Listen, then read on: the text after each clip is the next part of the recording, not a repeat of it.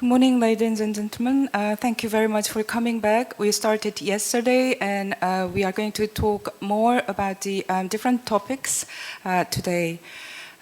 Yesterday, we talked about the new principle of the interpretation and presentation, which was our ongoing project in our center.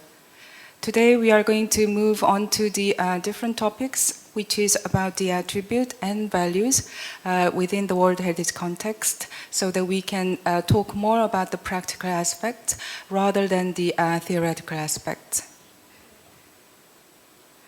We are going to have 3 sessions followed by the discussion sessions today. And after the introduction about our research and this topic, we are going to start the first session after the introduction presentations. And then we will have lunch, about 60 minutes, and all the lunches is going to be provided to this table for you, so that you don't need to go out to eat, okay? And also, in the afternoon, we will continue the session 2 and session 3 to continue our discussions on the attribute issues, and will be followed by the discussion session at the end. We do provide the Wi-Fi, so on the wall, you can see the Wi-Fi password, as well as there is a QR code so that you can download a PDF file of this forum, including yesterday's forum and today's forum together. 저희는 전부 3개의 세션으로 오늘 구성을 했습니다. 주제는 가치와 연관되어 있는 속성에 대한 것이고요. 오늘 주제는 전부 3개의 세션으로 나눠서 구성이 되어 있고, 첫 번째 세션을 오전에 진행을 하고 점심 식사를 한 후에 오후에 2개의 세션을 진행을 할 예정입니다. 점심 식사는 다 여러분들께 제공이 될 거라서요. 별도의 식당을 가실 필요 없이 이 안에서 점심 식사를 하실 수 있도록 준비를 했습니다. 그리고 벽에 지금 와이파이 패스워드하고 QR코드, PDF로 다운을 받으실 수 있는 QR코드가 있어서 지금 저희가 올해는 인쇄를 해서 발표 자료집을 나누어 드리지 않았고 PDF로 제공을 하기 때문에 QR코드를 다운받으셔서 PDF로 보시면 좋을 것 같습니다. 혹시 용량이 너무 커서 QR코드로 다운을 받으실 수 없을 경우에 저희 등록 데스크에 이메일 주소를 알려주시면 이메일로 저희가 보내드리도록 하겠습니다. Okay, before we start the session 1, we would like to introduce about our projects on these topics. So please allow me to move to the presentation center platform so that I can introduce briefly about our project.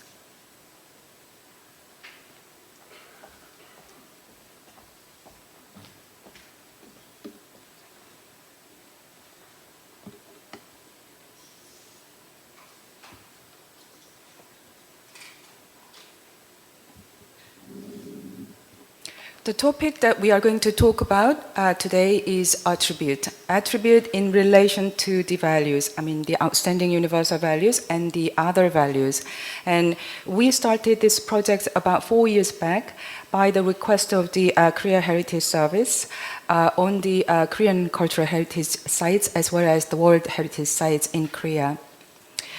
We did a lot of analysis on the prevailing definitions on the attributes and also the operational guidelines in the first and the second year. And now we are at the 3rd year of the attribute research to develop the methodology to identify the attributes at the moment. There has been a lot of challenges in the concept itself and also to develop how to identify the attributes for us.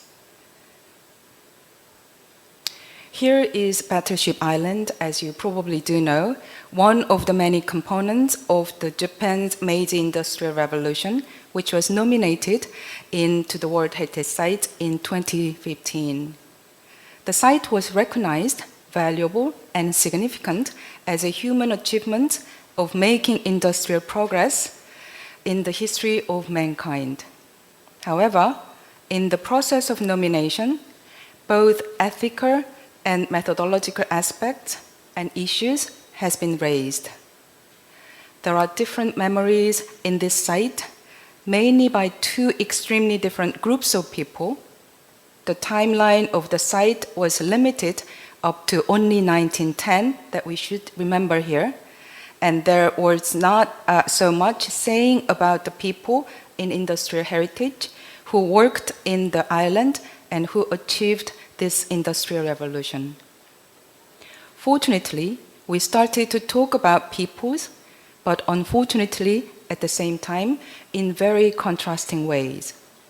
In one side, people talk only about the life during 1980s, the most flourishing time with their memory of the wealthy life. In other sides, people talk only about the life during wartime, the poorest and the coarse time of the history, with sad and angry memories of miserable life. Both stories are not out of the timeline that their value has been recognized because it is after 1910. This case questions us both ethical aspects that we discussed yesterday and methodological aspects of understanding value and meaning making that we are going to talk today. Now I would like to remind you our new concept of heritage interpretation and presentation to talk about how attribute, which is our today's topic, relates to interpretation and presentation. We define heritage interpretation as a meaning-making process through communication, participation, and experience. So we highlighted that the interpretation is a very active process of meaning-making involving all different stakeholders and communities. And also last year, we defined the heritage presentation as a range of methods of interpretation delivery for enhancing experience, raising awareness, and understanding and inspiring engagement for heritage. So we would like to separate from the heritage interpretation, the presentation, into a communicative act, spoken, written, or digital expression of particular interpretive viewpoint. Then whose narrative we need to share in interpretation? What methodology or what structure of thought we need or we can take in meaning-making process? To answer those questions, we have been doing two main areas of research. The first one is theoretical research, so that they can give us a kind of new concept of interpretation and presentation, and also setting new principles of interpretation and presentation that we talked deeply yesterday, and also that will give us some ethical aspects that we have to take in practice. And also we are doing the methodological research at the moment, which is more giving us practical way of interpretation and presentation to build up the skills and steps of how to interpret and what to present. It has been quite increasing demand on the interpretive planning at the moment in the site level by the site managers. So that is one aspect that we would like to provide some of the methodological aspects through our research. Attribute is concept that the operational guidelines for the World Heritage Convention has introduced to clarify how value can be understood and conveyed. It is defined that the attributes are the elements of a heritage place that convey its values and makes them understandable. So the concept of attribute exists in relation with heritage values. Attribute can be physical qualities relating to the material fabric and other tangible features, which is factory in Japan's industrial site. But it can be also be intangible aspects, such as processes, social arrangement, associations, and relationships, which are reflected in physical element of the property, which is the life and the memory of the people in Japan's industrial revolutionary site. Within World Heritage context, the relationship between value and attribute, and with authenticity and integrity, can be described in this diagram. Here is heritage values, and there are attributes to convey and express those values. In order for attributes to express value, they should be supported with credible source of information, which is the concept of authenticity. And each attribute to convey value should be intact within the site, and all attributes necessary to express value should be together in site, which is the concept of integrity. Interpretation as a meaning-making process is about connecting people to heritage. Within World Heritage context, the relationship between values and attributes are one of the structure or methodology of thinking in meaning-making process. Then we need to think about how tangible and intangible attributes or values play a role in the interpretation and how it can be used in presentation as well. As value changes, attribute is not static thing, it is rather structure of thinking in relation to value, and it is a tool or a way of meaning-making process. And that is why the theme or narrative in planning interpretation can be usefully designed by identifying attributes in relation to value, and we would like to use it in different way of presentation and visitors' experience. Concept of attribute in relation to value looks very clear and simple. However, the way it is used as a structure of thinking in understanding value is very diverse and very complicated. To use the concept of attribute in heritage process, we need to think about how various attributes, both tangible and intangible attributes, can be integrated inclusively, and what are the key attributes to understand values. And also, we need to think about what are the steps to identify attributes as an exercise of experiencing value in the meaning-making process. Our research is the process of figuring out the role of attributes and the way it works in meaning-making process, and today's forum is part of our journey. So we divided into three different sessions. The first session, we would like to talk about theoretical foundation of attribute identification, so that we are going to talk about tangible and intangible, and also the ways that we would like to take and develop the steps and procedures of identifying values. In the second session, we would like to address the importance of attribute identification in heritage interpretation. And last session, in session 3, we would like to talk more about the role of attributes in interpretation, which is going to be followed by the discussion about the building future interpretation strategy with attributes at the end. Thank you very much.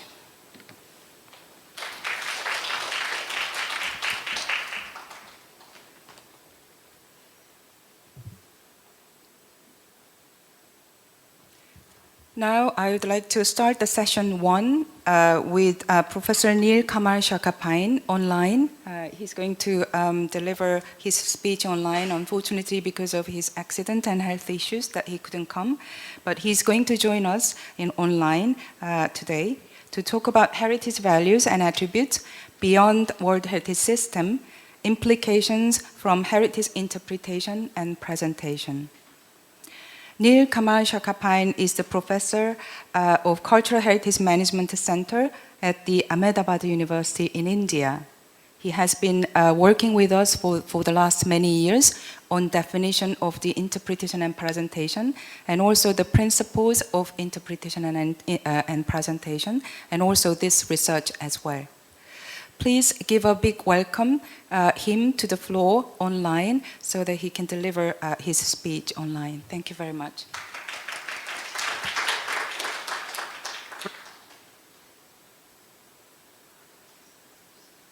Hello, good morning. I apologize for not being with you today this morning. I have planned, but due to a medical emergency, I'm not able to join you in person. But thanks to WIPIC, I'm able to join you virtually.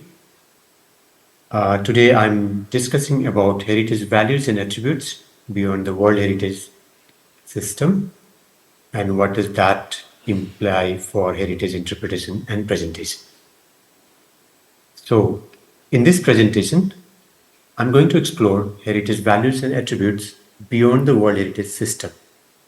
As you may be aware, in the World Heritage System, there is a core value known as the Outstanding Universal Value, OUV as it is called. This is one value that justifies a heritage site as a World Heritage property. But when we interpret the World Heritage property, we need to be looking at more than just the OUV. This is the core argument of my presentation today because it is an important issue when we interpret and present a World Heritage property to different audiences.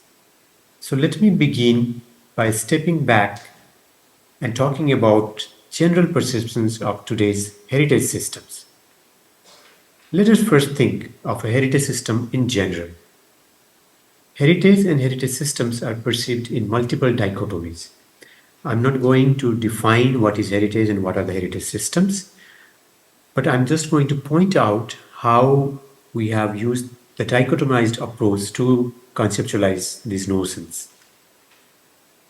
For example, the global and local, tangible and intangible, cultural and natural, protected and unprotected, and so on. And while World Heritage as defined and instrumentalized by the UNESCO 1972 Convention, it has also been perceived in a similar dichotomy of heritage, World Heritage, and there are other non-World Heritage or other heritage or local heritage. So there is an implied dichotomy, which is not necessarily a bad thing, but this is something we have to be careful about. So in the same way, beyond the World Heritage, if we want things about, then you have, these kind of domains that I have just mentioned, but then also these graphics highlight. There is some kind of hierarchy also implied sometimes from everyday heritage to protected heritage. And so while I don't find much of this kind of analysis done in the case of cultural World Heritage sites, I have found this from IUCN perspective, how a World Heritage is conceptualized in the IUCN, the Natural Heritage Perspectives. As this diagram from IUCN elaborates, in relation to natural heritage, the World Heritage property is generally understood as an exclusive. As you can see, it's on the top of the pyramid. High-ranking protection offered to a heritage site, which makes total sense from the park system to a World Heritage. In the natural heritage ecosystem, you have certain kind of hierarchy going, and as this diagram suggests, there are certain determinants and you have to cross a certain threshold to be able to justify the outstanding universal value so that a site could be considered as a World Heritage property. Cultural properties are also pursued in a similar manner, although I do not have a formal diagram of that like this. However, all such decisions, no matter who takes the decision about deciding or declaring a heritage as local or national or regional, protected or less protected, are done based on values assessment. And this is where I'm trying to come back. This is not necessarily about hierarchy, but this is about assessing the values. So the values becomes the key aspect in this process, particularly after the evolution of what is called the values-based system. Let me briefly touch upon this values-based approach or the values-based system, and I will also touch upon the living heritage approach in this same connection. In the values-based system, generally experts assess different values and take a decision about heritage status as well as its management and protection needs and processes. But essentially, heritage is all about values that people ascribe to something. That's why something becomes heritage. And from that perspective, it's a social construct. Heritage is a social construct. We, as a people, we make heritage. We define what is to be considered as heritage. And so it's a social construct. In some cases, it may not be a social construct. There might be kind of a naturally occurring scenarios, but yet something is heritage when it is recognized as such. So that recognition becomes a key, and the values are behind such recognitions. So, in this case, the values-based approach, and in other cases also, conventionally the experts would have taken a call, whereas the values-based approach identified that, yes, expert may take the call, but the basis is about values. And what living heritage approach, ECROM has been working on that, and it's also known as the people-centered approach. What it has highlighted is that it recognizes people or communities as the key behind identifying and managing a heritage site. And therefore, combining these two approaches together, one can connect to the values, but also to people. And that's what I intend to do in this presentation. So both of these discourses remind us to keep the diversity of values in mind, along with how people or the communities perceive as important or significant. And that's how you will probably give certain ranking to a heritage. But how do we identify and interpret values? I think the key question is that. This is where the World Heritage System has introduced another terminology which is useful. This is called attributes, because values are abstract and attributes are kind of tangible. So values and attributes go together in the World Heritage Assessments. Together, the values and attributes indicate the importance of heritage and what is at the stake in managing the heritage. So let me then go to these terms, values and attributes in heritage identification and interpretation. And to shorten a longer possible discussion, these are the few points I would like to highlight. As I said earlier, values can be abstract, and some concrete things have to be referred in order to project or describe values, on which basis something can be declared as heritage. Whereas attributes are those features that speak of the values, those features that demonstrate the values. When we have to manage, we manage the attributes, because managing values becomes a kind of a vague thing. Of course, we are managing values, but through attributes. As I said, attributes can be tangible or intangible, but they reflect the values. And hence, interpretation and management of attributes is a way to ensure that heritage values are understood and managed or protected. Now, this is where the nitty-gritty about the heritage profession takes place. Hence, in the case of World Heritage, it is the OUV, that is the value which is being protected, which is the basis for a justification of World Heritage property. And I consider OUV as a composite concept, because it is not just one value picked up and identified, okay, this is OUV, but actually the values used to justify certain criteria. Those criteria and attributes and the scenario assessment leading to certain statement of authenticity and or integrity. And there has to be, the whole purpose is to manage it properly. So there are several things coming together to define OUV. So therefore, I consider OUV as a composite concept, and consisting of three pillars, which I discuss in the next slide, which is this graphic from one of the World Heritage Resource Manuals, where it tries to explain OUV in terms of these three values. The three values is what upholds the OUV. And I think this has made so much sense for many professionals. So the World Heritage inscription is primarily based on the articulation and justification of what is called the Outstanding Universal Value, OUV. Over the course of time, the World Heritage Center has developed several supporting materials for the professionals and state parties to help articulate the OUV of a World Heritage property or a proposed property. As this diagram suggests, which I got from the research manual, which ICROM, IUCN, ICOMOS, and World Heritage Center has collectively produced, as this diagram suggests, the OUV has three pillars. One, that the property meets one or more World Heritage criteria, and as you all know, there are a total of 10 criteria, at least fulfilling one is the requirement. The second is that the property meets the conditions of integrity and authenticity, if relevant. So authenticity is not relevant to the natural World Heritage sites, whereas authenticity will be required for cultural World Heritage sites. So fulfilling the conditions of these two conditions as applicable is the second pillar. And the third pillar is that property meets the requirements for protection and management. Now, this is done in such a way, or articulating the OUV.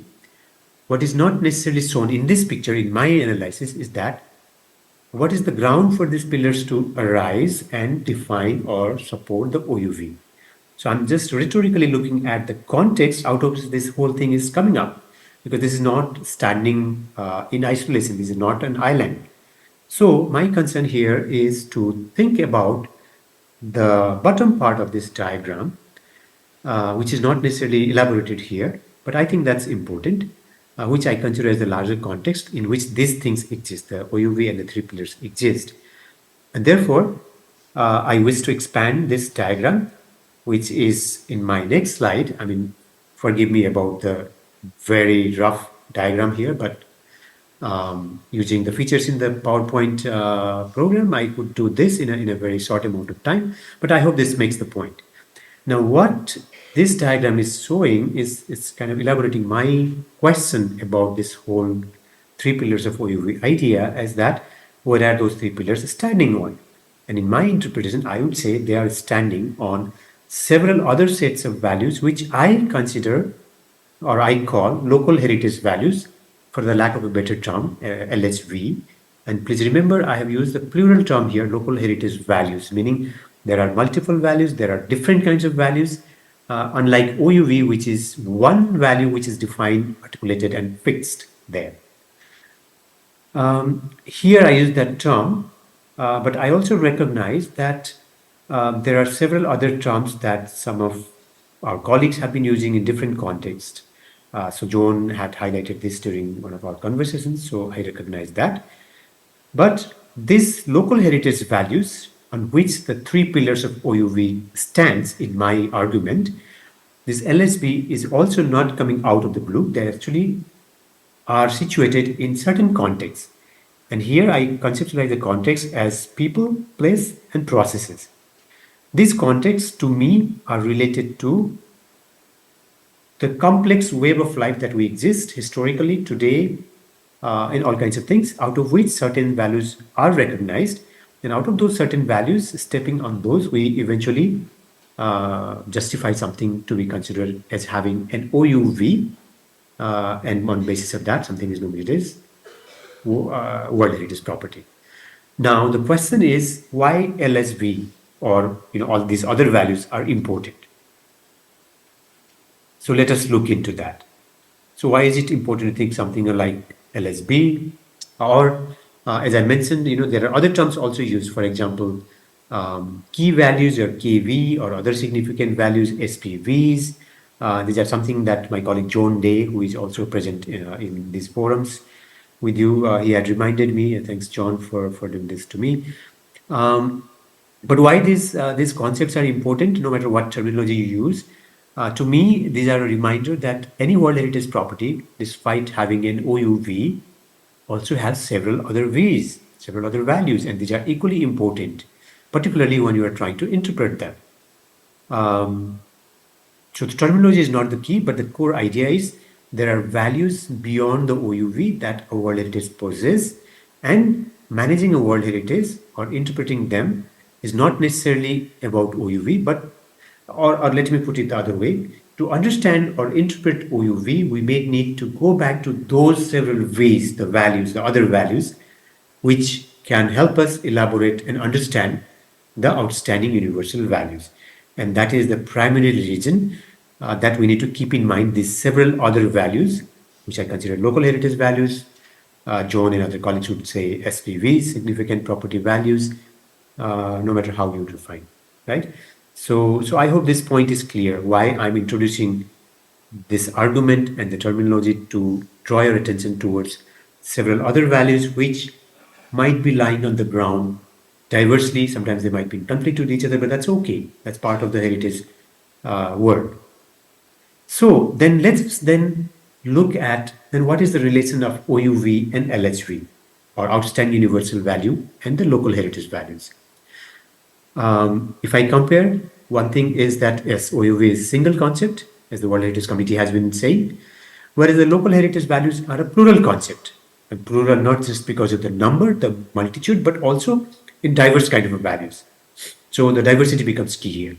The second here, as the diagram illustrates, in this relationship for us to understand is, please understand that one is a larger set, another is a smaller set. And the smaller set, which is OUV, I consider that as a subset of the larger set of LHV. And that's the second important point for us to keep in mind.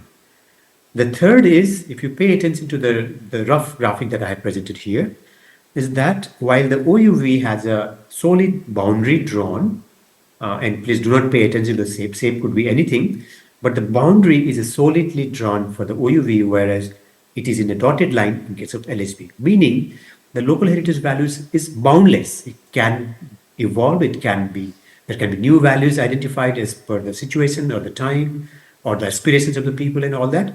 So it's in a dotted line, meaning it's expansive. There's no limit to it. It can be compromised. It can be negotiated, right? So that fluidity is there in terms of the local heritage values, which is the larger subset.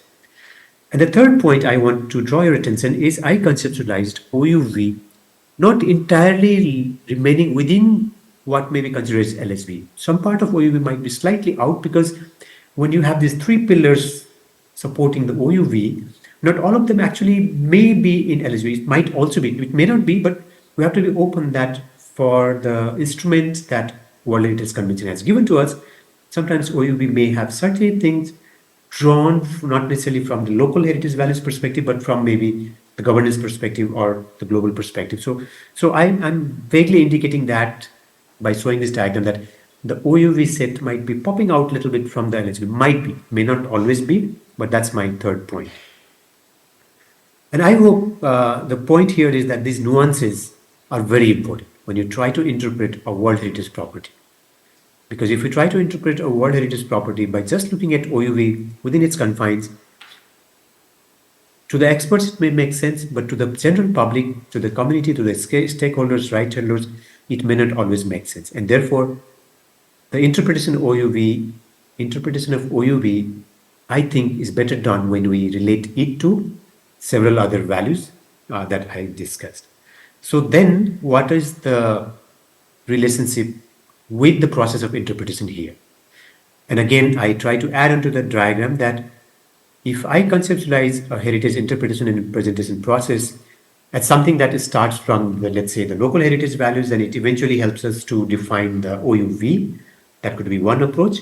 But I think it could also go the other way around. You may start with OUV, and then in the process of elaboration, you may actually touch upon several other values that might be around there. And so it's not a fixed process. It's a dual process. It's a back and forth process.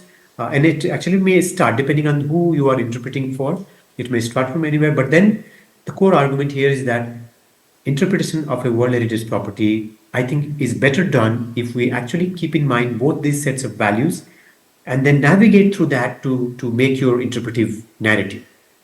Depending on the audience, depending on the site, depending on the issue that you are interpreting, you will find it. So the key point here is not to think of heritage interpretation in case of a World Heritage property just confined within OUV, but it's a reiterative process going through these different sets and subsets. That is my point.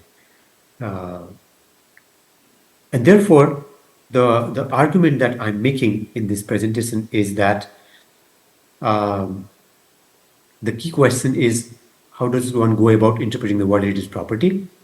One message is that no, we have to look beyond OUV, even though OUV is why something is called as a World Heritage property. The second is how the relationship is connected. It's a very fluid relationship, and there can be multiple ways of doing it. And the key point is that World Heritage interpretation probably is better done by going beyond the OUV. We're not rejecting the OUV. OUV is still the core, but we are going beyond the OUV to interpret the World Heritage systems. And while I'm saying that, I also need to make a few points, because as much as we are highlighting about the World Heritage property to be interpreted, WIPIC's work in the past 2 years has also been concerned about non-World Heritage sites. Not all the sites may be World Heritage. And so it is not necessarily a focus on World Heritage, but it is just expanding our notion of heritage interpretation and presentation to be kind of a broader approach than just a World Heritage. I think that is the reason why we are arguing this. Because as I list here, there are many heritage sites, and not all of them need to aim to be World Heritage. And not being World Heritage also doesn't make them any less important than a potential or tentative or a World Heritage site. The second point has been that World Heritage OUV is a synthesis of multiple narratives using some selected values, but that doesn't mean values outside of OUV are ignored, which I call as LSV. And for World Heritage interpretation and presentation, we can start with LSV and articulate what has gone into OUV. together with the statement of authenticity, integrity, and management of the three pillars. Or we can start with the OUV and then come back to LSV as in how much required, what values you need to pick up to make your narrative. But the key point is how do you make sense to the general public? So I hope you all agree with me that even if a World Heritage property is all about the OUV or primarily about the OUV, its interpretation and management may need to relate to the other values which are also equally important. It is not just for interpretation, also for management. You ought to look into those diverse set of values that may not have been thought of as outstanding, as significant when the nomination of World Heritage is prepared. But in management, you need to go beyond that because these are also equally important, even though they may not be part of the synthesis of OUV in the nomination dossier. Any interpretation of World Heritage property may serve its purpose better if it relates back to these local, diverse, significant other values. So, to conclude my presentation, I wish to again highlight that the interpretation of a World Heritage property is not an isolated activity of only focusing on OUV, but going back and forth between several of those values, what we call local values or significant other values, key values that help in our understanding of OUV. Of course, the objective of a World Heritage Management is to protect its OUV. Its understanding and management can be achieved through a dynamic relation with the other values and attributes. I hope I make some sense, and I hope this also helps us not to limit the principles of heritage interpretation and presentation, the definitions of heritage interpretation and presentation that WIPIC has worked out so far. These are not necessarily confined within the World Heritage system, although they are meant to improve, enhance the World Heritage system and its understanding and interpretation and management. But in that process, it is equally important to recognize what is beyond the World Heritage, what is beyond OUV, and that's what I try to highlight today by looking at values and attributes both within the World Heritage system but also outside of the World Heritage system, and trying to find an active, working, dynamic relationship between the two. I hope it makes sense, and I will be happy to answer any questions or engage in interaction later on as appropriate. Thank you for listening to me, and once again, I apologize for not being there in person, but thanks to WIPIC and all my colleagues for the wonderful conversations we have had in the past year working towards this. Thank you very much. Thank you very much. Thank you very much, Professor Chapakain. Before I continue the next speaker, next presentation of the session one, I'd like to correct the information that I have given about the lunchtime. Lunch is going to be followed by, after the session two, so that it's going to be, the time is right, starting at 12 o'clock for 60 minutes, but I do hope that you didn't disappointed about my wrong information about the lunchtime. And also, there are late arrivals here in this floor. If you do not have any translators, the machine, then you can pick it up from other desk. And also, 1번은 한국어이고요. And number 2 is in English. So you can just dial whatever you would like to choose the language. Okay. Thank you very much. Professor Chapakain again. Next speaker is Dr. Kameni Wijayasuriya.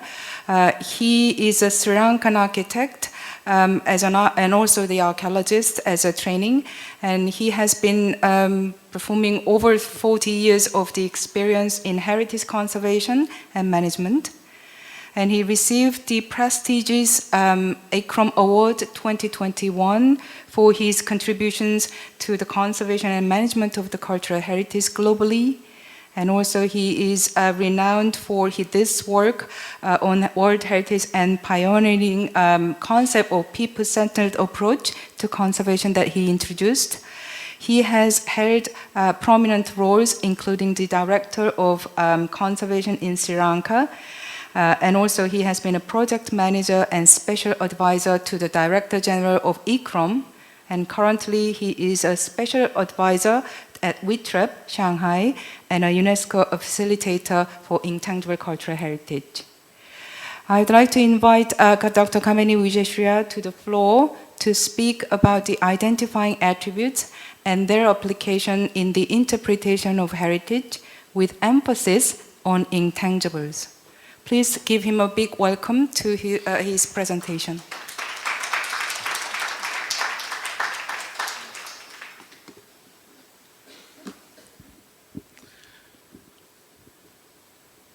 Ladies and gentlemen, thank you, Sujong and the team for inviting me to this presentation. First of all, let me congratulate our friends and colleagues in South Korea for winning Lady Han Kang the Nobel Prize. I think that's a great news for people in heritage.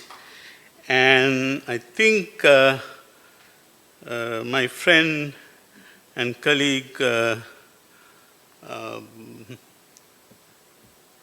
Neil Kamal mentioned a number of interesting observations which we have been fighting for last 30, 40 years. And some of them are, not actually some, all of them are now in the World Heritage process. It's great to hear that this is a reminder. All of them are now in the operation guideline, not only looking at OUV, looking at values, all values, and so on. Sorry, my time is running. This is... I wanted 1 minute, not from my speech time, to say one thing.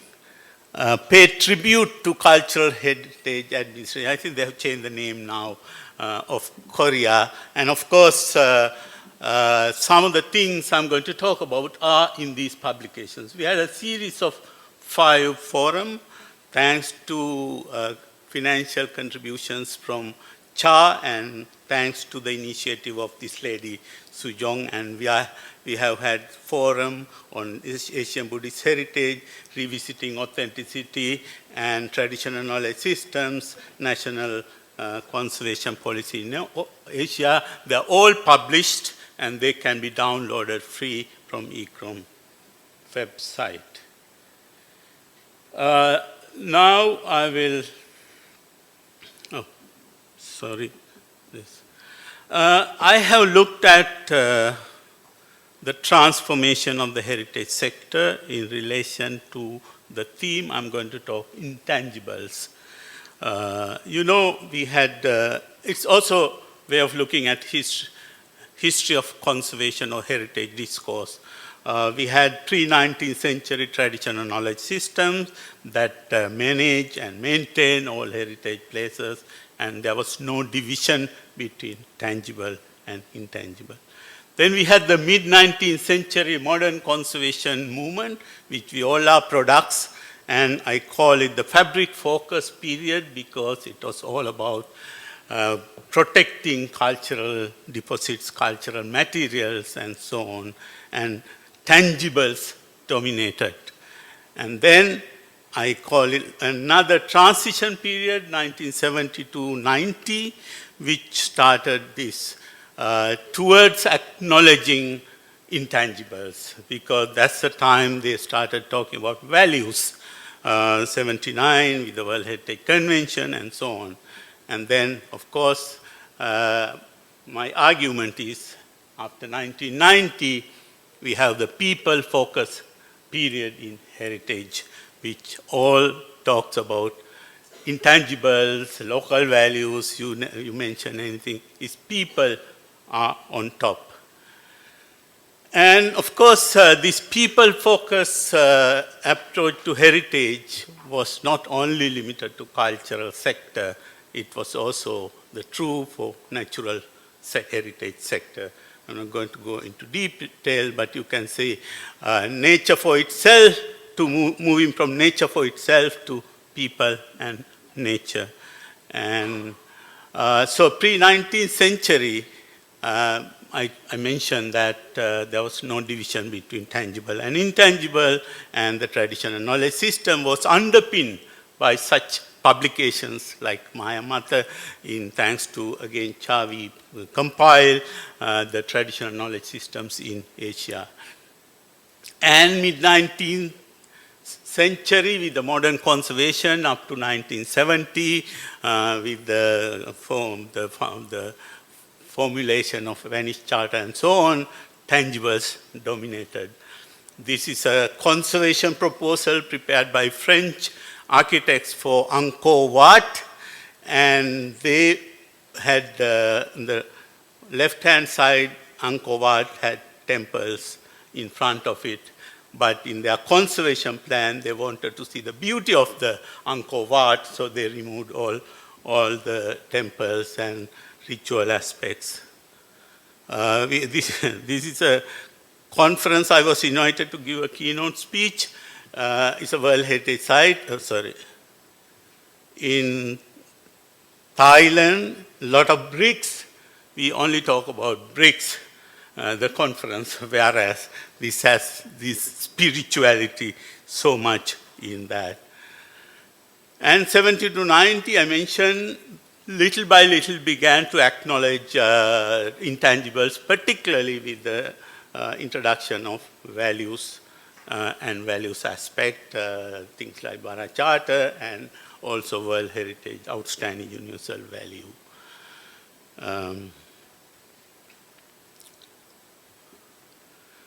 And that's a period, 70 to 90 was a period where heritage discourse was challenged or questioned. I mentioned yesterday, the Raymond Lamy himself said we were not fully, understood the situation when we drafted the Venice Charter. He said because 95% of us were all Europeans, the same way thinkers, and then of course people like Roland Silla, my guru, 1983, said this is not the end of the road. There are other things that we need to think. And post-1990, I call it the people-focused period, where we started thinking of intangibles in many ways, number of programs. There is cultural landscape, the Nara document on authenticity came, which reflects intangibles, and so on. When ICOMOS was asked to give an opportunity to talk about intangible heritage, well, our colleagues from Africa, they said, you can have your own General Assembly on intangible heritage, which was held in Zimbabwe, and intangible heritage among attributes expressing authenticity. That idea was integrated into the World Heritage from this meeting. And of course, the Living Heritage Program you heard started in 1983 at ICCROM, which I had the privilege of leading afterwards. It was started by our colleague Herb Stovall, and then that talks about tangible and intangible without any divisions. And importance of tangible is very much highlighted as part of this conservation of living religious heritage and so on. And the extension of that was the people-centered approach that we developed at ICCROM, which I again had the privilege of leading. The doctrine of PCA is about placing people at the heart of the heritage discourse and pursuing the well-being of both heritage and society. It's not forgetting heritage, but also thinking. And no division between tangible and intangible. The program on linking nature and culture, which some of our colleagues have participated, there was this World Heritage process where it was intended as an umbrella program to bring nature and culture together, but for many, many years, at least 40 years, well, there was no much integration, but since 2014, there was a major program that now we run to work nature and culture together. And that is where interdependency of nature and culture being discuss and which is more or less intangible aspects. So, intangibles entered into the World Heritage Operation Guidelines after those arguments and fights which were not there. Neil was right that these were not there, but now these have come into the operation. Under Article 82 and Article 112 and Article 137, I'm not going to go into details of those. So the 14 and so on, there is intangible aspects and other values are now in the operational guidelines. Whether you like or not, you have to now think of those carry outstanding universal value plus other values. The entire context, if you look at the diagram in the HIA manual, you will see the modern way of thinking. Right. Now, as a result, people started writing in their criteria pillar, which talks about values, the tangible and intangible aspects of heritage.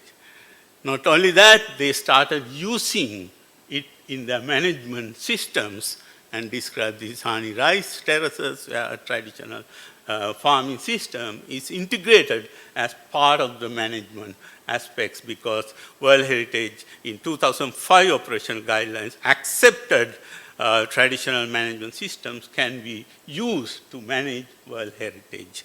So, now come to attributes. This is the WIPIC definition. Attributes are tangible and intangible elements. I think there was one discussion before we had a bit confusion, but attributes I can consider as tangible and intangible elements of a heritage site that convey all heritage places. 18 minutes, and my main focus here is to suggest a way forward for identifying intangible elements, which are attributes. So, because we have a lot of work done on understanding values and tangible elements that convey those values, but there's no definition, nothing in operational guidelines or in any other place too. So I looked at the convention, which I'm working from 2018, and they have a definition of identifying intangible heritage. My question to you is, can we share that? Sometimes, maybe not all will agree. You know, not all countries agree to this convention, although 184 countries have signed. But some of the definitions, some of the concepts like authenticity, they said, no, we don't accept authenticity because we are creating, we are recreating intangible. Anyway, they have given a definition, broader definition of practices, expressions, representations, knowledge and skills, and cultural spaces. And of course, there is a but. Something becomes intangible heritage only if there is a particular community attached to it. If there is no community, that's not heritage, intangible heritage according to them.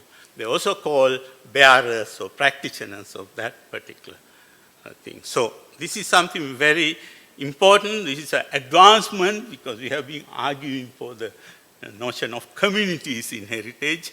Heritage is not for experts to define and so on. So, from that broader concept, they have identified 5 domains: oral traditions, performing arts, social practices, knowledge and practices, traditional craftsmanship. So that's they have boiled down to it. And then, of course, in relation to traditional craftsmanship, and also the other, they say it's not the final product of any crafts. It's the process that is important for the intangible heritage. That is why they are important. People are important because they reproduce, they continue to perform that. And From that, they have extracted elements. So this is a way to identify elements in World Heritage or any heritage sites that we can use. Elements refer to a specific expression of intangible cultural heritage, which can be traditional cultural practice, event, knowledge, or skills, or combination of several of these. Examples include a dancer, a dance, carnival, and so on. You can read some of these things. And so it's a way, I think, forward for us to identify. So they have the broader definition, and then they have domains, and then they have elements. So perhaps this is something that we can learn from them. Let me give you an example so that it will be easy to understand. One of the elements that they have identified and inscribed in the list of intangible heritage of the humanity in UNESCO is traditional tea processing techniques and associated social practices in China. It has come from a number of the principles and domains that are listed below. It can be linked to several domains and so on. So this is, and if you look at Westlake Cultural Landscape in Hangzhou, there are tangible elements like causeways, islands, I think you may have gone to that, bridges, wonderful landscape, and temples, pagodas, well-defined views, and various interactive activities. And intangible elements. It's a place for that wonderful production of Longjing tea, which is, of course, very expensive. It's difficult for us to even. And the traditional tea processing technique and associated social practices in China is an intangible element, one of the attributes in that. Interestingly,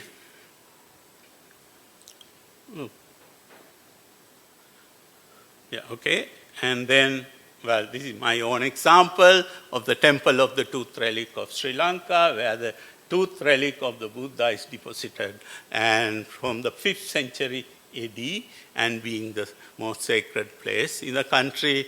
And tangible elements are the temple and all these structures, but then intangible elements, a perahara or pageant with about 100 elephants going in the parade, dressed up for 10 days, is a fantastic. Without this, I don't think the value of that place is there.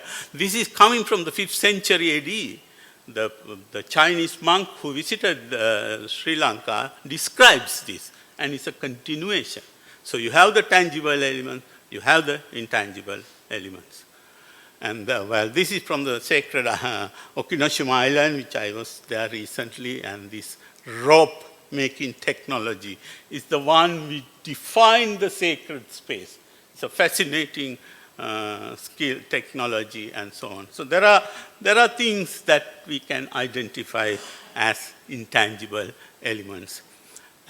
This is just one line. We only have to promote or mention in terms of interpretation. We don't have to do anything in interpreting intangible heritage. It is the performance by themselves that is presented. And of course, certain things can be seasonal. For example, to see the process of Shinto temple construction, you have to wait for 20 years to see the process. But there's no other way, because there is a community attached to this. And then we had the tea. My wife is enjoying the tea from Longjing, and they demonstrate the process of making, drying and everything, and also you get a drink also. So, and anyway, so that's we don't have much to do. So there are other issues, unresolved issues. I have 10 more minutes. Tangible values. There are terminology issues like tangible values, intangible heritage, intangibles, intangible dimensions, all sorts of things, which we have to resolve later on. And they have a problem of, they call it safeguarding, not conservation. They are totally against the term conservation. Authenticity, no. They said, no, we are not going to talk about authenticity because these things are being produced continuously in tangible heritage. Continuity is one of the key terms of that. But of course, this also can be looked at.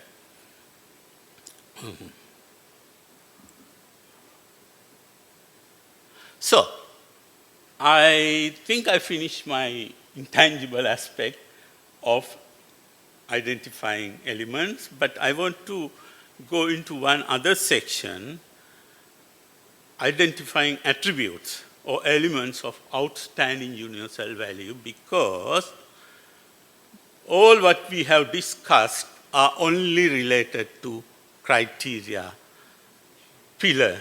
This is the same diagram shown by my colleague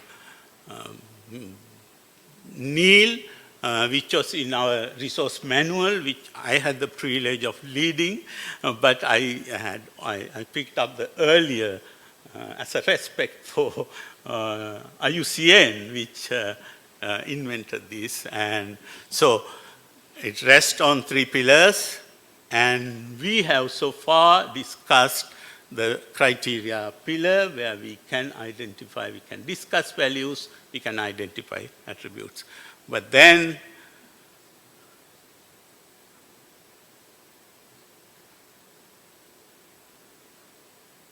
because if you are going to a normal site or outstanding universal, World Heritage Site, there's a difference. You need to understand what is the outstanding universal value of that place. Interpreters have the challenge of interpreting that idea. Someone recently asked, how do I know that I've been to a World Heritage Site? So it may be a challenging question, but at least if you look at this, we can come to some conclusions. So we need to identify the elements or attributes of authenticity and integrity. If we are to complete this process, if we are to completely interpret World Heritage Site, you have to interpret outstanding universal value, not just any value. So there's a problem with the operational guideline has already identified attributes. This is a misstatement anyway. They have identified both tangible and intangible elements. So that's, if you want, you can start taking these things and then interpret some of these things or include in your interpretation plan. But unfortunately, this was a bit of a misrepresentation of what Nara said. These are aspects of sources that they have interpreted as attributes of authenticity in operational guidelines. Well, hopefully one day this will be corrected, but it has tangible elements as well as intangible elements identified. We have to tell the visitor why we call it authentic is in some way, whether it is a feeling, whether it is the spirit, or whether it is the structure, you have to tell the visitor. There's no way that you can't escape from that. And then you also have to interpret tangible and intangible attributes of integrity. If you don't have the integrity, then it's not a World Heritage Site. So, I have just tried to, this is just very, very initial work. We have to work more. Tangible elements is the presence of all tangible elements. Now, the point is that you may have to tell that all these elements are located in one place, or it can be in different places. Maybe 10 places, maybe 100 places. So this message, this should come in the interpretation aspect of integrity. And then they talk about processes, particularly in the natural heritage sectors. There are many, many processes taking place. We do have to interpret those things, and we have to identify elements. And then we had this little discussion about addressing threats. Under the interpretation, the integrity, you need to show that the particular site has no threats, or if there are threats, that measures have to be in place to address them. That's why our colleague suggested the question of climate change. John will say that this is what we are doing to protect heritage from the climate change. So those aspects have to be presented to the people. And also some of the things like this interdependency.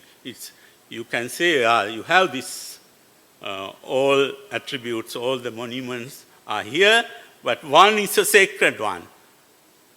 How do you say that? That shows the interdependency. So that has to be interpreted. So this is integrity. Yeah, this is Pujan Tulau. You can see it's a huge area. These villages they have picked up samples.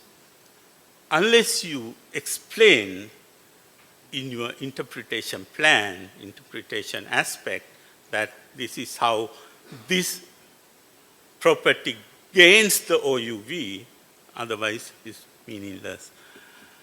So yes, nature-culture linkages. In my view, it's only the intangible aspect that can demonstrate this. There may be other ways, but it's the intangible dimension that can demonstrate the interdependency. So, the last one, I have 3 more minutes, management. Yes? Management, you have to, is part of the outstanding universal value. If you are not interpreting the certain aspect of management, I don't think you are interpreting the outstanding universal value. Management is part of the outstanding universal value. There are tangible things like the management plan and management system, legal institutional provisions, and you can say there is a vista management plan, some of the things. And at the same time, there can be intangible things that you can identify and presented to the people. One example, our colleague said we need to show how World Heritage contributes to the Sustainable Development Goals. So this may be an activity, this may be a process, this may be something that we will be able to explain, and those have to be interpreted. Then people will know, this is a World Heritage Site, yes, this also contributes to these things.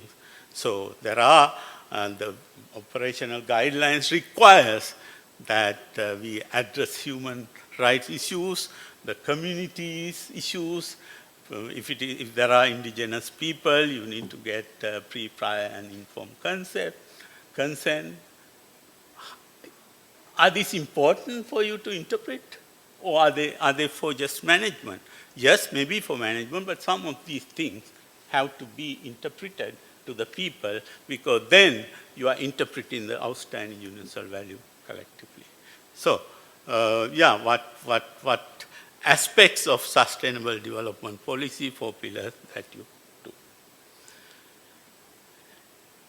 Indeed, I have 1 more minute. So I have revised Hyunji's definition, which is on top. And this is my proposition. Attributes are tangible and intangible elements of a heritage place. that convey or hold heritage values or stroke outstanding universal value. You can say in case of World Heritage Sites. But without that, I think we are not interpreting the outstanding universal value. I think with that, I have 27 seconds, I stopped. I didn't take time for the presentation of books.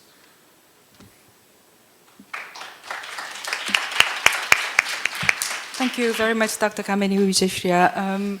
It was a brilliant ideas, always as a kind of pioneers of leading the our practice into a kind of new topics and new perspective for the last 40 years. Please give him a warm, big support to him again for his great speech. Okay, now 11:05, so we would like to have a 10-minute break until 11:15 for your drinks and for the ladies and gents, and we will come back by 11:15. Thank you very much for the session one to staying with us.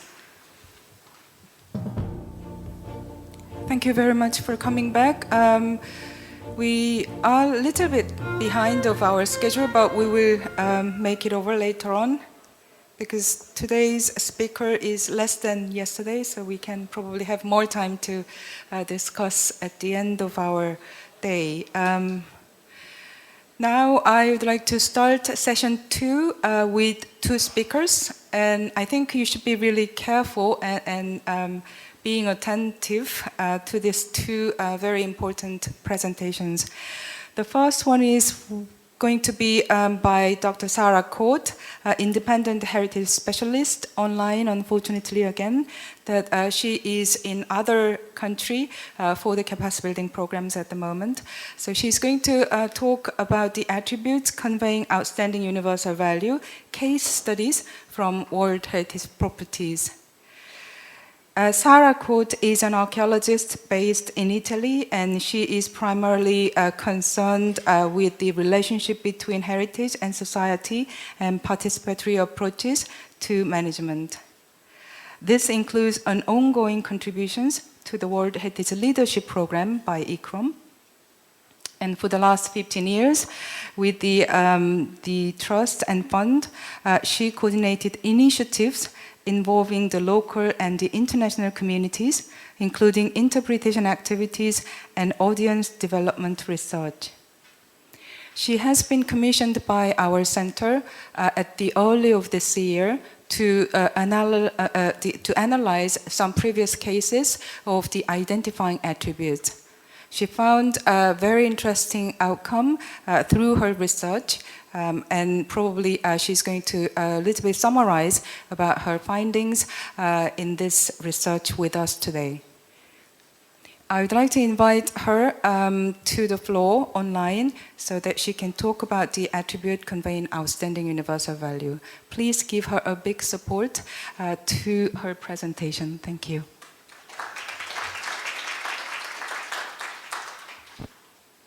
Hello everyone, it's great to be with you today virtually, even if I'm not able to be there in person.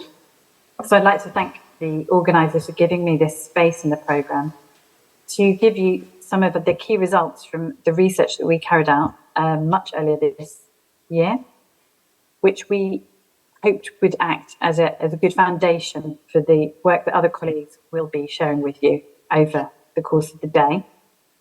So I'm going to try in the coming minutes to give you an overview of the situation as was discussed with representatives of these different World Heritage properties, and really understand what's happening globally, thanks to the fact that we were able to speak to people from natural, cultural properties, different heritage typologies,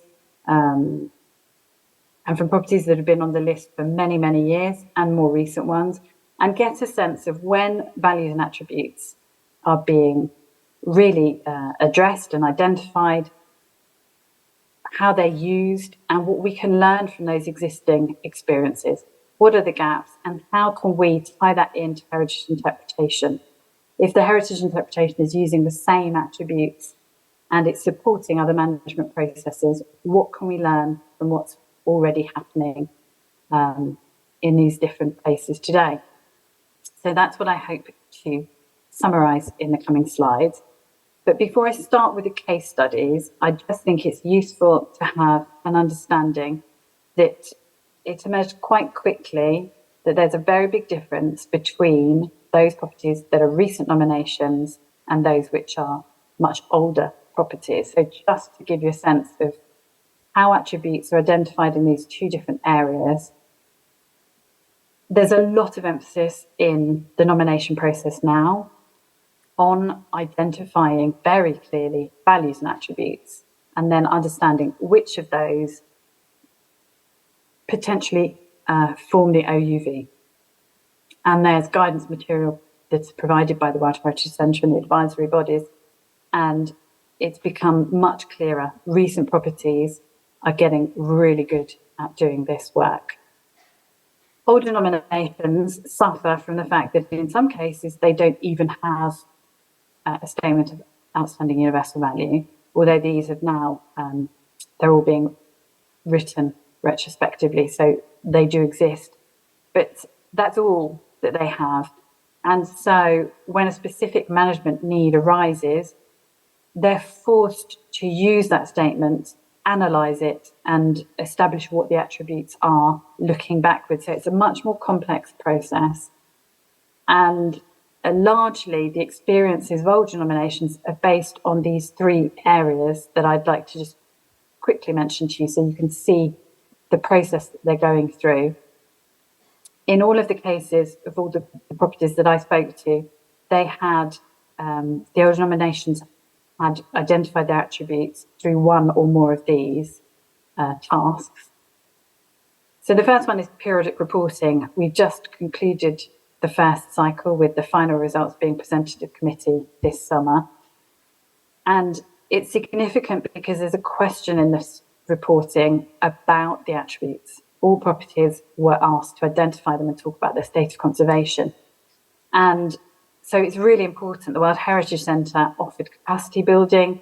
This was something that was discussed in those workshops with state parties. So we're now finally in a position where all state parties should be aware of what values and attributes are, and they've identified them for each of their properties. And that means we're moving into a very different situation with regards to dealing with this topic. However, that's relatively recent. And before then, those older properties perhaps had only identified values and attributes if they had either worked with something like the Climate Vulnerability Index or impact assessment. Both of those require much greater understanding of attributes in order to understand the potential change. And whilst I won't talk about these in detail, and certainly my colleague John Day is here with you, so he can better explain it. The idea in both cases, climate vulnerability and impact assessment, is that you take the statement of outstanding universal value, you analyse it, and you become much clearer about what the attributes are. So this is the CVI, and the guidance on impact assessment is very similar. So really getting people to take a narrative statement of AUV and turn it into something that could be used for management purposes. So this is what older properties are working with, which means that we can now perhaps turn to those case studies that I promised and look in a bit more detail about the different experiences they've had. So I'm going to start with the topic of the identification process. Exactly how do they go about identifying attributes? So with those properties that are recent nominations, essentially, we are talking about the identification process is the nomination process. It's now very clear. But I want to give you the example here from the Great Spa Towns, which I found really interesting. Their process was partly led by the fact that they were preparing a serial nomination. So they created a theoretical framework of the characteristics that made up a model spa town, and then checked this by doing a comparative analysis of all the potential component sites. And then in another phase, once they've tested that that general framework, they could convert that into a list of attributes. So you can see the table here on the screen. And these are attribute categories, which could be found at every component. And then because these attributes are actually quite broad categories, it was necessary to identify at each spa town the specific buildings or other elements that corresponded to these attribute categories. And you can see this mapped out quite precisely at one of those components. And I know that they've refined this as well as they've started managing as World Heritage. So this is ongoing work, very interesting work. In other cases where there was perhaps not such a theoretical framework, but there's still a lot of academic research and on-site surveys that were carried out, and it seems to lead naturally to a shared recognition of what the attributes and values are. And that knowledge, that documentation phase, there's usually a distillation of that knowledge into the statement of AUV.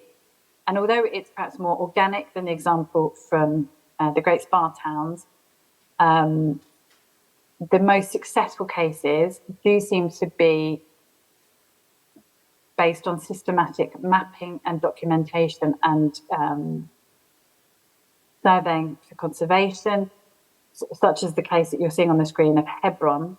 They've really benefited from that work that comes prior to nomination. So you can see here that the redder map was their earlier work where they'd really gone through, understood the different typologies of heritage. They've gone into all of the details, which could then really easily form the basis, as you can see, the blue map of exactly understanding exactly the property, its attributes, its buffer zone. It was simply a case of using the base documentation they've got, and it was very successful. So that investment in documentation was really essential. Instead, if we look at, in comparison to those which are nice cases of recent nominations, looking at those older properties, many of the SOUVs mention key attributes and they can be extracted during analysis, as I mentioned. However, it was noted that many statements make reference quite general categories, and the actual attributes still need identifying by the site management team. So there's a real work there to do that. Natural properties tend to have more named attributes in their SOUV. They're much more precise with their attributes, whereas cultural properties tended to have more value statements. And there were a lot of comments from people on intangible attributes being more difficult to identify. There was also, it was considered that it was important because if they didn't manage to document those processes and traditions, if they weren't considered in ongoing management activities, there was a risk that they were inadvertently placing OUV in danger, but it was noted that it was more difficult. So moving on to who's involved in these cases. So I give a really nice example here, which I really enjoyed, Pimachuinake, which was a nomination that actually came from the community. And so it naturally involved a large number of community representatives, and interestingly was also based on previous work they had done related to First Nations land use planning. So much like in Hebron, there was an initial investment in documentation and planning that really paid off for a successful nomination. There were also large numbers of community members involved here in Kulangsu, also in Hebron, because in both these two cases, they're historic towns. And so the local residents are owners, they're users, they're knowledge holders in relation to these attributes. And obviously it was noted in all these cases how important it was to involve the communities right from the beginning. And that knowledge which the community holds can only be gained if they're involved in the process. So it was really important to make sure that the attributes were identified and documented and understood with community members, but acknowledging there was sensitivity sometimes about how that knowledge was collected and shared, how that traditional knowledge should be handled with care, let's say. However, it didn't matter how participatory things started. I think it's really interesting to note that by the end, heritage specialists were always brought in to formalise these contributions for purposes of World Heritage. So there was an iterative process of identifying the values and attributes, but then defining that OUV at the final moment was less participatory. And the final selection of which attributes were OUV was often made by a very small number of specialists. And then in the cases where we're talking about the older properties who are analysing an existing statement, that was hardly ever more participatory than a very small group. Partly because it was acknowledged that the statement of OUV can't change. So it wasn't felt that it was a suitable activity to involve communities in, because there was no desire to cause frustrations when it was rigid. So it was usually done quite by a small group and quite quickly, which leads me to the next topic, the time taken. In the case of nominations take years. So as I've said, the attributes identification runs parallel to that whole nomination process. So it really does take years, and really refining knowledge down to that final OUV does take years in comparison to those older properties where it's a quick exercise. The statement of outstanding universal value exists. Its analysis is quite quick. The longest it would take was a few days if it was necessary to go on site visits to really make sure that everything had been checked and understood, and that the analysis was compared to those attributes on the ground. But it was quick. Now, all of those attributes, once they're identified, they're used in a whole range of management activities, as you can see here. So we need attributes clearly identified so that we can do better management planning. They are the subject of heritage protection and legislation. They're needed for conservation, visitor management, climate vulnerability assessment, disaster risk planning, impact assessment, monitoring and reporting, even checking how effective management is, and of course heritage interpretation. And I think that's a really important point for the purposes of this meeting, to see very much how these are connected, that the basis which they all share is the same, and how heritage interpretation should be supporting all those other activities. So that was really interesting. Now, on the basis of how the attributes were used, did affect then the format that was used to list them and communicate them. So I'm giving you an example here from Wood Buffalo National Park.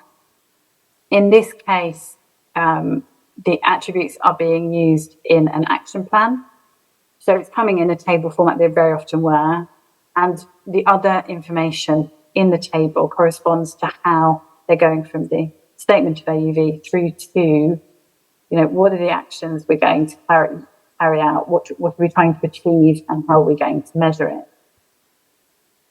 And it's going to be these tables, these formats, the GIS is going to be different according to what we're doing with the data and the level of detail we need. So in this, I'm giving just another example. This comes from Valparaiso, and they needed very clear understanding of attributes for an impact assessment. And so you've got a very different format being used. There was no standard format. In most properties, it was according to the youth that it had to serve. And again, I just think it's worth pointing out here that the intangible attributes were harder to document. Lots of people commented on this. And in particular, in something like a GIS, they were often overlooked or forgotten, or it wasn't clear how to exactly map the intangible. And in the most complicated situations, they were held in details about the intangible, held in separate databases or archives, so it was difficult to integrate them into the information on the tangible attributes. So that was a real key warning from a lot of people. And then finally, in terms of if this work needed updating or not, all the interviewees could see that doing it just once, one-off, was not good enough. There was a real value in returning to this subject of attribute identification and checking their state of conservation. There was some hesitancy due to the fact that outstanding universal value doesn't change, but recognition that, for example, new research could identify new attributes meant that it was useful to continue to think about it in order to extend protection to those new or potential attributes of OUV. It was interesting to note that colleagues from the nature sector were much more likely to comment on the dynamic nature of their property, and therefore they felt they needed a more dynamic approach to working with those values and attributes. And in all cases, everyone felt that really understanding the state of conservation was one of the core tasks they felt was important. And in that case, they needed to come back constantly to this list of attributes and check them, monitoring them, and acting if they needed to. So updating attributes and values was felt to be very important. There was an acknowledgement there's not always resources for this work. So it's probably best placed within something like management planning, which is on a cycle maybe every 5 to 10 years. And there are resources available for that. So this was the suggestions from the field. So that's the end of my presentation. So in conclusion, to draw a few of those points together, the situation seems to be improving at properties thanks to values and attributes being explicitly identified in the nomination process. The situation is definitely clearer, and thanks to, for example, periodic reporting. There's properties that were nominated before, inscribed before, that haven't had that advantage. They are now, in most cases, moving towards making sure it's happening because of their management responsibilities. Although there were a lot of management teams who agreed that they would benefit from more support in this area, and would have greater confidence that that the work so far could be checked and consolidated. And as this situation continues to improve, it is going to support more effective management. And in turn, I think that will help make the situation much clearer about what heritage interpretation should be focusing on. Interpretation of World Heritage in general will stop, being such a vague concept, but we'll actually have key values and attributes that really merit the attention of heritage interpretation activities. And in turn, that allows interpretation to contribute to that identification, protection, conservation, and presentation of our world heritage. And the situation is only going to get better. So with that optimistic message, I'd like to thank you all for your attention. And I look forward to following your discussion later. Thank you. Thank you very much, Dr. Sarah Court. Even though it was online, it was a really good message and good analysis result to share with us today. Thank you very much again. Now I'd like to invite next speaker, Hyunji Kong from our center. She is a program specialist in the research office of our center, WIPIC. She got the degree, the MA degree in the UK in UCL on heritage management, and she worked in the national museums and also municipal government for many years. And she joined WIPIC 3 years back, and she has been working on the research of the role of interpretation in sustainable development goals, as well as this research about the identifying attributes. She's going to talk about the developing a methodology of identifying attributes for interpretation, which is the ongoing research at the moment that I explained at the earlier in my presentation. The aim of our research is to find steps and develop procedures to how to identify the attributes from the nomination process until the management process, including the interpretation and presentation process. She has been hugely work day and night on developing with all working group members here. So she's going to share some of the results that we have discussed and analyzed and worked on for the last many months with us today. Thank you very much. And please welcome her presentations. So thank you, Soo-jung, for the very nice, elaborate introduction. Good morning, everyone. I am Hyunji Kong, as I was introduced, and I'm a program specialist at Research Office of WIPIC. And today I will be presenting the research project that we have done on developing the methodology of identifying attributes, which has been based on the ideas that has been presented by Neil and Gamini's presentations in the earlier session today. And along with that, I am going to give some implications for World Heritage Sites as well. So I'd like to begin with what heritage interpretation is. Beginning with Freeman Tilden's definition, which we all know.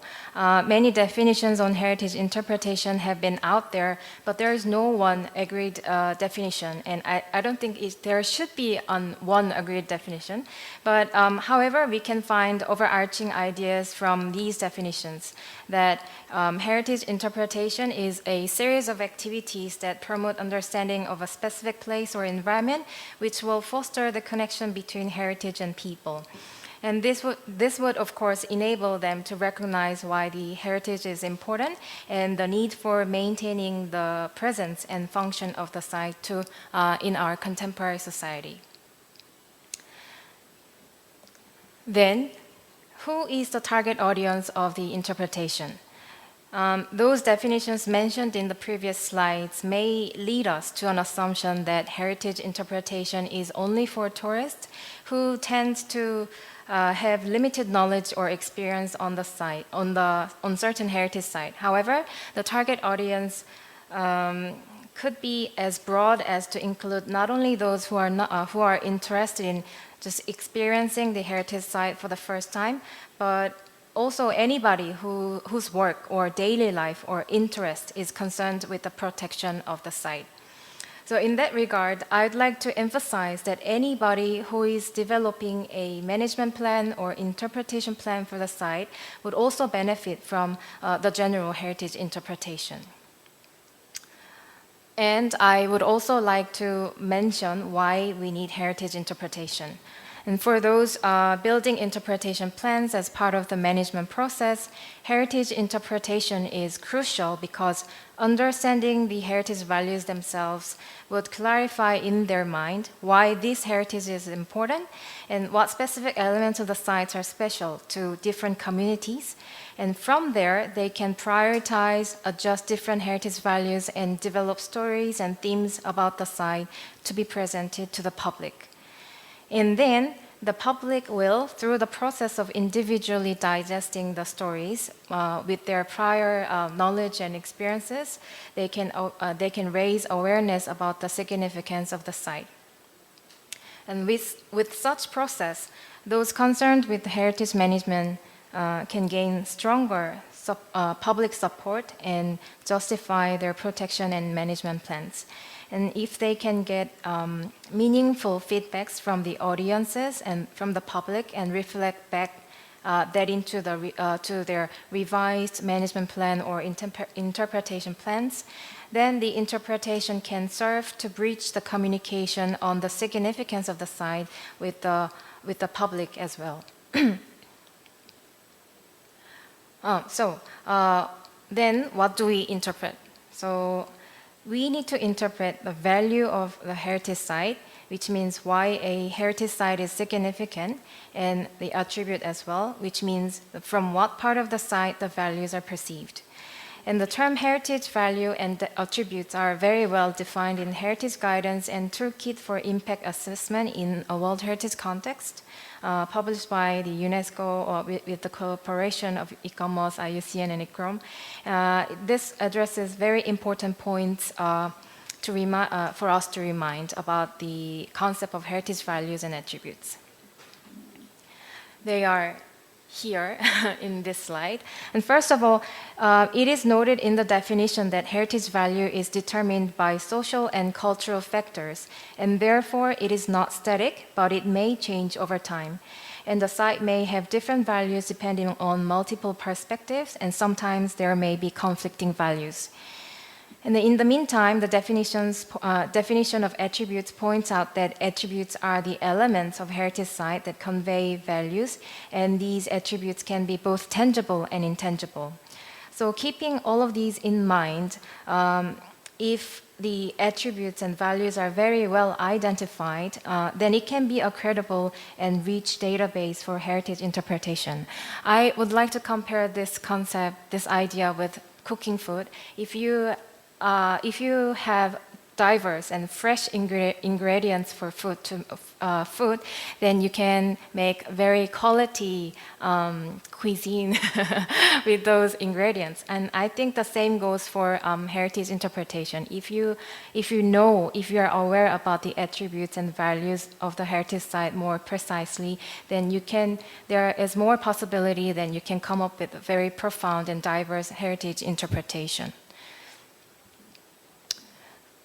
And so this is where our research began.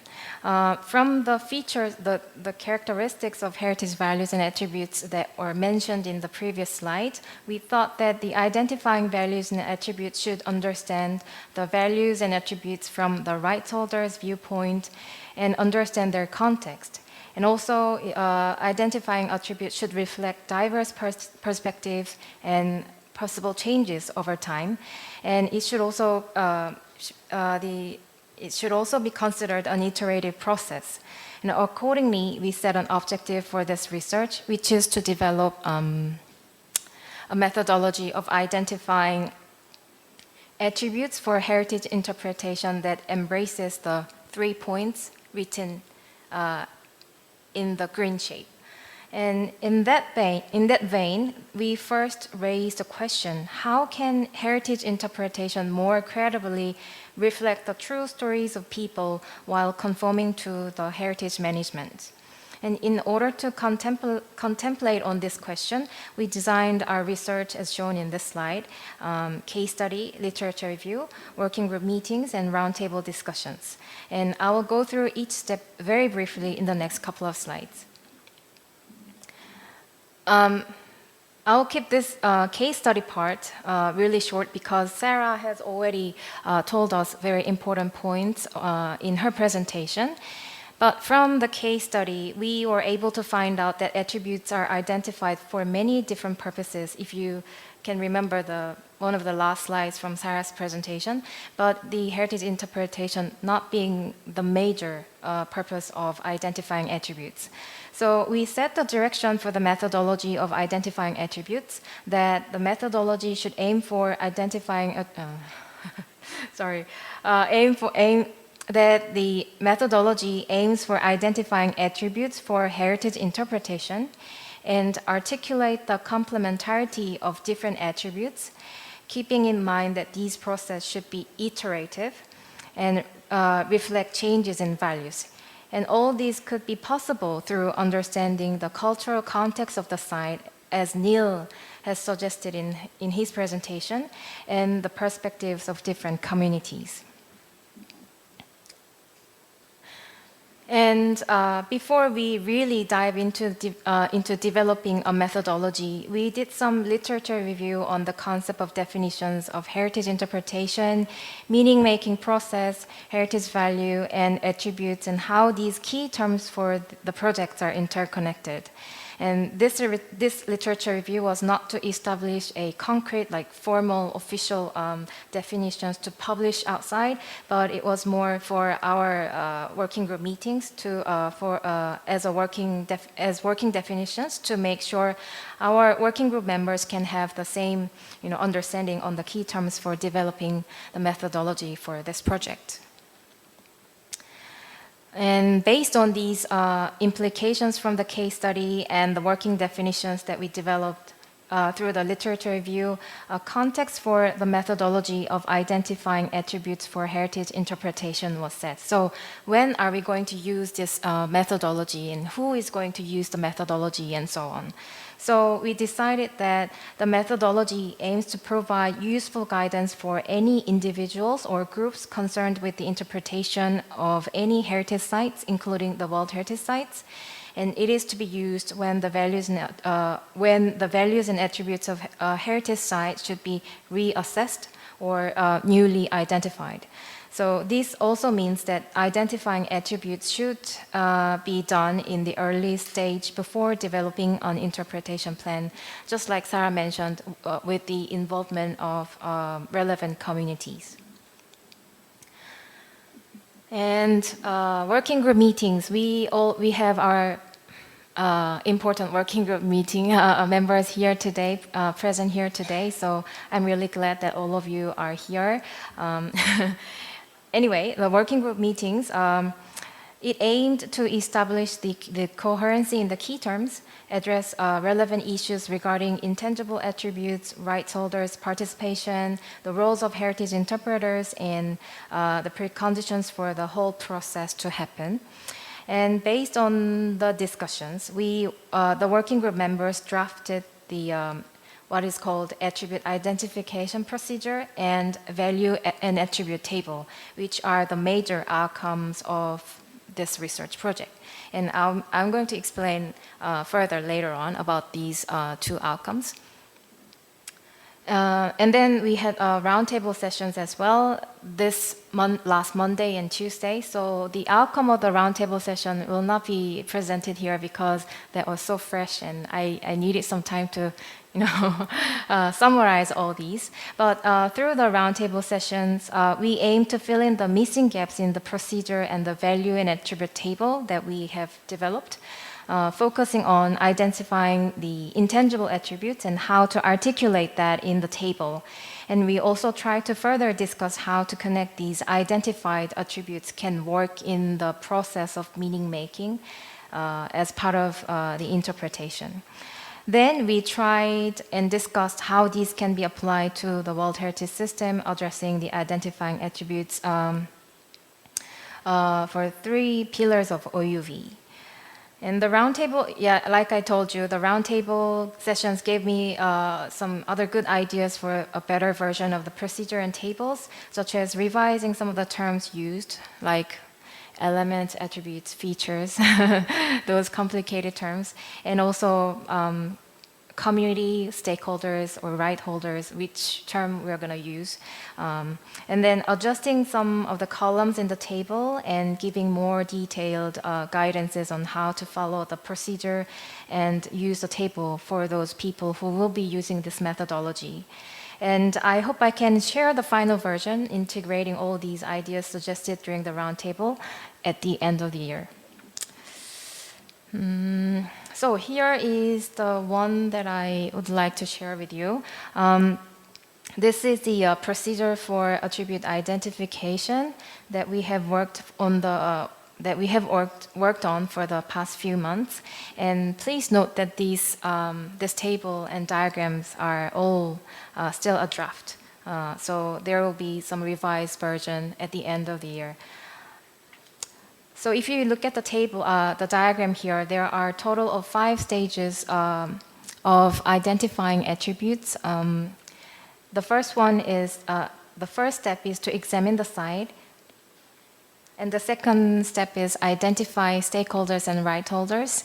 And the third step is specify all heritage values and attributes. And the fourth step is develop an interpretive narrative. And the last step is to implement interpretation and presentation activities. And this yellow circle in the bottom indicates the key considerations for each stage. So the first step is to examine the site. It could involve desk review, site visit to understand the overall context of the site and its surroundings in order to understand how the site is valued in general. And this can be understood through understanding existing protection framework, interpretation plan, or value statements. Then the identifying stakeholders comes after. And these people could be as various as to involve the local residents, government authorities, or academics, or local experts, or site managers who have dedicated their lives to certain heritage site for long. And the step two, identifying stakeholders, is I think it's quite tricky that there is no fixed way of doing it. So. Like I heard from John, there is no one size fits all.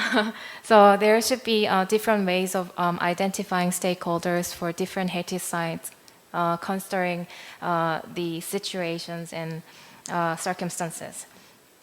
So we need to be very careful about who we are going to ask the question of why this heritage is important and what is special about this heritage site.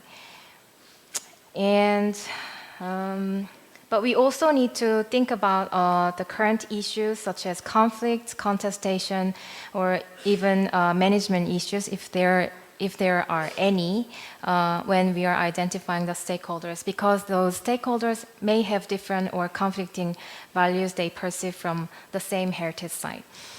And it is also important to weigh which stakeholders groups say should be prioritized, and these two steps indicated in green should be done back and forth, or if necessary, these two steps can happen simultaneously. Then the third step is actually identifying the attributes and values based on what was found in the previous two steps.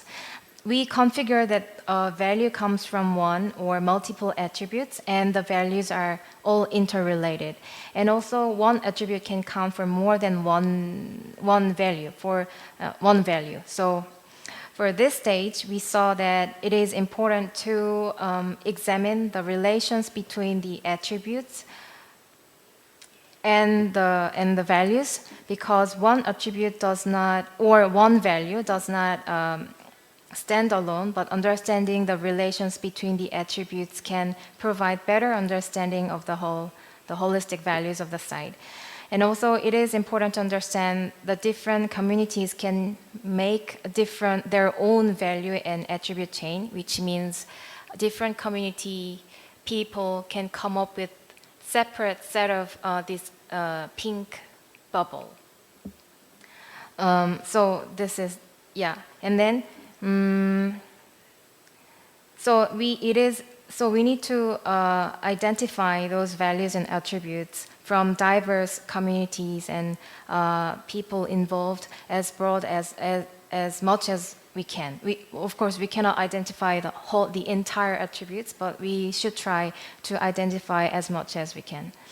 And last but most importantly, this stage is where we are asking people to talk about the heritage values and attributes, but these terms may not be familiar to those people who are living with the heritage site. So we need to approach them with easy to understand questions such as why is it important? What makes it important for you? Especially what part of the heritage site do you think is special for you? Or do you have any special memories related to this site? And so on. And we should be able to derive the values and attributes from those answers to those questions. So this is where people should really prepare questions and physically go and ask people and document them while looking up at the relevant existing documents to foster the credibility of the attributes. And this may take years. So this is the key consideration for the step 3. Then these attributes and values should be listed in what we call value and attribute table, which I will be explaining later on. And the fourth step is to develop an interpretive narrative with the values and attributes identified in the step 3. This is the stage where all the identified attributes are used for a meaning-making process to be developed into an interpretive narrative. And we considered this can be possible through setting the target audience and the interpretive objective, and which will conform to the overall management goals. Then an interpretive narrative should be developed based on the selected theme.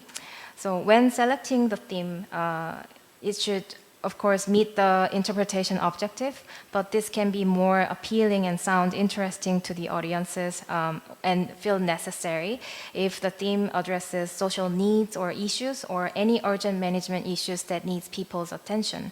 Also, the WPIC interpretation principles that we explored yesterday should be also considered in the future.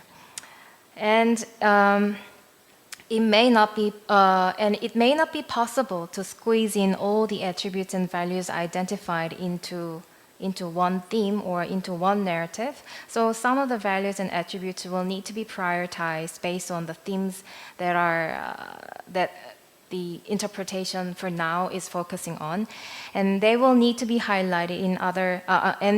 But it doesn't mean that the other attributes are left unrecognized.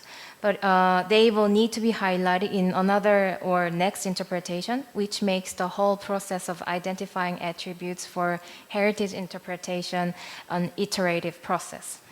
And once a narrative is built, we need to double check that if the interpreted narrative carry all the necessary values and attributes.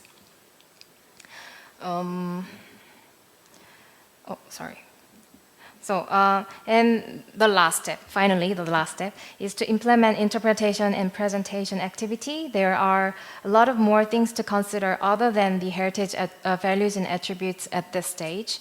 But we need to think about presentation method, budget, and resources that are available. We also think about the target audiences as well. It is because it is important to note that different target audiences may need different levels of information or different types of information through different delivery methods. So that's why we need to consider all these things. And because it is a site that we are interpreting, I think this part is, the most important. We need to determine where to show the values and attributes efficiently to the audiences. However, it is also crucial to determine where not to open to the public if it is considered a threat to the heritage site. So this could be also taken into consideration for when they are building the interpretation plan. And then finally, we should be able to go back to any of this stage as considered necessary and redo the process to elaborate the plans to have an improved or suitable interpretation plan that better conforms to the management objectives. So this is the 5 steps that we came up with after the working group meetings. And these tables are the text-only version. And of course, these tables have more detailed information than those diagrams that I showed you. So I hope I will be able to share these tables as well at the end of the year. And this is the table that I mentioned earlier in the step 3.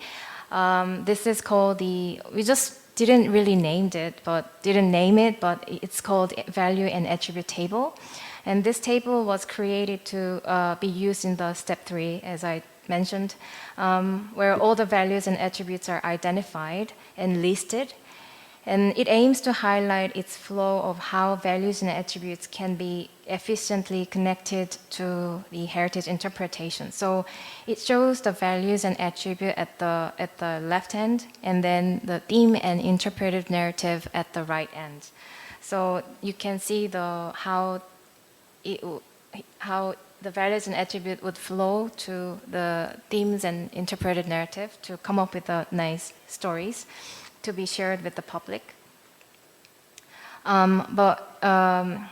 Among them, we thought it would be particularly important to articulate in the table the intangible attributes, because these attributes will definitely add more details to the narratives at the end.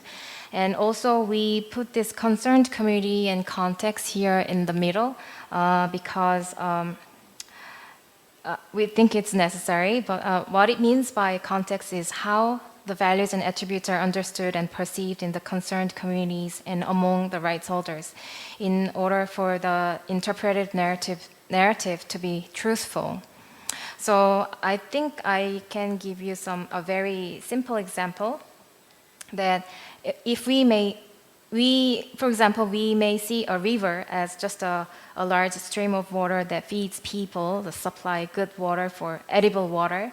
But for some people, they may think that it's not just a river, but has more meaning than that.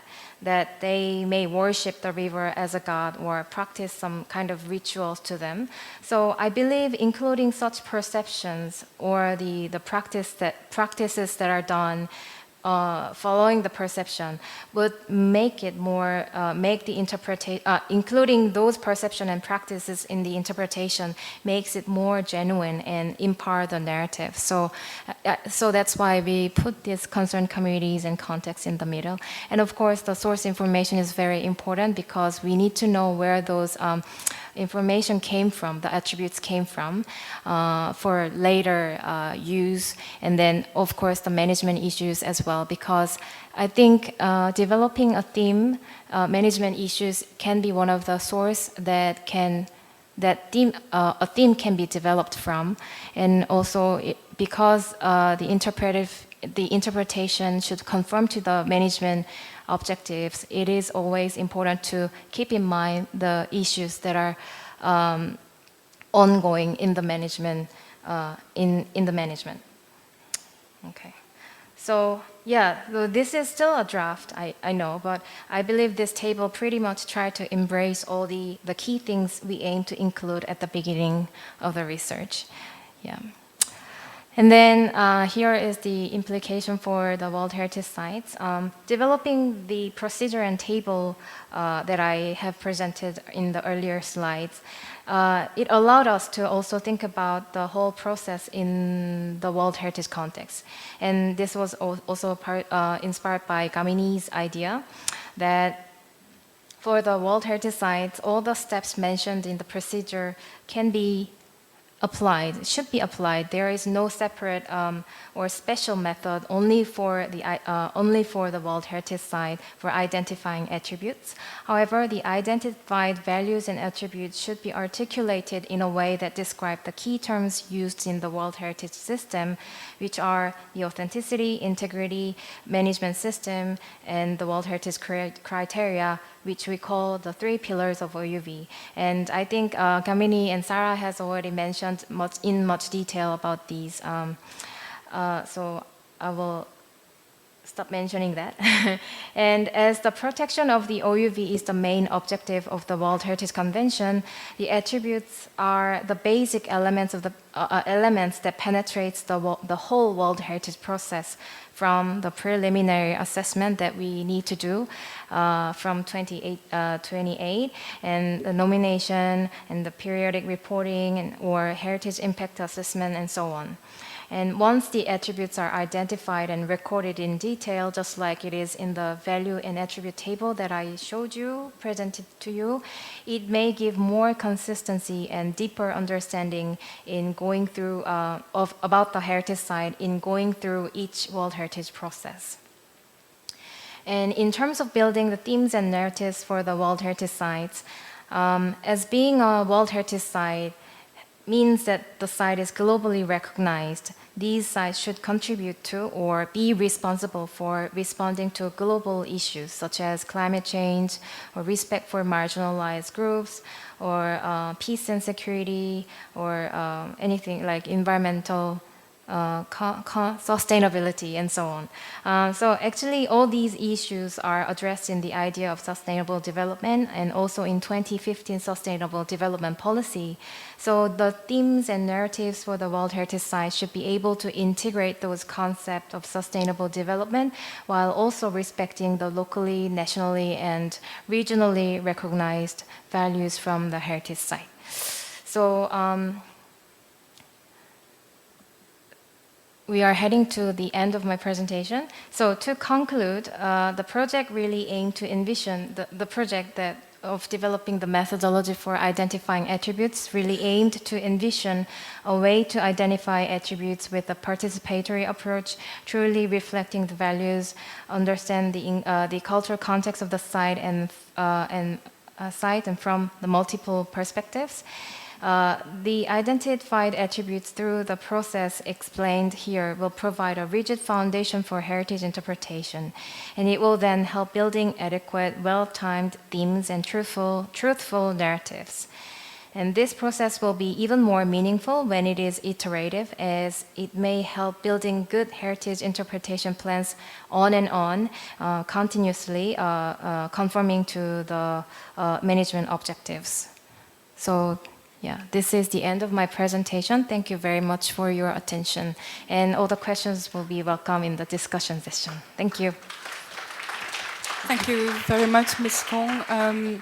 We have the morning session today, and I really hope that you had a kind of glimpse of ideas that what we have done for many years, and especially this year with working group members, and where we are heading forward. We really hope that our final outcomes at the end of this year could actually contribute some of the methodology to identifying attributes and values, and also the interpretive plannings later on.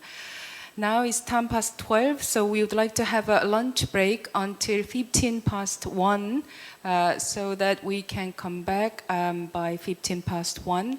We all prepared the lunch, even though that is a small portion of the lunch. I think it's a sandwich for all of you. So if you go out right before the registration desk, you will collect your lunch from the table. Please enjoy your lunch, and we will see you at 1:15. Thank you very much.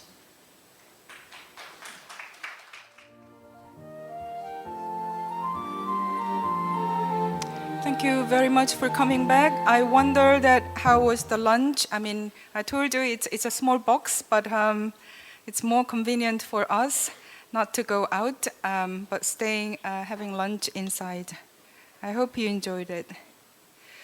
Okay, our last session of today is about more about the cases that we have to focus on the applicable ways of our methodology and steps that Hyunji just mentioned in the morning session could be practically okay in actual cases. So we do have 3 speakers who is going to talk about specific areas of those processes in specific cases, so that we do have a better understanding on the applicability of our developed methodology.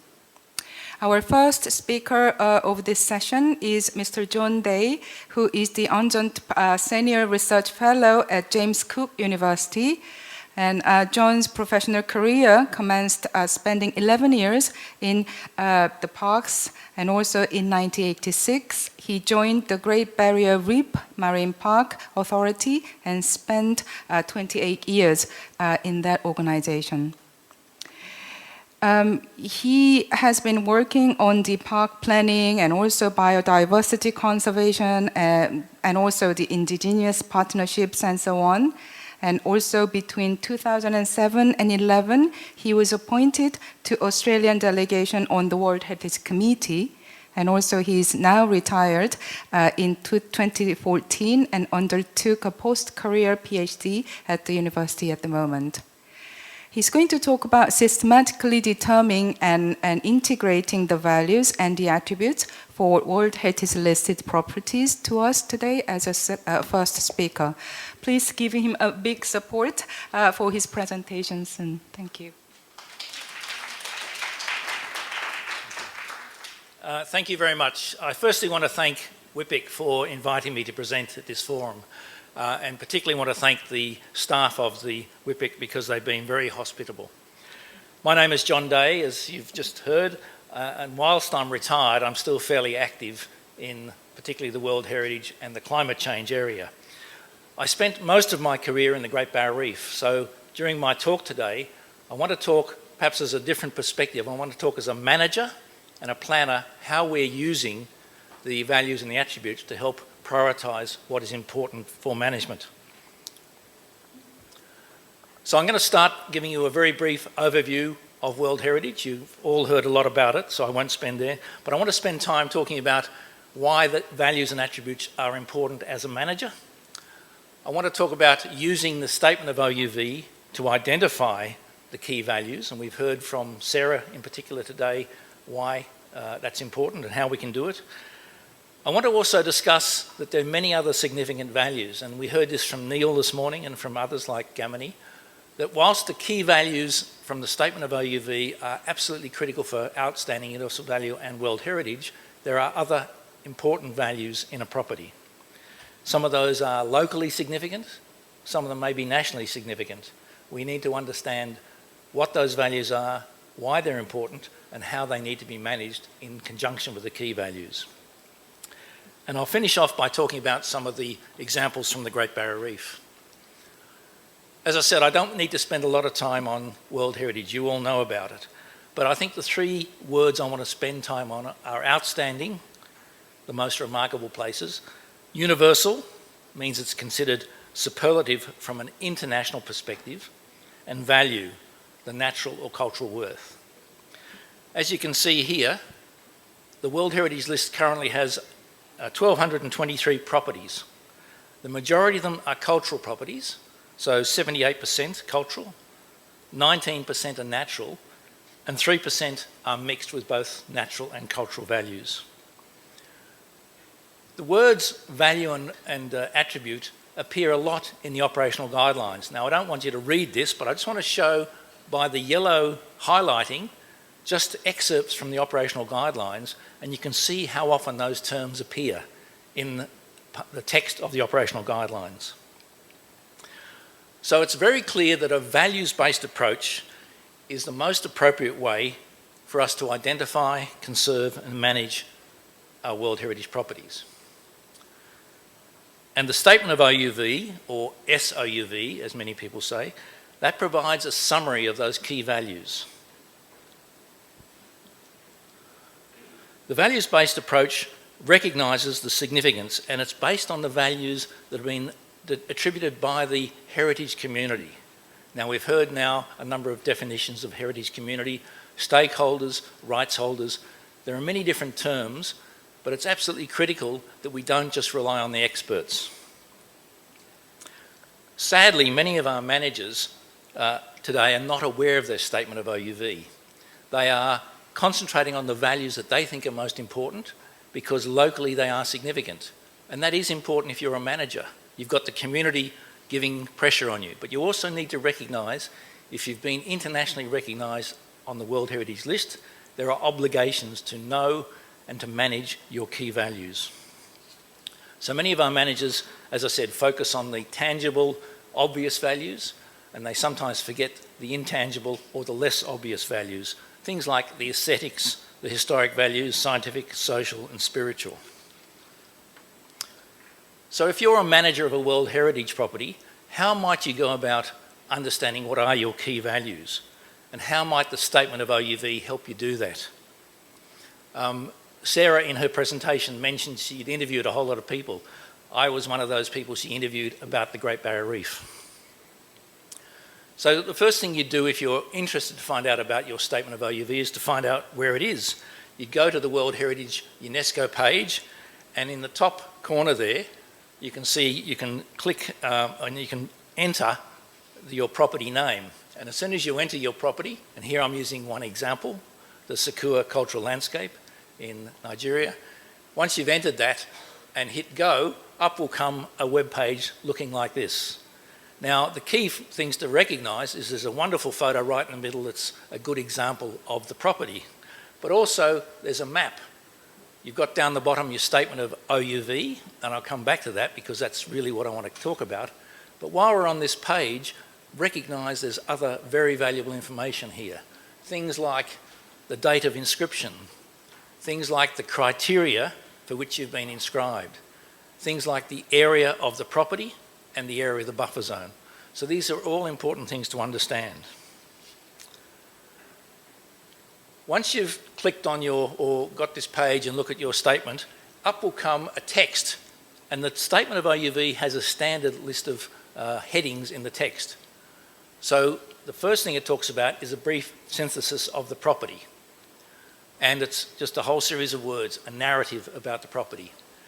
Then the statement goes on and talks about the relevant World Heritage criteria, in this case 3 criteria for Sakua.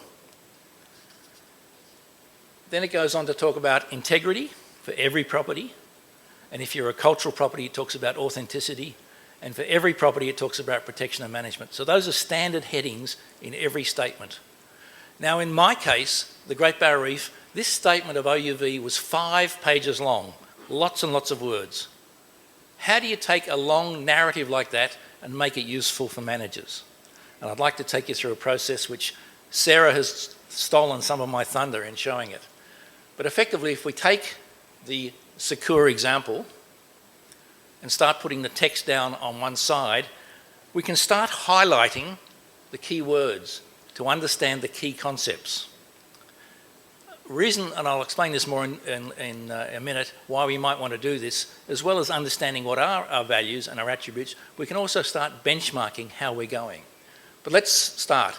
So let's say we choose a topic and we give it a colour, and we start filling in parts of the statement that relate to that topic. And then we might choose another topic and give it another colour and start filling in the table.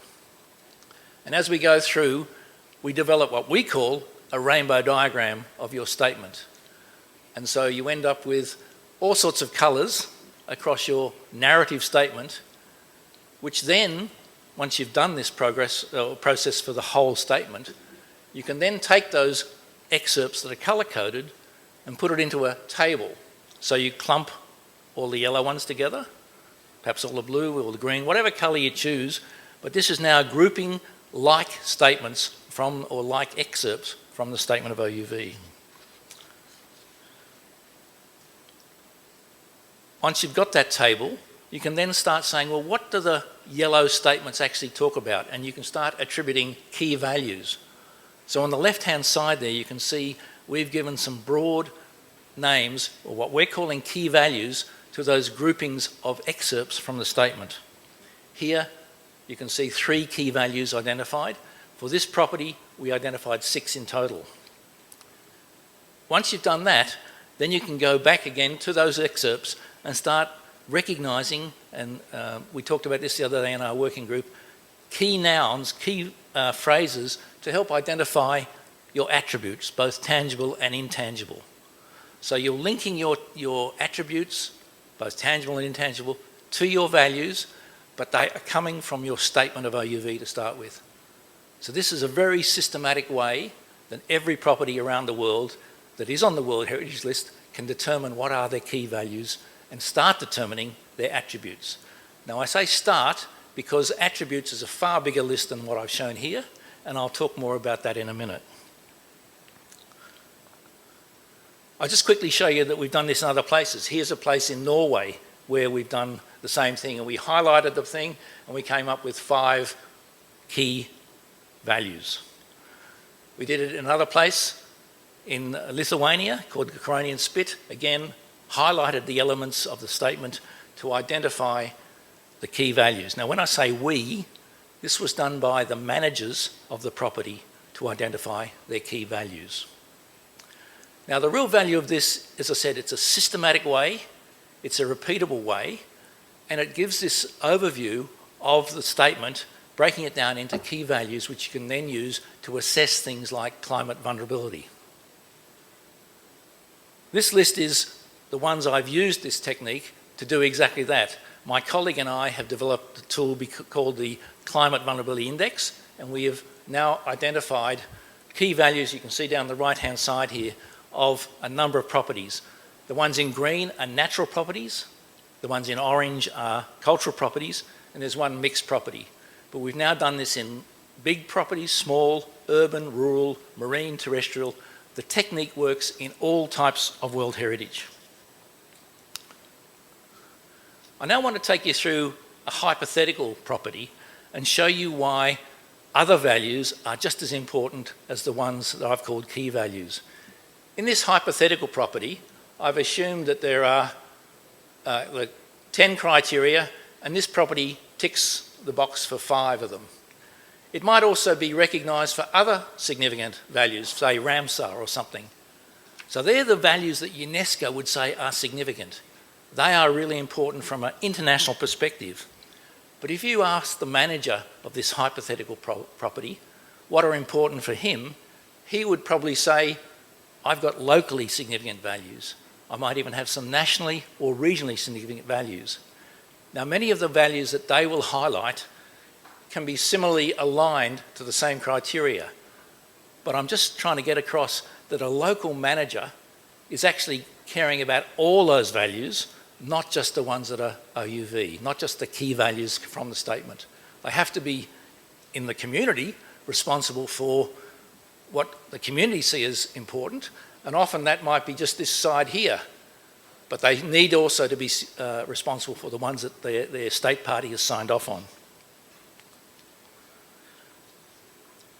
What about the other values that are not in that list, the other things, what we call other significant property values? How might we identify them? And I'll just give you some quick examples here. This is a dandelion that was found in a property we worked in, never found before. This is a map of a place in the Great Barrier Reef, found recently, but very historic. This heron in the Seychelles, not found anywhere else. These are significant values that do not appear in the statement of OUV for those properties. The way you can start thinking about it is giving the community some broad themes to think about, and starting off with the managers and saying, start filling in this table. And I'll just show you how some of the managers in different properties have done exactly this. I also want to stress the reason we want to do this is that all these values are being impacted.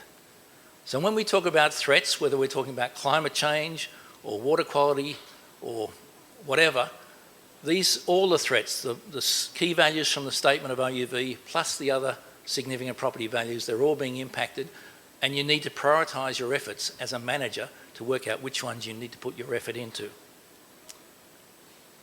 So here's an example from a place called Aldabra Atoll in the Seychelles. This was developed by the managers. They have a very good understanding of their property.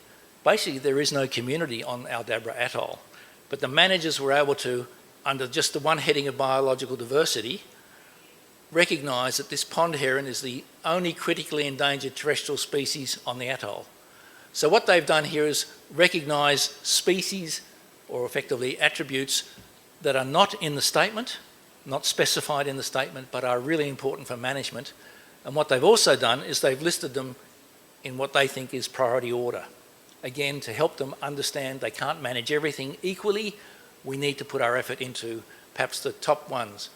But I stress this is just a part of a very long list that the managers put together. In other properties, the community have helped develop this, so the managers have started it, but it's the community who developed the ongoing list of attributes. So I want to stress the statement of OUV is basically fixed in time at the time it's approved by the committee. Now, Gamini has reminded us that we can update the protection and management part, but effectively the words around the criteria cannot be changed. However, the list of attributes is something that you as managers and the community can continually update. So the SOUV is basically etched in stone, except for the protection and management part, whereas the what I call significant property values, what Neil this morning called local heritage values, those ones they're dynamic. It's an ever-growing list, and managers need to keep their eye on the list and update it, prioritise it, and manage it accordingly. So again, I stress all the values, both the key values from the statement and the other values, are subject to changes. They all need to be managed. This helps you determine what might be a prioritised list.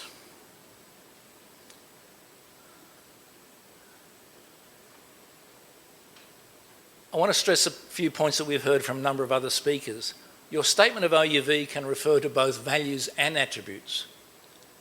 But when you manage a property, you have to prioritise. And I've said this a number of times, I want to keep stressing it. You cannot do everything.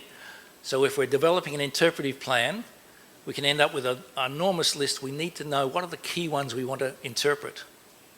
If I'm a manager and I want to monitor things, I can't monitor everything. What are the key values I need to monitor to understand changes in my property? Another thing I want to stress, the term OUV is singular. It is not outstanding universal values. That is not correct. You have World Heritage values or cultural values that make up your OUV. But the term OUV is a singular term. So when you hear people say OUVs, you say, no, you mean World Heritage values or natural values or cultural values that make up your OUV. I also want to come back to this idea of monitoring. It's no use us doing this really well once and then just saying, well, that's on the shelf. We need to continually adapt. So we need processes that are rapid, systematic, that can be readily done and adapted and improved. I now want to take you to how, in my property, where I was working for many decades, we're using our knowledge of attributes and values to monitor, to explain to the decision makers why we have to do certain things. We're required by law to do this thing called the Outlook Report. And the first one came in 2009. And when the first report came out in 2009, people were shocked that a government agency that I worked for, a federal agency, would write that the outlook for the Great Barrier Reef is poor. And I'll explain in a minute why we had to say that, because the evidence was clear. When we did the second report, and we're required by law to do this every 5 years, when we did the second report, the outlook for the Great Barrier Reef was still poor. We've now done two further reports. In 2019, and our most recent report this year in 2024, the outlook for the Great Barrier Reef has got to very poor. Now again, people say, how can you say that? That's really embarrassing. As I said, the evidence is so clear, and I'll show you that sort of evidence that makes this up. But I want to stress, this Outlook report was originally required by law to inform the decision makers what should be where we put our effort in terms of management. Should we do another rezoning of the Great Barrier Reef? And when the first one came out in 2009, the minister was so impressed with a report about that thick that he walked around under his arm and he said to other agencies, see this report? This is written in a way that means something to me. It shows me the value of systematic monitoring and reporting. I want one of these. But let me show you why he thought it was important. Before I do, though, this is an excerpt from the executive summary. The future of the Great Barrier Reef, the window of opportunity to secure a secure future is closing rapidly. The long-term outlook remains, can't see in the light, one of continued deterioration due largely to climate change. So it's not just climate change, but climate change is the overarching big threat. We need strong and effective actions at global, regional and local scales. So in this Outlook report, and I really recommend, if you're interested in a systematic way of looking at assessing attributes, it's worth reading. It's very clear of all the threats facing the reef, the risks, and then the prioritisation. At the end of each chapter in this report, and there's 8 chapters, we use a traffic-like process of grading statements. Now, the grading statements are deliberately 4. We choose 4 because we don't want people just to go to the middle. They have to go one side or the other, on the good side or the poor side. And these statements are, at the end of each chapter, slightly worded differently to assess either biodiversity or the management or the uses, but we use the same type of grading statement. We also use a trend arrow. How has that value or attribute changed since the last report? And you can see here, improved, stable, deteriorated, or no consistent trend. We also use just a very clear way of showing how confident are we saying that assessment. A filled-in circle shows we have high-quality evidence, whereas an open circle says it's inferred. There's not a lot of evidence, but we still need to make our best guess. So we use this type of grading statement and these trend arrows for every one of the attributes and values. So here's just some examples. If you look here, you can see in 2009, coral reefs were good. By 2014, they'd gone to poor with a decreasing arrow. And by 2019, to very poor. So this shows how we can monitor those attributes, and quickly you can start seeing in that table, and I'll show you an even bigger one in a minute, how to compare values. One other thing you might be interested, we've introduced a borderline indication. Here's an example here. So it's regarded to be good, but it's moving very much towards the poor. So that's another way of showing in a colour in a systematic way. It's not exactly good, it's not poor, but it's moving that way. Here's again and I've taken screenshots of a whole series of the different attributes and just put them into one slide. You can see here, some of them are stable, some of them no consistent pattern, some of them declining, some of them are regarded as poor across the whole three. This is just a quick summary way, and again, this is at the end of each chapter. The chapter itself is multiple pages long that gives a lot more detail of each one of these things articulated here. So if you're interested in particularly a marine protected area, this document can give you a lot of good advice on how the Great Barrier Reef Marine Park is dealing with it. This is again from the same report, just looking at some more of the intangible, some of the values, things like sacred sites, things like song lines, language, other heritage values, social heritage, aesthetic. Now in 2009 we didn't assess those, but we now recognise they're important, so we've started systematically assessing those every 5 years. The 2024 report is even more detailed. The report is now about this thick. It's actually got probably too detailed in my view, but it's this sort of information. For every element, you can see how it's changed over time. You can see on the sliding scale and the extent of confidence. So again, I'd stress, if you're interested in a way of systematically showing and monitoring your attributes, this is one way to do it. It doesn't have to be as fancy as that. Here's a simpler example of a World Heritage property in Australia called Shark Bay. Again, what they did is they took excerpts from their statement, they gave it, in this case they called it an attribute name, and they did just a broad scale assessment. So it doesn't have to be a really detailed one, but a systematic approach where you can come back and look at the same excerpts over time and say, has it increased or decreased or whatever. So I'm stressing you don't have to go to the extent of the Great Barrier Reef, but a systematic approach is something I would recommend. This is an Indigenous area, so this is not World Heritage, it's not even a recognised heritage area. It's Indigenous country for a group in North Queensland called YBM or Yukabaja. They don't even recognise, to be honest, what are called values. We asked them to think about their country in breaking it down into what we call values. They did it for us, but I stress, in doing their assessment, they didn't use our assessment criteria. They ended up using their own, and I've discussed this with a few of my colleagues, their own language.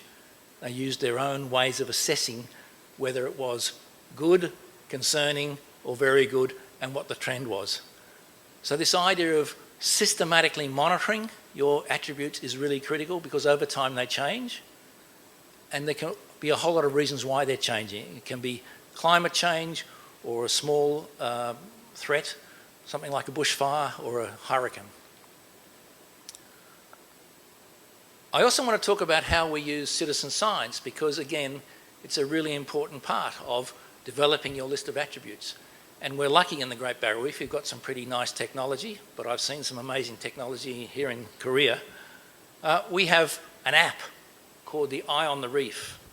And the Eye on the Reef app enables anyone anywhere to access the zoning maps, in other words, the rules and the regulations, but also to input information. Now, the way the app is set up, it works outside mobile range. So you can, on the sightings function, if you see something out in the marine park, whether it's a whale, whether it's an oil spill, whether it's a compliance issue, you can enter this information. Because it's on your phone, you automatically get a GPS reading, and that can then be automatically downloaded to the managers. So this is a really consistent and effective way. And you can also go on to this sightings thing and see what other sightings people have seen. And over time, it builds up an amazing database of knowledge of various attributes. So this is using citizen science to help managers understand what their attributes, to monitor them regularly, and help with the overall management of the Great Barrier Reef. I want to finish off with some important points about values. Effective engagement of the community can ensure all the values are recognised, promoted, prioritised and protected. We've heard that a number of times, but I want to stress, you can't do it sitting in an office, you can't do it just with experts, you have to engage the wider heritage community. Sometimes, however, we get contrasting views. Let me give you an example. In a place called Willandra Lakes in Australia, there's Indigenous burial sites, and they're very sacred to the Indigenous people. They don't want them disturbed at all. Where some of our archaeological colleagues see this as being really something they'd love to extract and use. And so we've got contrasting views. In that case, you really need to work with the range of community to determine what are the priorities in terms of either leaving those values and attributes in place and not disturbing them, or taking them out for scientific work or whatever. So there may be some contrasting views on your values and attributes. But I do want to stress, if you have a good understanding within a heritage property, then you've got more than just value for interpretation. You've got value for monitoring, you've got value for prioritising. In my area where I'm doing a lot of climate vulnerability assessment, you've got a way of help feeding into that. If you're a World Heritage property, you have to do periodic reporting. All these things can feed into your, or use your heritage assessment to produce better and more effective management and interpretation, as we've heard here today. I'm also very keen to stress working with the community increases both visitors' satisfaction, but often the community's well-being and their understanding of what they have. Sometimes there's incredible knowledge in the local community, but by bringing them into this process, you can either improve some of that understanding and get some of the elders, the more old people in the community, to pass on their knowledge to the younger ones that wouldn't otherwise happen. Anyway, I'm running out of time. I'm going to leave it there, but thank you very much, and I look forward to discussing some of these things in our discussion period afterwards. On one final thing, the Outlook report is really worthwhile. If you're interested, go to the Great Barrier Reef website, type in Outlook report, and it'll give you a link to that, and I'd really recommend it for a systematic way of looking at values and attributes. Thank you.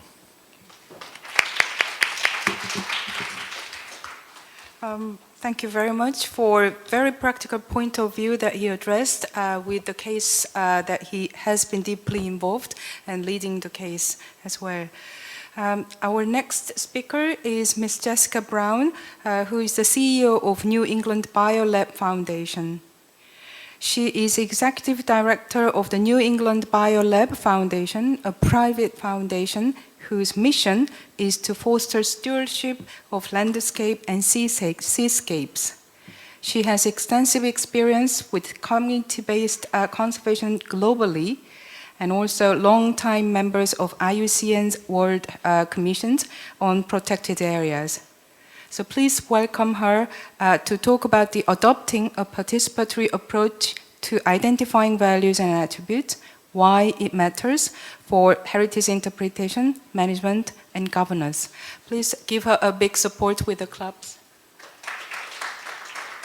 Thank you. Thank you. It is such a pleasure to be with all of you for this forum, and I want to first thank, of course, our hosts at WIPIC, but I also want to thank the other colleagues who I've had the privilege of spending the last several days with, the other speakers, the team from WIPIC. I've learned so much from all of you, and so it's great to be here and to speak with you about participatory approaches. And in fact, I feel like we've been speaking about that topic a lot already. And so I will talk about what it means for interpretation, but also for management and governance. And, you know, I think we've touched on so many common themes, and the good part of that is the way that we are reinforcing each other, and the challenge coming late in the program is that so much has been already said. But I will be speaking about this topic through a slightly different lens, the lens of landscape. And in so doing, I hope to touch on a few themes that we haven't touched on yet, or a few words. So let's begin with the fact that heritage places are inherently multidimensional and dynamic.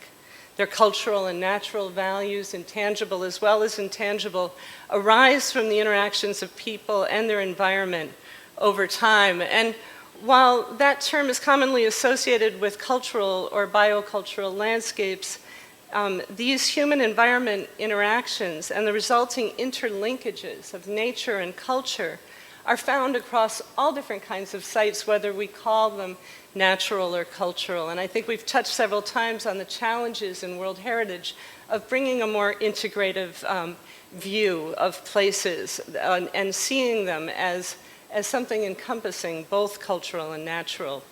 And in that spirit, though I know that the common terminology we use in ICOMOS is cultural landscapes, and on the IUCN side, we talk about Category 5 protected landscapes, increasingly I've been moving to the term biocultural landscape because I find it just more inclusive and appropriate. Landscapes are places of intersection. As my colleague from IUCN, Adrian Phillips, has written, landscape is a meeting ground. It's a place where nature and culture are intertwined, and a place that holds the past and the present, as well as tangible and intangible values. And Adrian further notes that landscape is universal. It's found everywhere that people and nature have interacted. And indeed, we find examples of biocultural landscapes in every corner and region of the world. The concept of biocultural diversity offers a helpful framing. It brings a more holistic approach to understanding nature-culture linkages and guides us towards more integrative approaches in conservation, and I would argue in interpretation. This is a short version of the definition of biocultural diversity by TerraLingua, an organization on whose board I serve, the true web of life, the interlinked diversity of nature and culture. And Louisa Maffei, the founder of TerraLingua, reminds us that languages, cultures, and ecosystems are bound together through the myriad ways in which people have interacted with the natural environment. And I would argue that embracing these connections is fundamental to our discussion of attributes and values. Now, this definition separates language and culture, and of course they're interconnected, but I think we want to lift up language a little bit more in our thinking. This came through just now in John's presentation about the Aboriginal worldview, but also languages, and we also heard this from Haifa in speaking about Arabic. And so the role of language in how we go through this process is so critical because culture and language are interconnected. So the relationships that have shaped heritage places are often at the heart of people's, of culture and of people's identity. And understanding and communicating the full range of values of these places requires the diverse perspective of the wide variety of actors involved in the creation, the use, and the stewardship of these places. Again, themes we've been hearing over and over in the last few days, but perhaps they can't be said too much.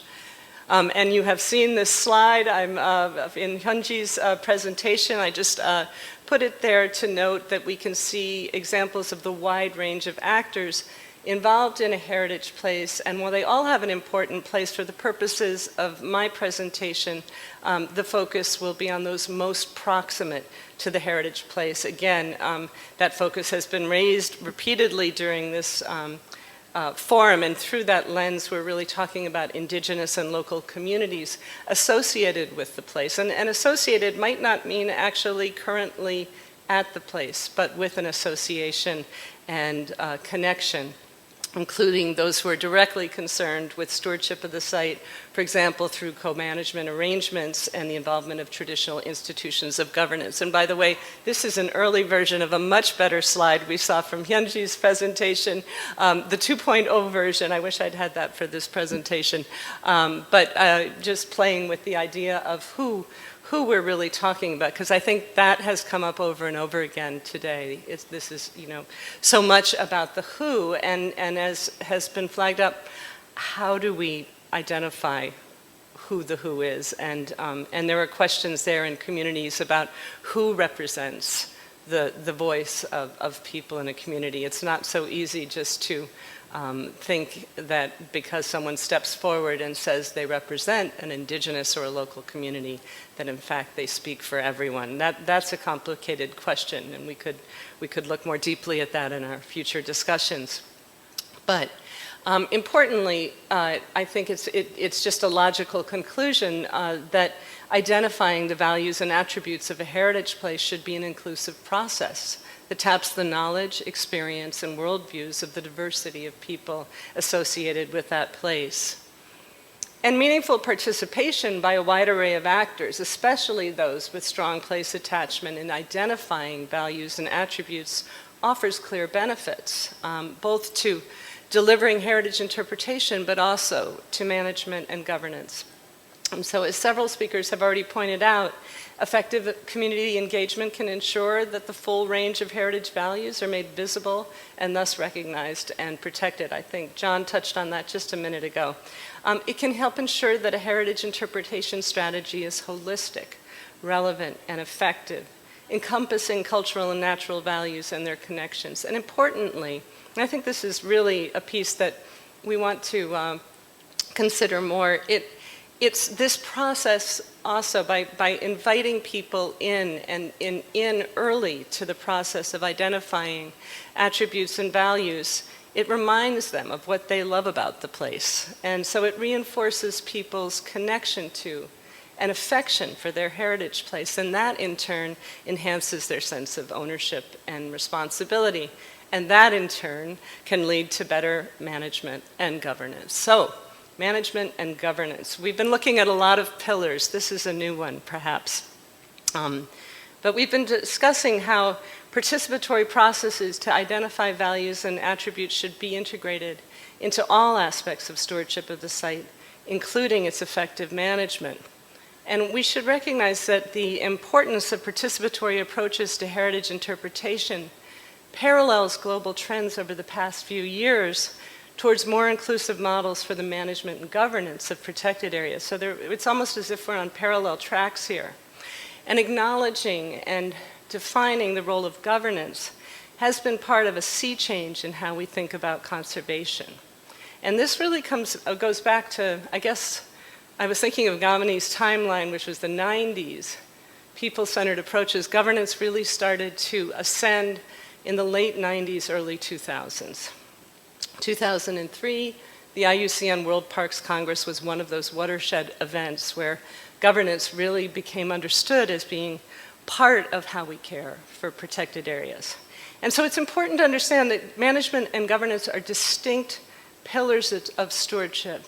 But at the same time, much like nature and culture, they're intertwined in the process of caring for landscapes, and each depends on the other to achieve lasting care of the place or stewardship. So a few more words on governance, partly because it hasn't been talked about much yet in our group, but I think it is really relevant to our forum discussions about heritage interpretation. So there's an array of governance types, but they can loosely be grouped together into 4 major types shown here. Let's see if I can use the clicker.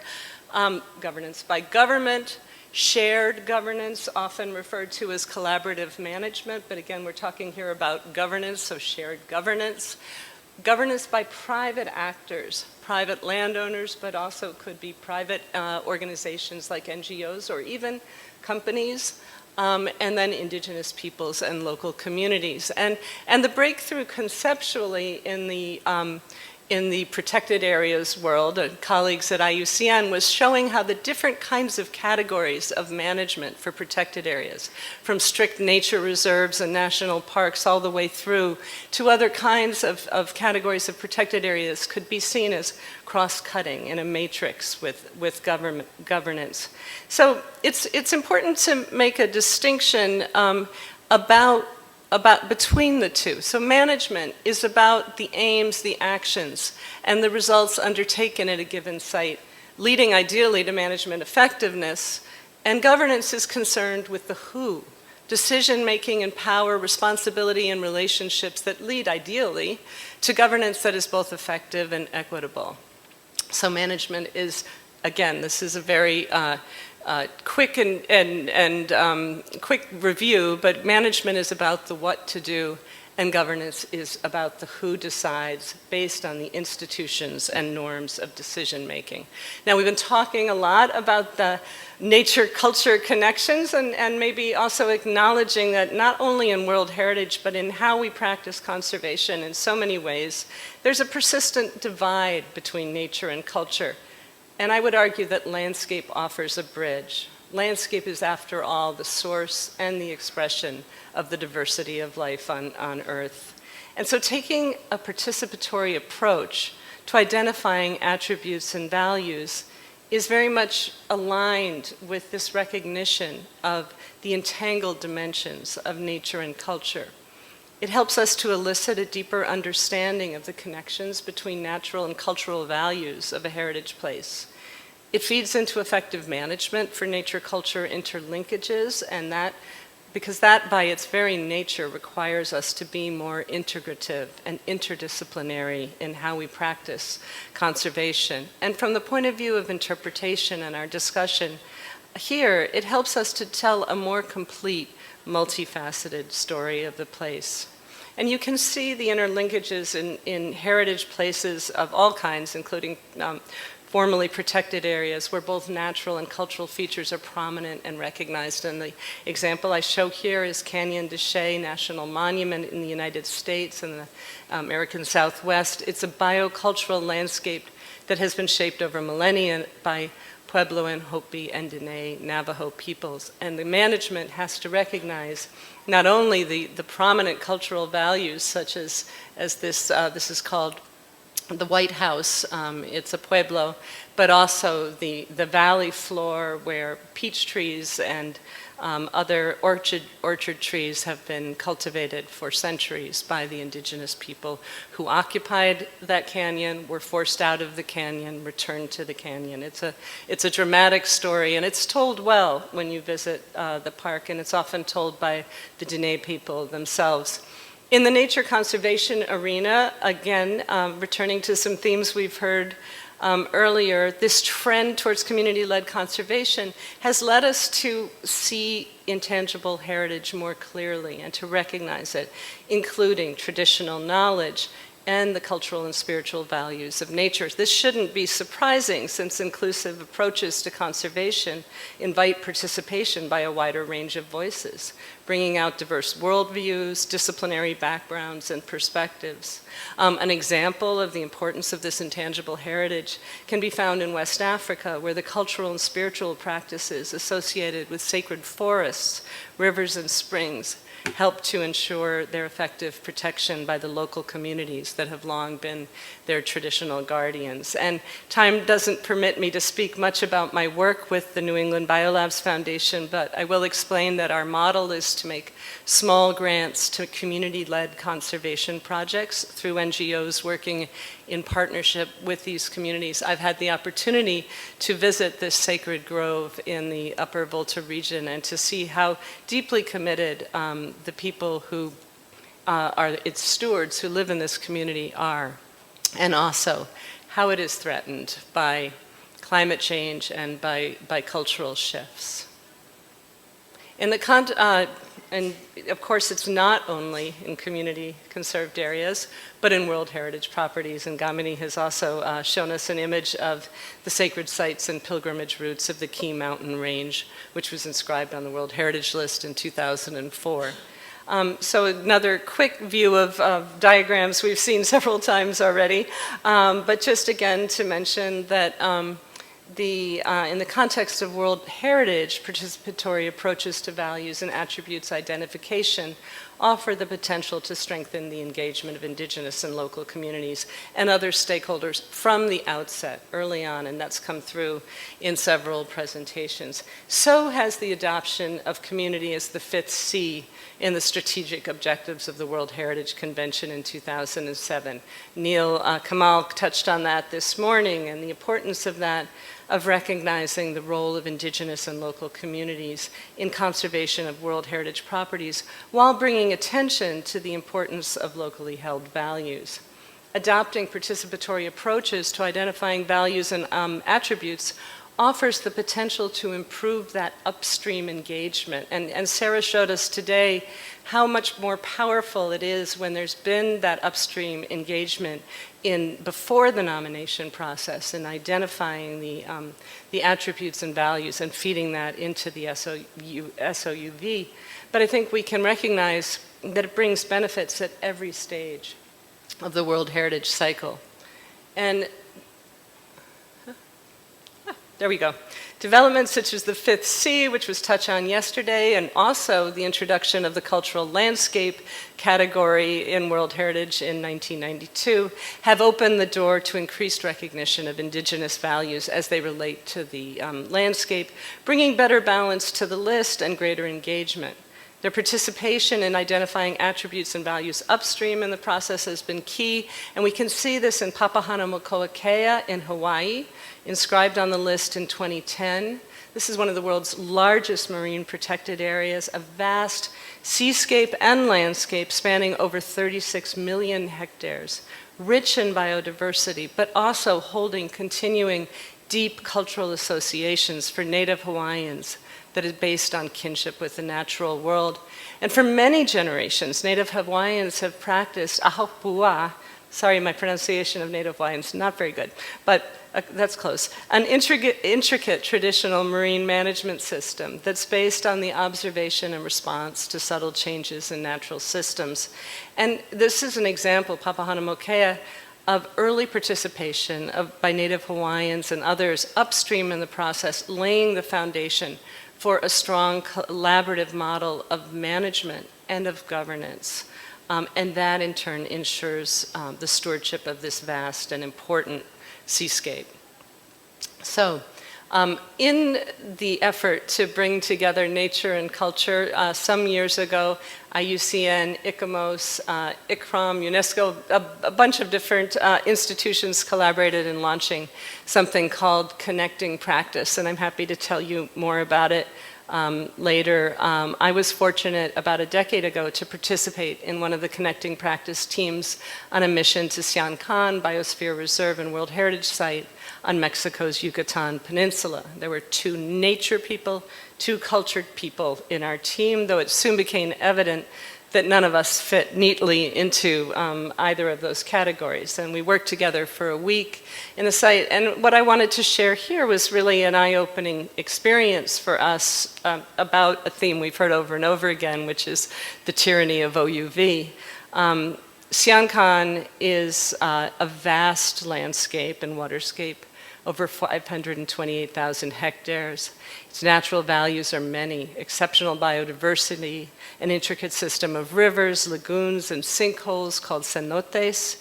It encompasses about 110 kilometers of the Mesoamerican Barrier Reef and associated marine and coastal ecosystems, including mangroves and wetlands. So, naturally enough, when it was inscribed as World Heritage in 1987, that was the focus. Siancán was listed only for its natural values, though the evaluator had suggested at the time that the potential exists for a joint natural and cultural nomination based on the 23 Mayan sites found within its borders. However, this was never pursued, largely because those features or those elements weren't seen as rising to the level of OUV. So now we get back to this question of different values. And this was a revelation because, as again, we've heard from other examples, the cultural values weren't part of the original inscription. Decades later, it was very difficult for the managers to prioritize them for management. And even if they had been included, my guess is the focus would have been on some of the obvious tangible elements, the ruins, and not on the more tangible cultural features interwoven with intangible dimensions such as canals and something called sacbes, which are ancient Maya routes extending for miles and miles across the landscape of the Yucatan Peninsula and beyond. So we together, this is a whole decade ago, our team imagined how different that statement of OUV might have been had it been created with the participation of those who lived in and near that vast landscape and who have long ancestral associations with it. So for our discussion in attributes and values identification, we should also think about other global designations beyond World Heritage. Those have been mentioned already, such as globally important agricultural heritage systems, or GIHAS of FAO, which recognize remarkable land use systems and landscapes rich in globally significant biological diversity, evolving from the co-adaptation of a community with its environment and its needs and aspirations for sustainable development. And in that same vein, let's consider that heritage places in a region like the southern Peruvian Andes might involve a range of landscapes, from an iconic World Heritage Site, I don't even need to point it out to you, Machu Picchu, to a nationally designated site on the far end here, which is the Pisac Archaeological Park, where the andenes or terraces that were first shaped by Inca people are now maintained by contemporary Quechua communities.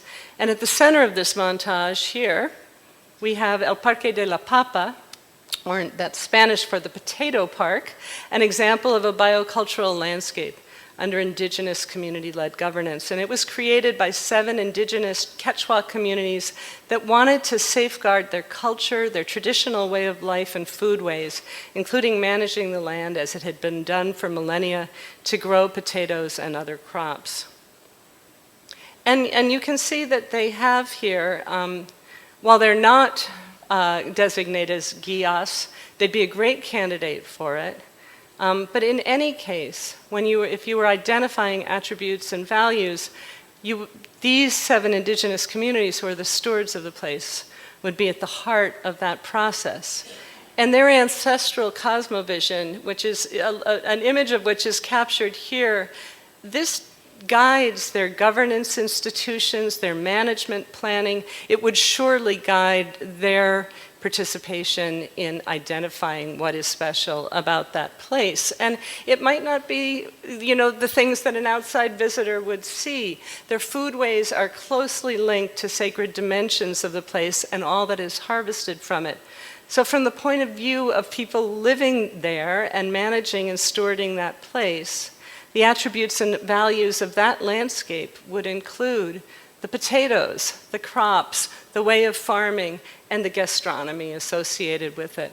And so very quickly, a few ideas about participatory methodologies or examples that could be useful. They're not being used for mapping of attributes and values in the sense that we're talking about here, but I think have potential. And again, several of them have been brought up already. But I would list here participatory action research, community mapping and participatory GIS, arts-based methods for facilitating dialogue and knowledge exchange, and intergenerational storytelling using video and other media. And yesterday from Mario, we heard some great examples of all the ways that digital tools can be used. John has just shared an example with us of citizen science that, again, I think offers a great deal. So one example of participatory action research comes from Taiwan. This is the Xinshe watershed in western Taiwan. It's the focus of a decade-long multi-institutional project being implemented within the international partnership of the Satoyama Initiative. And I want to mention these slides have been shared with me by Taiwanese colleagues who are part of IUCN's World Commission on Protected Areas, Professor Kwang-Chang Lee and Paulina Karimova of National Donghua University. And the initiative is named for the Japanese concept of Satoyama. Many of you may be familiar with it. It's a holistic view of traditional landscapes in which different elements are linked in a gradient from montane forests through agricultural lands to rice paddies and then to other water bodies and eventually to the sea. And what these colleagues are doing in their initiative is localizing indicators of resilience that have been developed through the Satoyama Initiative to make them, which is a global project, to make them more relevant to the local communities. And they're doing that through an extensive consultation with the various communities in the Shinsei landscape.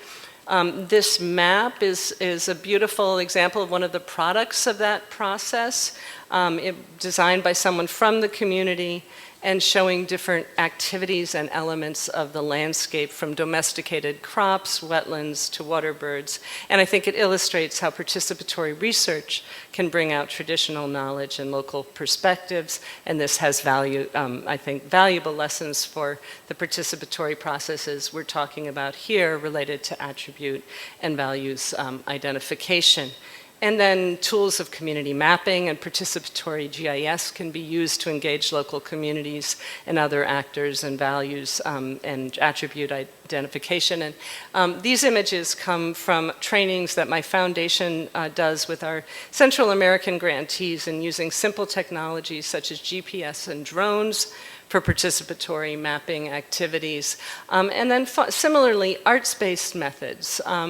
And again, we haven't talked much about the role of the arts, not just in interpretation, but this is creative methods for engaging communities, for facilitating dialogue, knowledge sharing, and even collaborative decision making. And I think it offers a large toolkit that we can draw on when we're talking about taking more participatory approaches to developing heritage interpretation strategies. So my foundation recognizes that this is useful, and years ago, about a decade ago, we launched a capacity building program for our grantees in collaboration with an organization called the Creative Action Institute.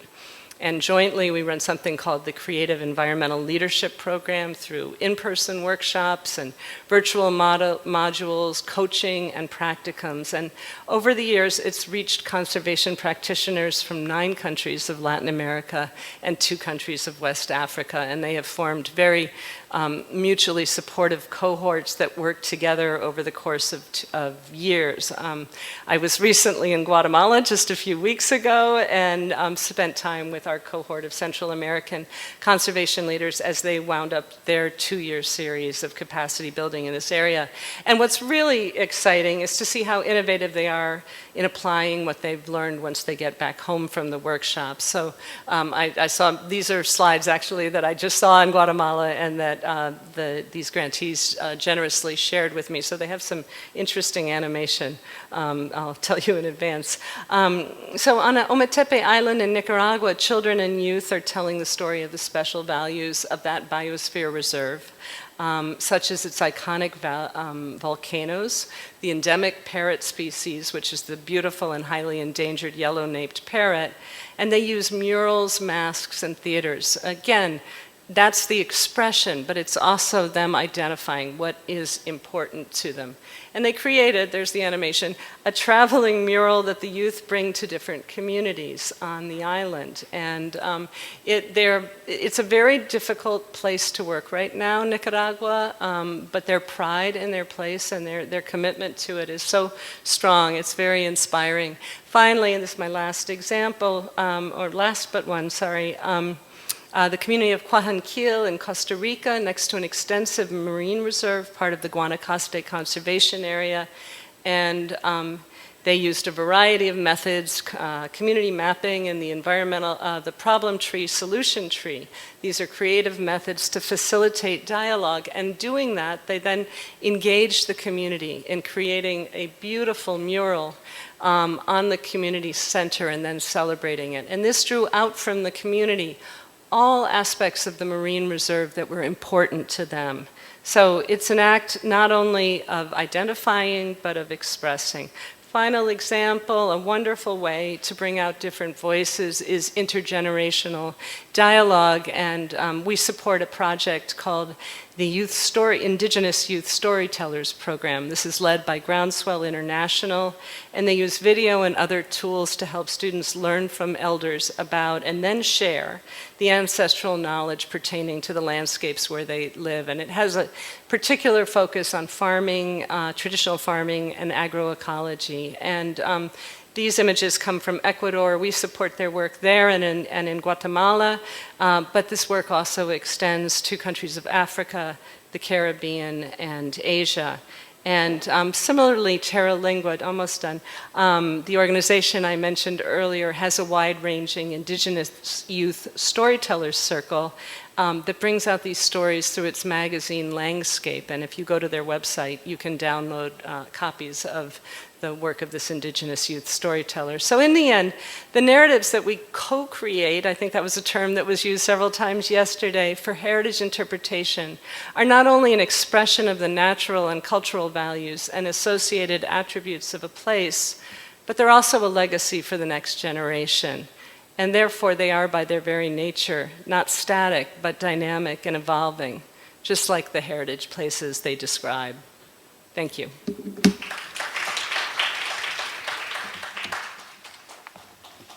Thank you very much, Ms. Brown, for illustrating with a lot of community-based projects, cases, and it becomes quite clearer for us that the role of the attribute and also the process of doing the visitor's experience and so on. Thank you very much again for timing, and also thank you very much for your energetic speech.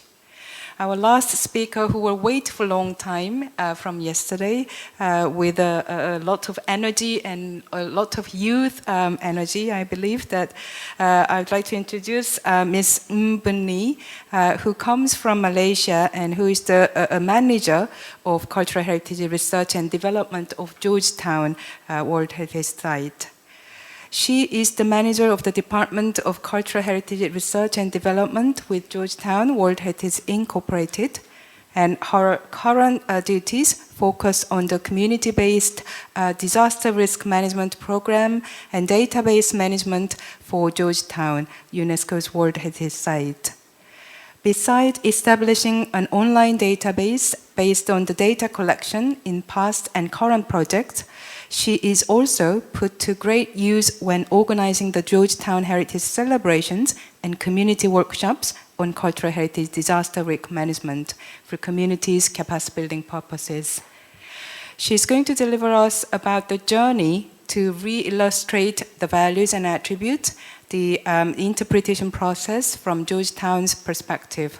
Please give a big support as a kind of final speech of our session and for 2 days sessions as well. Thank you.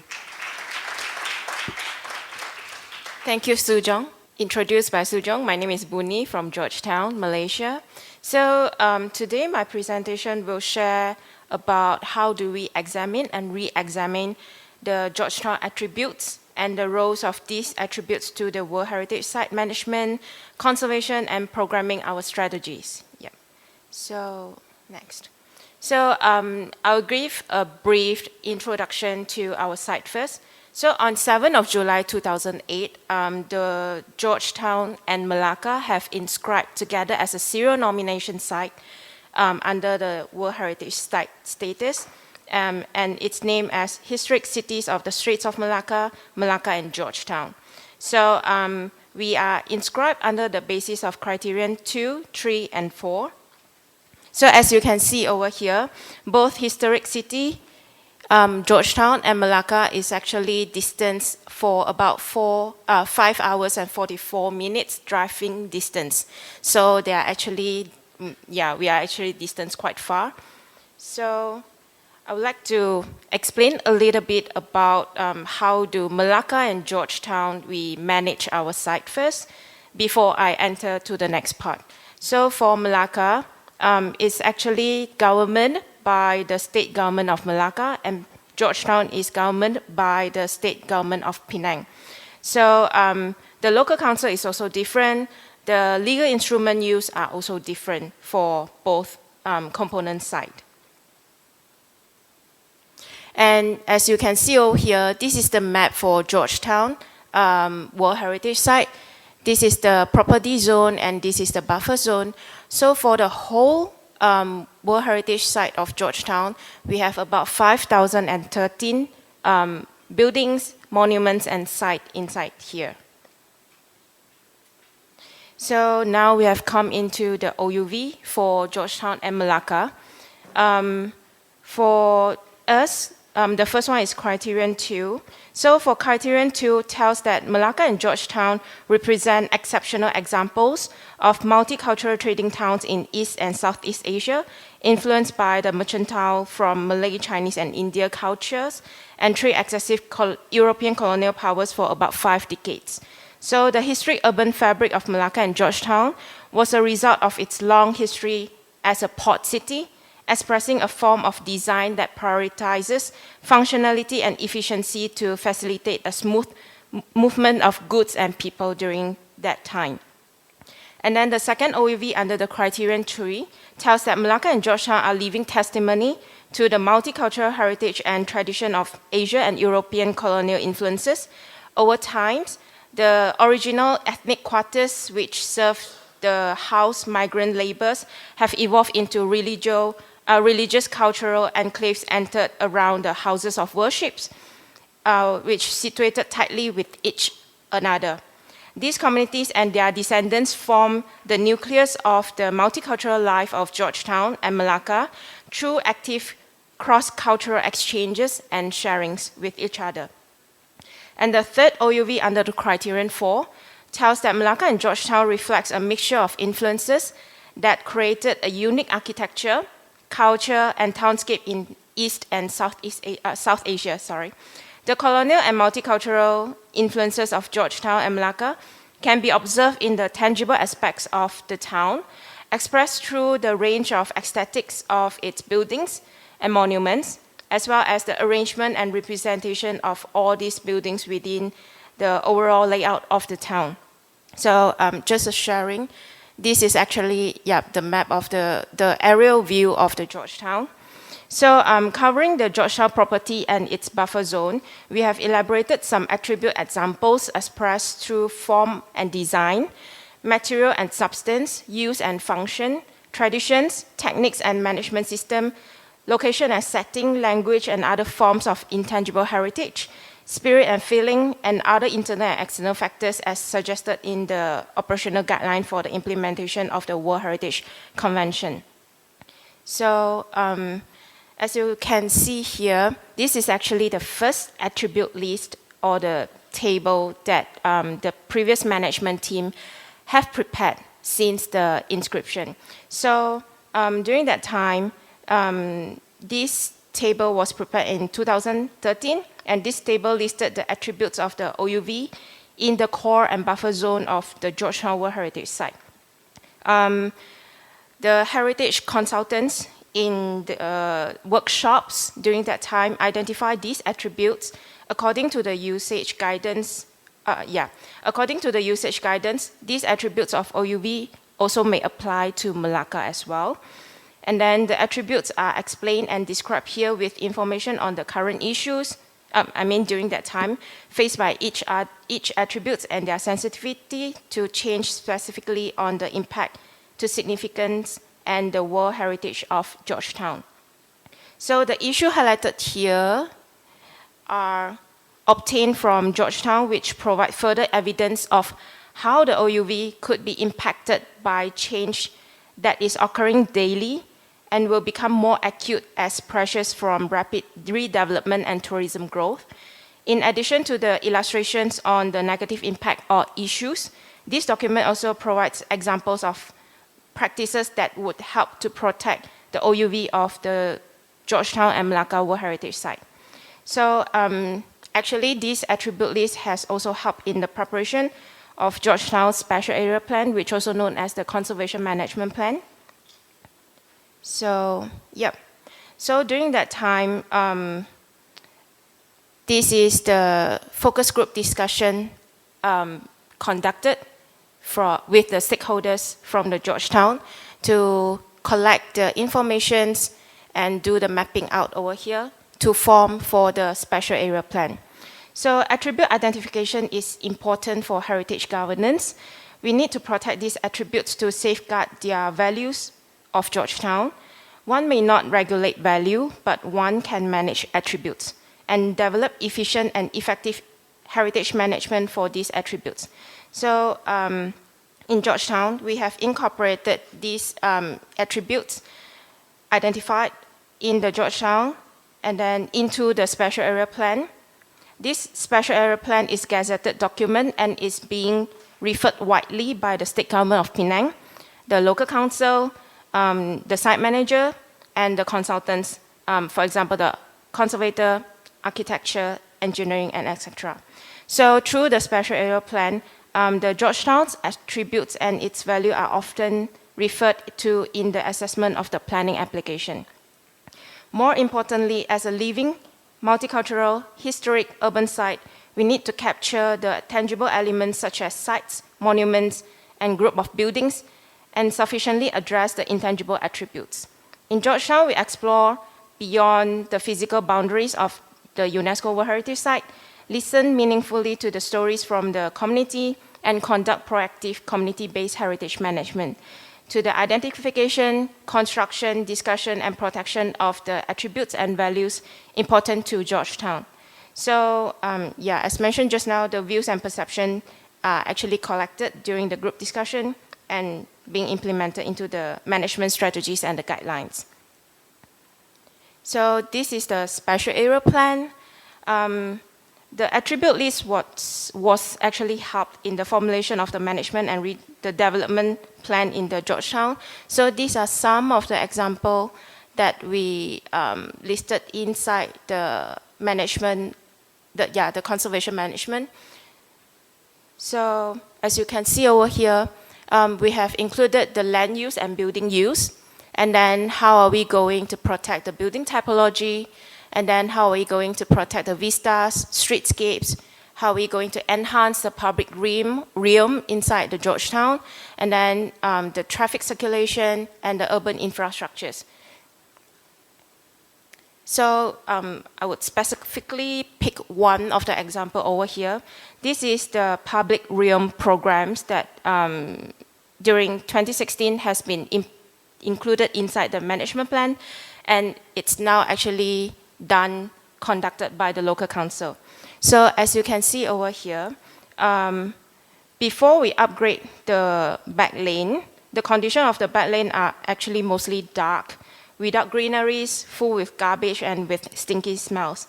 Sometimes the back lane will also be dangerous because during nighttime, sometimes the junkies might hide inside there. So this will create some social issue as well. So during that time, the management team has identified about 11 back lanes to conduct the upgrading work of the back lane. So the local council has helped to improve, add some greeneries, replace an addition of the street lights, street furnitures, replacement of walkways, and etc.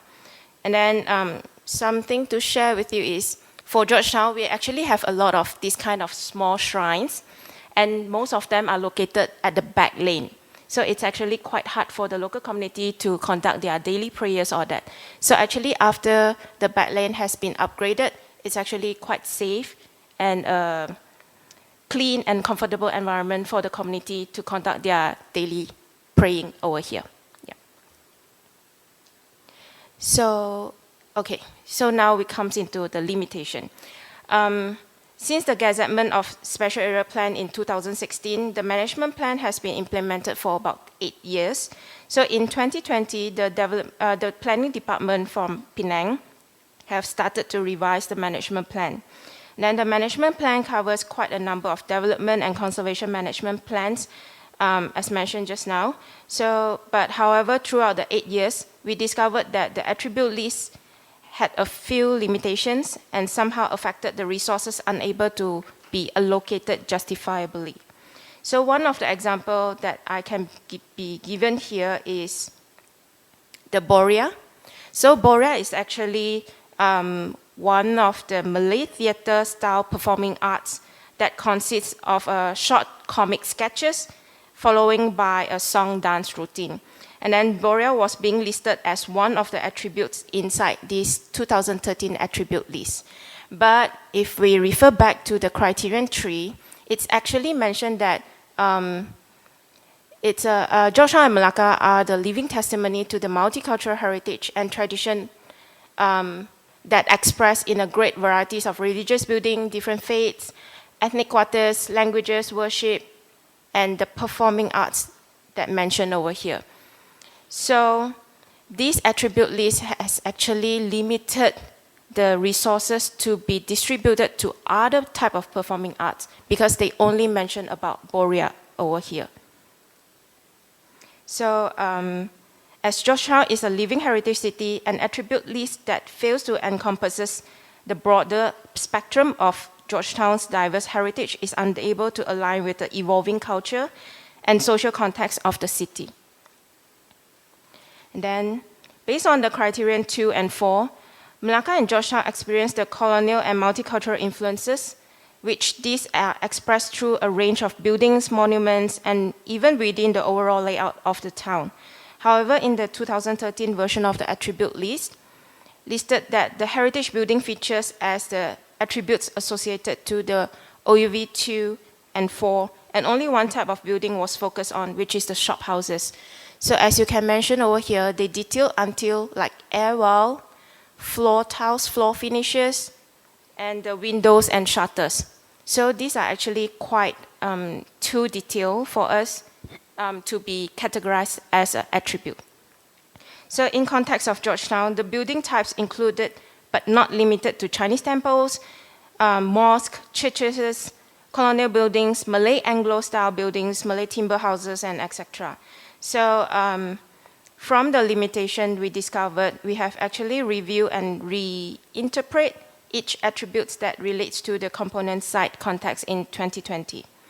So yeah, for a quick one, these are some examples. Okay. Now we enter to how are we going to reassess our attributes. Yeah.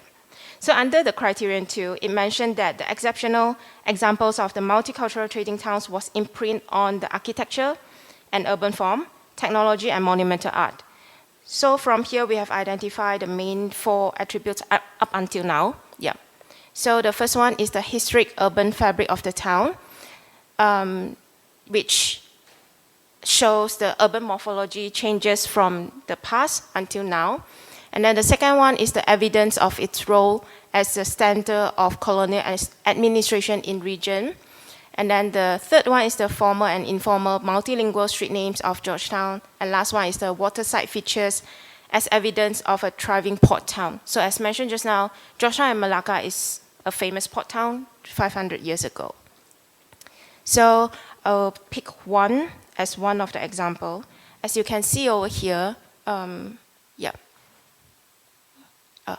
So this is actually the street name interpretation board appears in Georgetown for most of the street. Inside Georgetown, we actually have a lot of formal and informal street names for Georgetown because we are a multicultural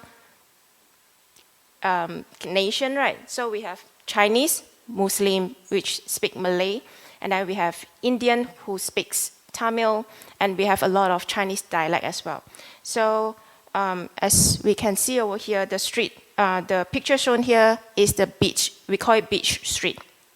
So where in the olden days, there were no land nor streets at this place, it was original a beach, yeah, until reclamation happened. And this is why the local people name the street as Beach Street until today.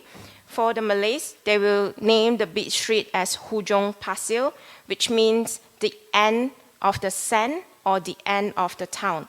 This piece of history information is shared on the street name information board on the street for local and visitors to read and understand the past. So for criterion 3, it mentioned that multicultural, tangible, and intangible heritage is expressed through religious building, ethnic quarters, language, festivals, dances, costumes, and etc. Hence, we have come up with these 3 attributes. The first one is the multicultural religious spaces, buildings, and monuments.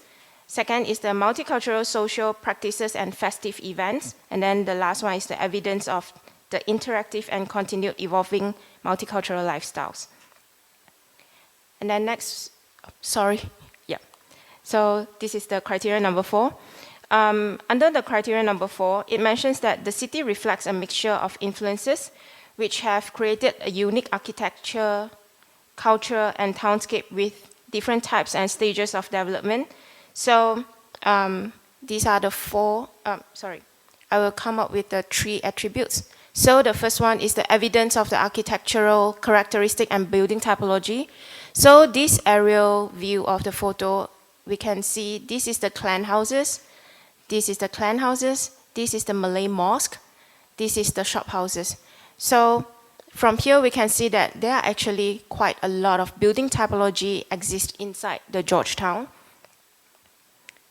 And then the second one is the streetscape and the roofscape.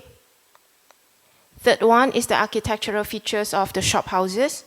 So I will dive deep into the architectural features of the shop houses over here.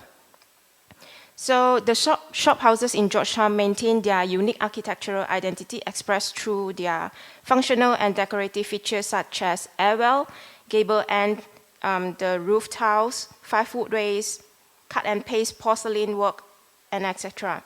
So the use of the similar natural built materials primarily consisting of timber, limestone, and clay represent an architectural identity that was adapted to suit the climate needs and site condition during the past until now, proving itself as a sustainable way of town planning. So all these features contribute to the exceptional built heritage of Georgetown and its townscape. So as shown in this picture, this is a detailed layout of the shop houses as an educational brochure for the public and the visitors to read. Each features are labeled with their location and other information such as the type of shop houses and the basic information of the material used also included in the brochure. So if anyone are interested, you can scan the QR code. And then, okay. So from the previous 2020 version, my colleague and I actually have realized that the attribute identified are still quite general. So we are currently needs to enter to somehow in between the 2013 version and 2020 version. So my colleague and I, we have actually revisit and reassess the values and the outstanding universal value again. So these are the value that we highlighted out, and these are the attributes that we highlighted out. So from here, we have actually put them into a table that forms like this. So as I mentioned just now, for Georgetown, we are an existing site. So we actually will just take the existing OUV and try to put them into the table like this. So from here, these are the attributes that we have identified from the SOUV. Yep. And then from this table, we actually can also see the relationship in between the OUV and in between the attributes as well. So as you can see over here, from the OUV number 2 and OUV number 4, they actually share somehow the similar thing, which is the urban form and the streetscapes that mentioned inside the SOUV. And then the second one is the architectural form under the OUV2, and then the architecture form and style shop houses under the OUV number 4. And then next one is the ethnic quarters that mentioned inside the OUV3, and somehow it also appear inside the OUV number 2. So with this exercise, we actually also found that the output is in line with one of our upcoming projects, which we call it as Cultural Heritage Hub. So the Cultural Heritage Hub is proposed for awareness raising, education and training, engagement and empowerment, and collaboration and networking with the community and students. So there will be 3 main components inside the hub, which is the GTWHS Interpretive Center, Exhibition and Capacity Building Space, Creative Economy Incubation Center. So the Interpretive Center was aimed to introduce the Georgetown World Heritage Site in a local context, and the attributes identified will be the main content to help the visitor and the local community to understand what is Georgetown, who are the people, and what are we experienced from past until now. Yeah. So based on our proposal, some of the components under the particular attributes may be curated in a capacity building format, such as performing arts, cooking classes, and like handcrafts or that, to allow the students, the local people, public or visitors to understand it better through hands-on experience to achieve the goal of knowledge transmission. So as the annual event for the Georgetown World Heritage Site, the attribute list also helps us to curate a better content to deliver to the students and the community. Throughout the year since 2013, different attributes have been used as the theme for the heritage celebrations, such as Walk the Talk, which reflects to the languages, and then Eat Right reflects to the foodways, and etc. So the Georgetown Heritage Celebrations focuses on the specific intangible cultural heritage themes each year to raise awareness of our cultural heritage and traditions among the public and, of course, the students, the youngsters in the town. The celebrations created the Georgetown identity that enhances collectiveness and social solidarity amongst the community. These social capitals are important to promote heritage conservation and educational efforts in Georgetown. The celebrations aim to promote appreciation to celebrate the diversity of Georgetown and Penang to a wider audience and to transmit and safeguard the cultural heritage to the younger generation. So I have put 2 examples over here. One of the example on the right-hand side of mine, is what we call Ban San board game. So Ban San actually means wet market in Hokkien. So as mentioned in the OUV 3, the multicultural, tangible and intangible heritage expressed in a great variety of languages, food, and daily life. So in Georgetown, Ban San, which is the wet market, is still a very lively place for the local people to shop for their groceries and daily necessities. So different languages and dialects were actually used to communicate among the sellers and buyers.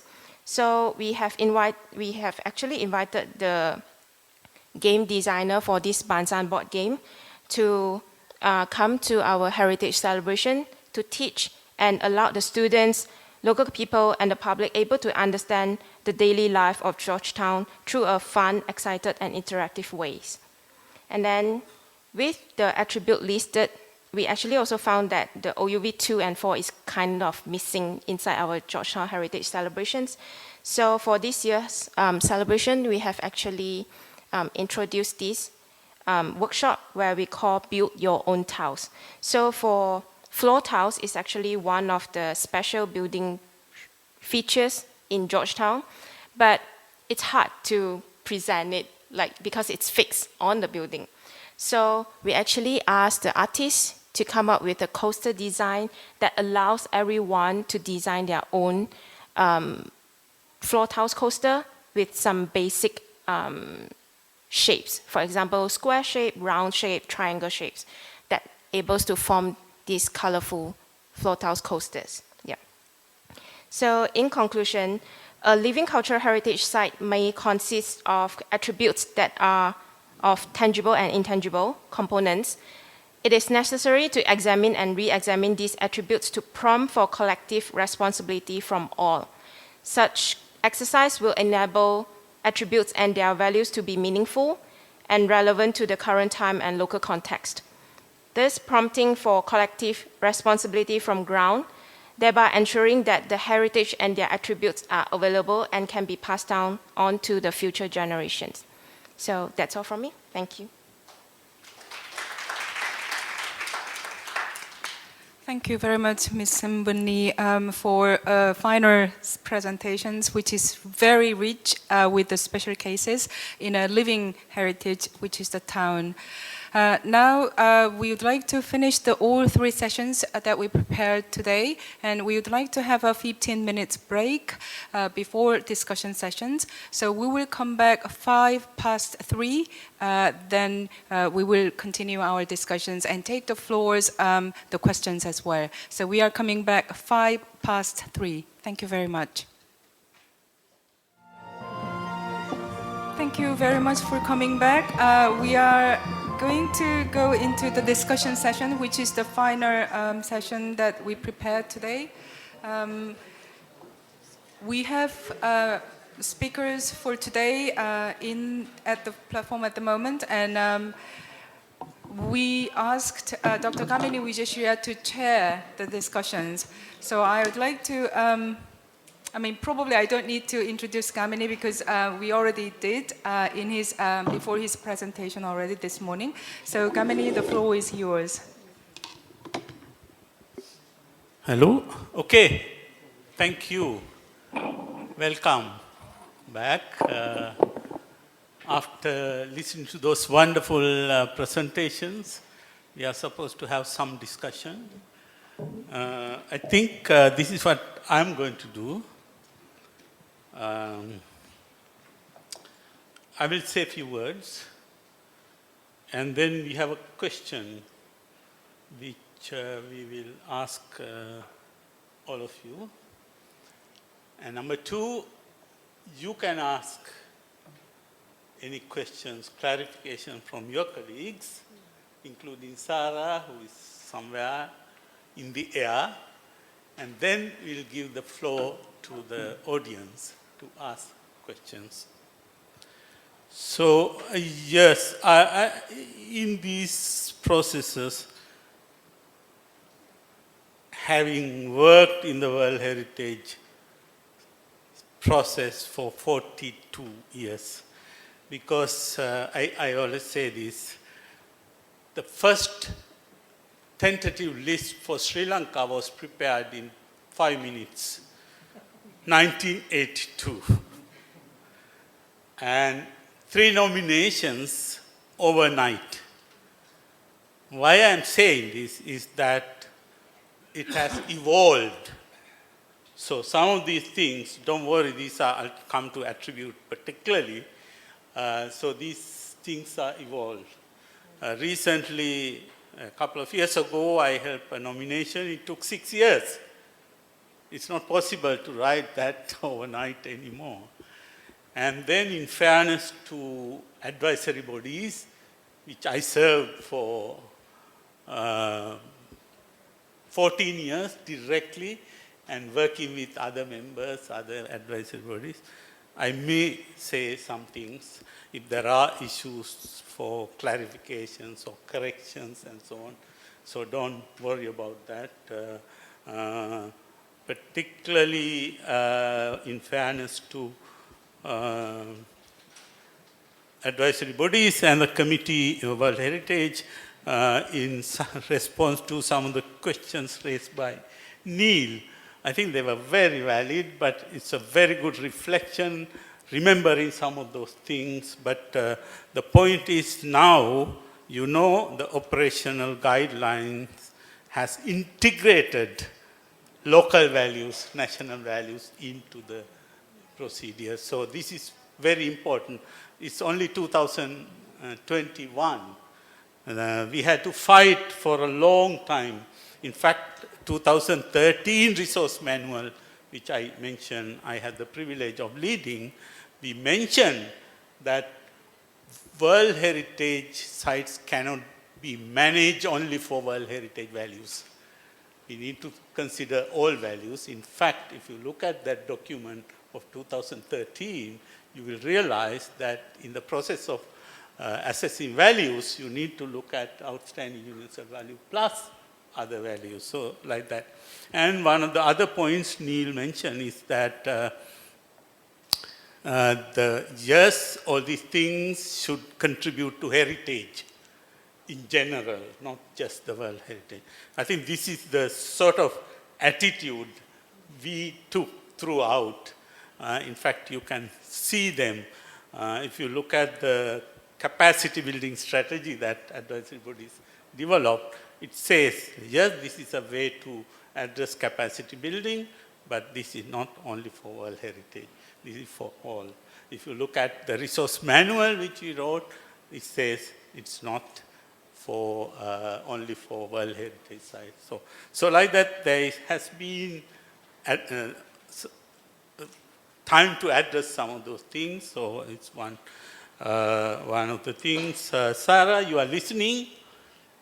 I think we mentioned that OUV can be changed now because there is a revision to the operational guidelines and management part can be changed. So thing we thought, yes, we agreed, it was written in stone, but it's done now, you can change. And some of these ideas came very late, like the other values. You mentioned about the outstanding universal value of certain places, but that is not enough nowadays to manage that site. You have to look at other values according to the operational guidelines. And this idea of attributes, I think it's also very new. You know, statement of significance, like in Bharat Charter, was introduced to the World Heritage just before the second periodic reporting exercise around 2002, 2003. Later it was changed to Statement of World Heritage Value at one of the meetings of the advisory bodies. And then in 2005, they said Statement of Outstanding Universal Value has to be written to all sites. And then in 2007, the first Statement of Outstanding Universal Value appeared in the nominations prepared by the advisory bodies. And then advisory bodies, of course, is a part of a research conducted by ICCROM, where it was revealed that we need a better sort of formula or format to describe outstanding universal value.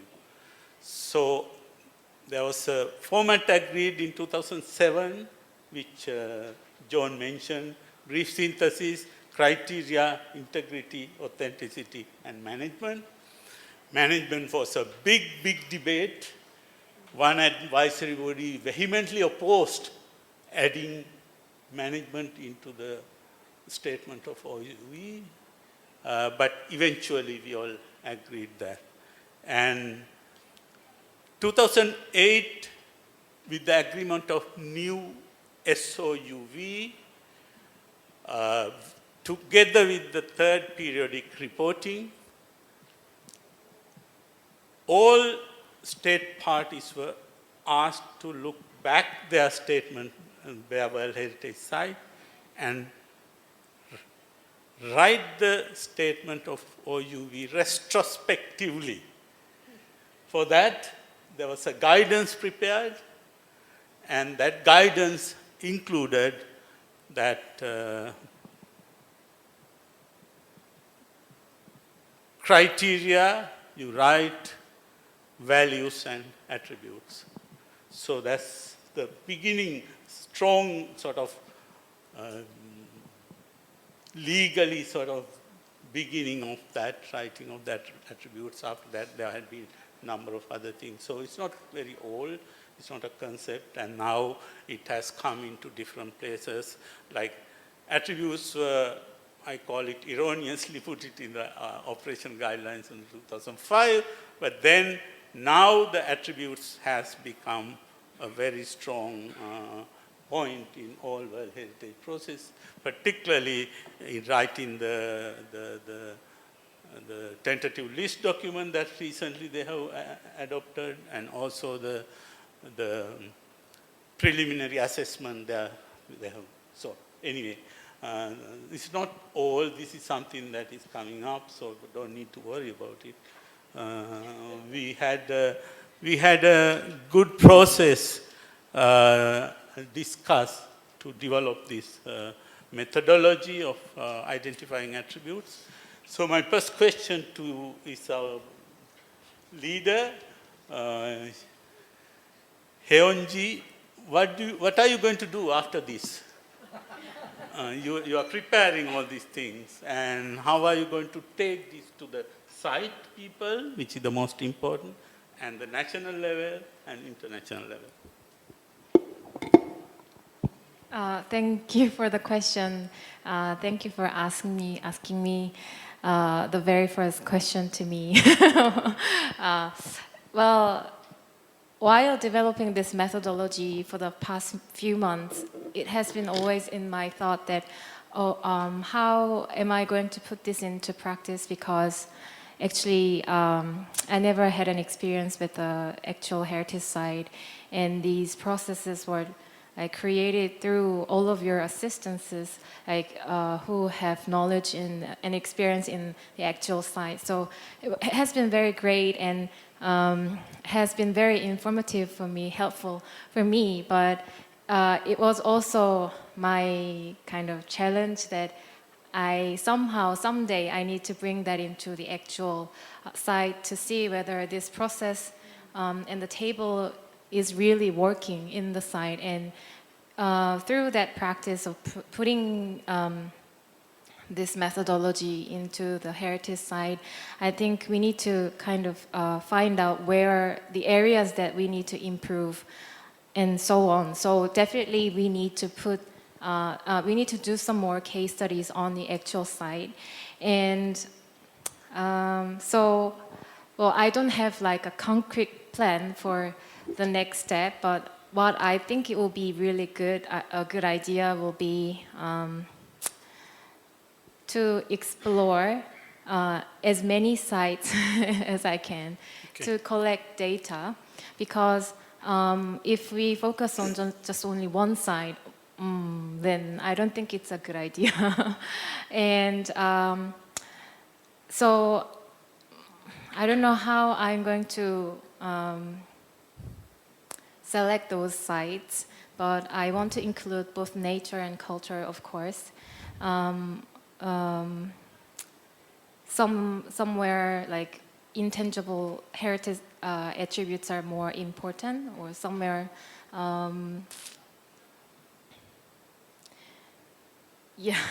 where somewhere I can apply these various key points addressed in the diagram and table can be applied. I think I will select the site based on that.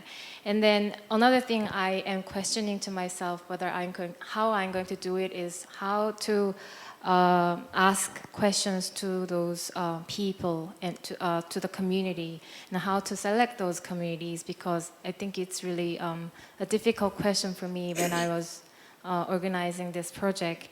And before I put those diagrams and tables into practice, I think I will develop further questions and procedure, more detailed procedures on how to ask questions and how to approach people, what steps are needed to knock on the doors to the communities. So I think I will need to elaborate on that further, and then hopefully I can cooperate with other people from sites. So that's...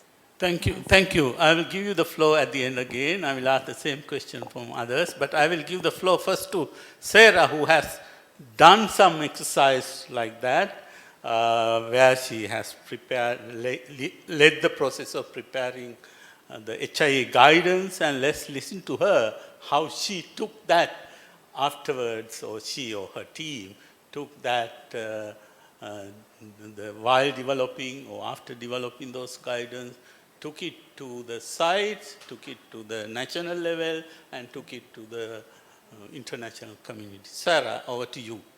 I know you have a good answer for that.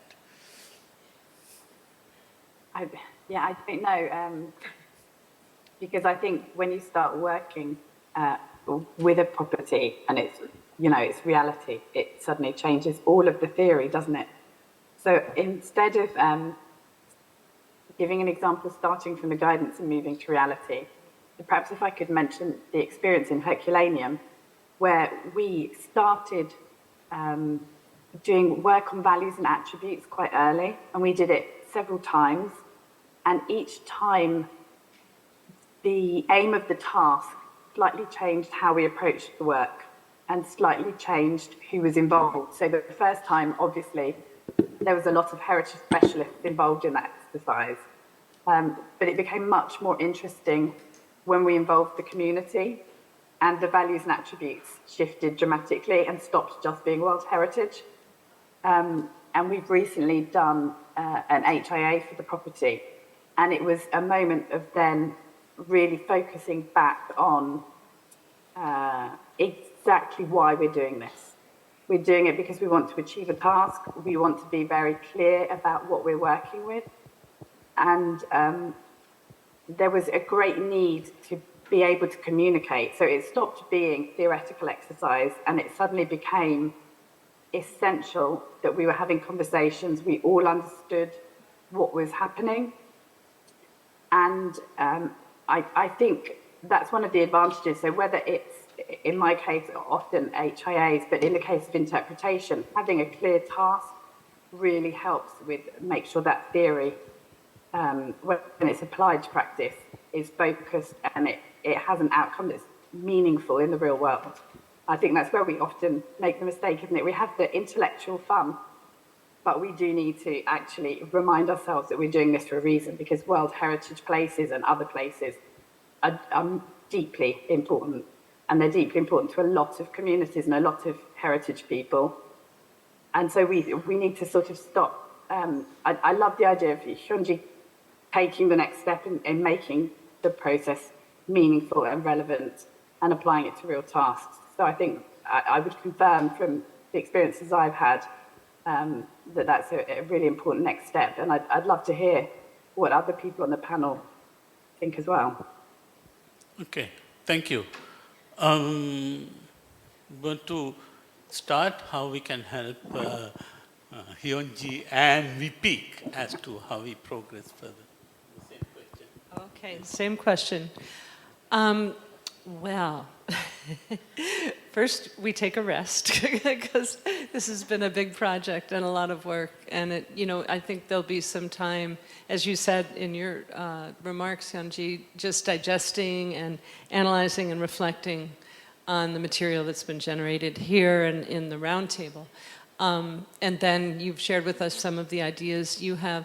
I think, this question of, we've been repeating over and over, the communities, and we haven't drilled down into what that means and who speaks for communities, the question of representation. Communities are very diverse. Working with Indigenous peoples is complex and different in each setting. And so understanding that as we look at examples and finding the right intermediaries, often might be an NGO, it might be another entity that works closely with, it could be the site manager who has strong relationships with different people associated with the place. That will be a starting point, in my opinion, to more participatory kind of review of this model to see how it works. And I can say a little more later about governance and things like that. Thank you. I think, John, you... A couple of points I'd make wearing my ex-manager's hat. Managers get approached a lot by people asking for this sort of information. And if we can try and bring the processes together so we're not... In other words, they've just had a periodic reporting process. These sort of questions that I think you're about to ask them would have been great if we could have fed it into the periodic reporting process so they don't get asked the same thing from perhaps 2 or 3 different ways. So maybe it'd be worth thinking about, I'm not sure when the next cycle of periodic reporting is happening, but we think about incorporating the sort of questions that you hope can come. The other thing is that I wouldn't start with a blank sheet of paper for many properties. A lot of properties, to here, have done a lot of work in developing lists of attributes. So perhaps ask us to take the work that we've done and put it into your format, see how it works. But I keep, again, saying one size doesn't fit all. So the Great Barrier Reef, it's a property the size of Italy compared to a property the size of Georgetown, much smaller. That's probably as complex with 5,000 buildings, but I don't think we should assume that one table or one approach is going to fit every of the 1,200 World Heritage properties, let alone when we start moving into other heritage areas. So my 2 points would be build on existing work that's been done and perhaps use that to test your table. And then in the longer term, think about how your table and the questions can feed into something like periodic reporting. Thank you. I think it's going into international, the periodic reporting could be a very good, we have to approach the World Heritage Center and the advisory bodies, but it will happen in these next 2 years will be reflection years. That's a good time to in fact inject that, because they are now thinking of having all the cultural sort of periodic reporting in a more maybe for 1 year in 1 year or something like that, because they want to report the policies to what they call that Mondia cult, that global organization that bring in all cultural heritage things. So that's therefore, yeah, go ahead. Yeah. The one other thing, again, if you're looking at natural properties, I'm sure you're aware of it, but the IUCN Outlook report has looked systematically at every World Heritage natural property. So again, perhaps you could use that to fill in some properties and then send that to the managers and say, look, rather than just sending them the blank table and saying, can you fill it in, start with something that, you know, from a systematic approach like the IUCN Outlook.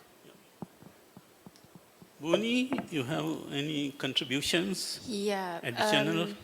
Maybe not a comment or suggestion, but it's more of like my questions and concern. Not a very hard one, but because as what I presented just now, it's actually my test from the table that built by Hyunji, and then I try to fill it in from an existing site.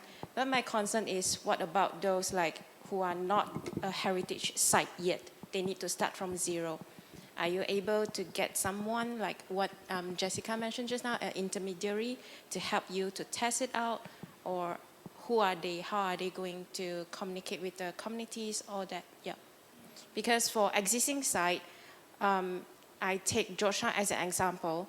For the past 16 years, we have take our effort to build our relationship with our communities so that they can trust us, build connection with us when we want to deliver any message, or we ask their help to be part of our case studies with the UNESCO or any other category 2 center. Our community are very helpful and very engaged with us. But I'm not sure, is there any method or any other ways for those sites that need to start from zero to be part of your studies or research? You want to answer that? Oh. Well, obviously, the table and the procedure can be applied to those sites that are to be newly recognized and whose values and attributes are to be assessed for the first time. Well, that can be actually applied, the methodology can be applied to those new sites, but of course there should be a lot more groundwork that should be involved because we are starting from the very beginning. But so I think we need to be very mindful about how we are going to start that groundwork, how we are going to collect the first working members, and how we are going to collect all these very basic informations that we can first do the desk review and examine the site. And we also need to, we need to see through our own eyes what's really happening there, because there is no like SOUVs like that for those very new sites. So though there are going to be a lot of work done at the beginning, but I think these diagrams and tables can be applied to the new sites. But also this cannot be done by myself, but with other people's help. So there will be a lot of co-working together, I think. Yeah. Thank you. I think, remember, as Sarah mentioned this morning, unlike in the past, there are a lot of work being done on identification of attributes and so on, particularly if some countries are preparing preliminary assessment application, they are already doing a lot of work on identification of attributes and so on. Just to frighten you a little bit, I want to ask one question from Sarah. How long you took the process of you started looking at other guidance notes and so on, and then you developed this guidance note and you tested that and so on? Just a brief. And how long we took to prepare the guidance for HIA? Yeah. It's several years.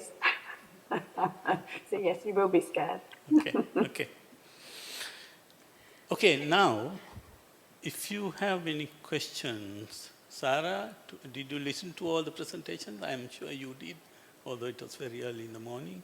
If you have any clarifications or questions to the speakers on their presentations briefly, or any one of you have any questions to or clarification to us, including me, if you have any. Yeah. Can I ask, Bunny, you mentioned, if I heard you correctly, that you'd gone through several processes of identifying your attributes. Can you give us a rough indication of how many attributes you initially identified and how many today? And my next question is going to be, depending on the number, have you thought about doing a priority? Okay. I don't know the total number for the first version of the attribute that the previous management team have listed down, because yeah, I never thought of that numbers thing before. Yep. So are we talking tens, hundreds? Yeah, I think will be more than 50. Yeah, because count in all the shop houses, building features element, I think minimum is 50 already. And then they count in the street furniture, each of them, each of the component itself become an attribute. So I think about 20 over there. So I think it will be a lot. And then after the first version, the 2020 version, we have scoped out, become 10 attributes. Yep. But as I mentioned just now, it's quite general and it still cover like the whole thing together. So the latest version that we currently identify, it's about, I think it's about 15 to 20. But I think eventually it will build up. Yeah, because it might be more. Yeah. And the next question is about... Is there a priority? Because Yeah. as a manager, I know I can't do everything. I don't have funds to Yes. do everything. So have you determined, and how did you determine what was your priority issues? I'm not sure will my direction be correct, because attribute, once I identify, I will enter to another stage, which is to identify or inventorize the component, the actual component of each attribute. So for example, building typology is one of my attribute, but we have a lot of building types. So we might start to identify the detailed building types in Georgetown, and then from there we might start to prioritize. Are they in endangered building condition?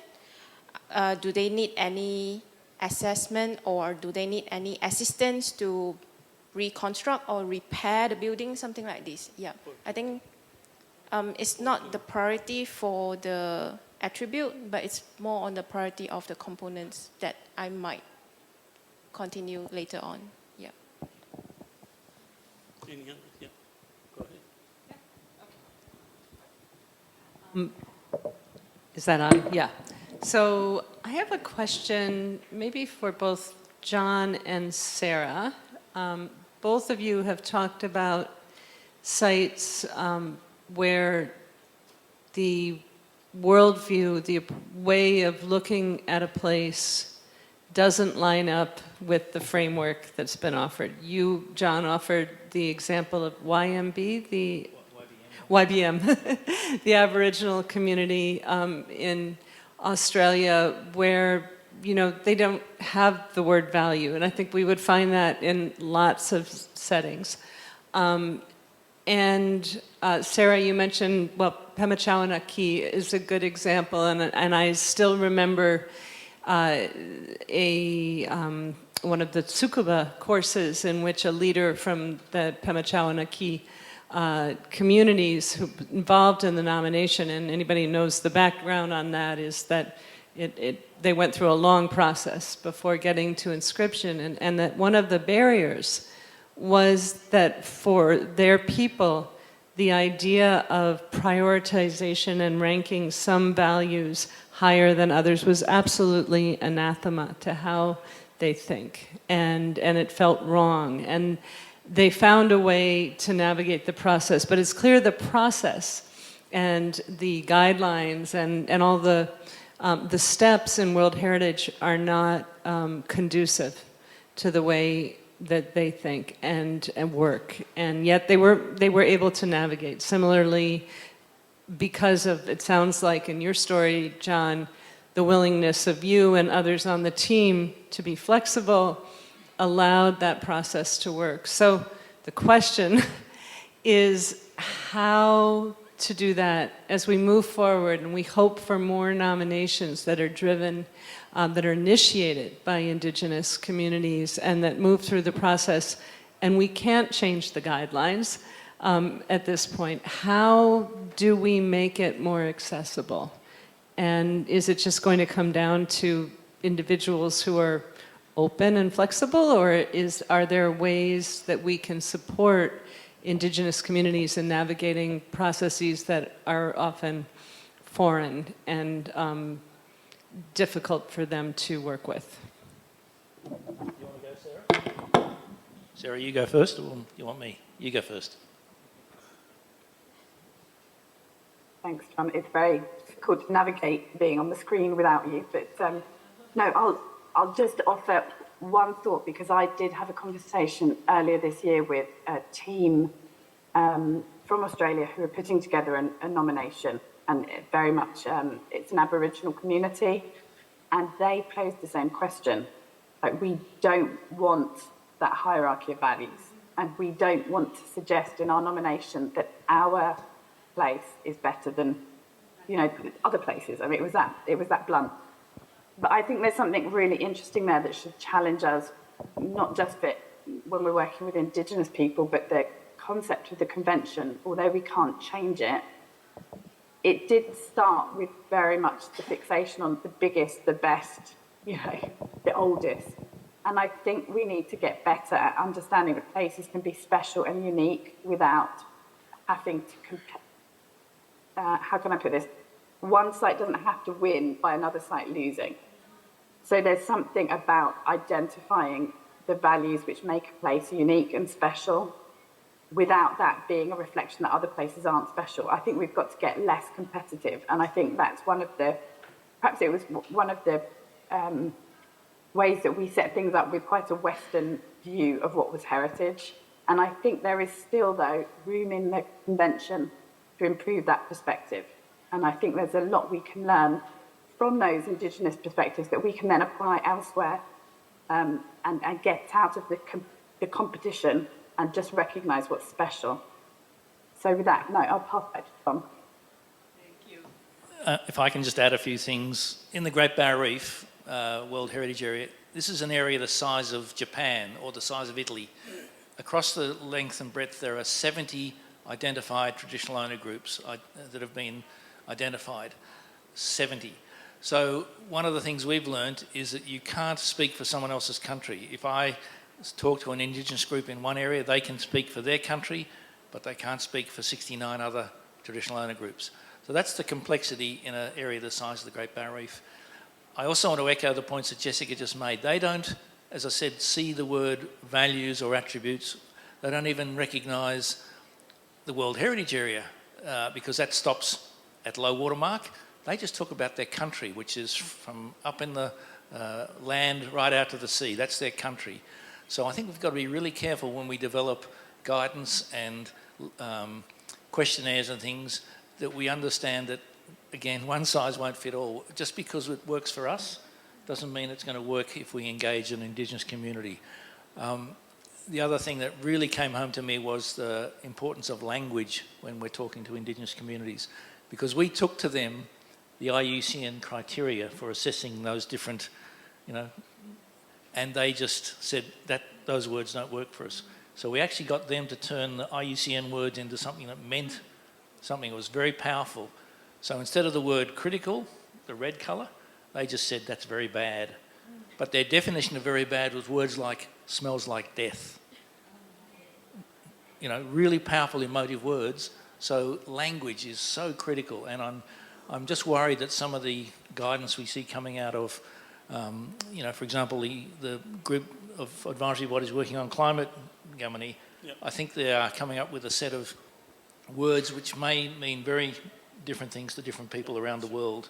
And so it's a challenge. I'm not saying it's an impossible thing, but we have to be mindful that language is so important, and we can't expect every group to understand the wording the way we understand it, perhaps.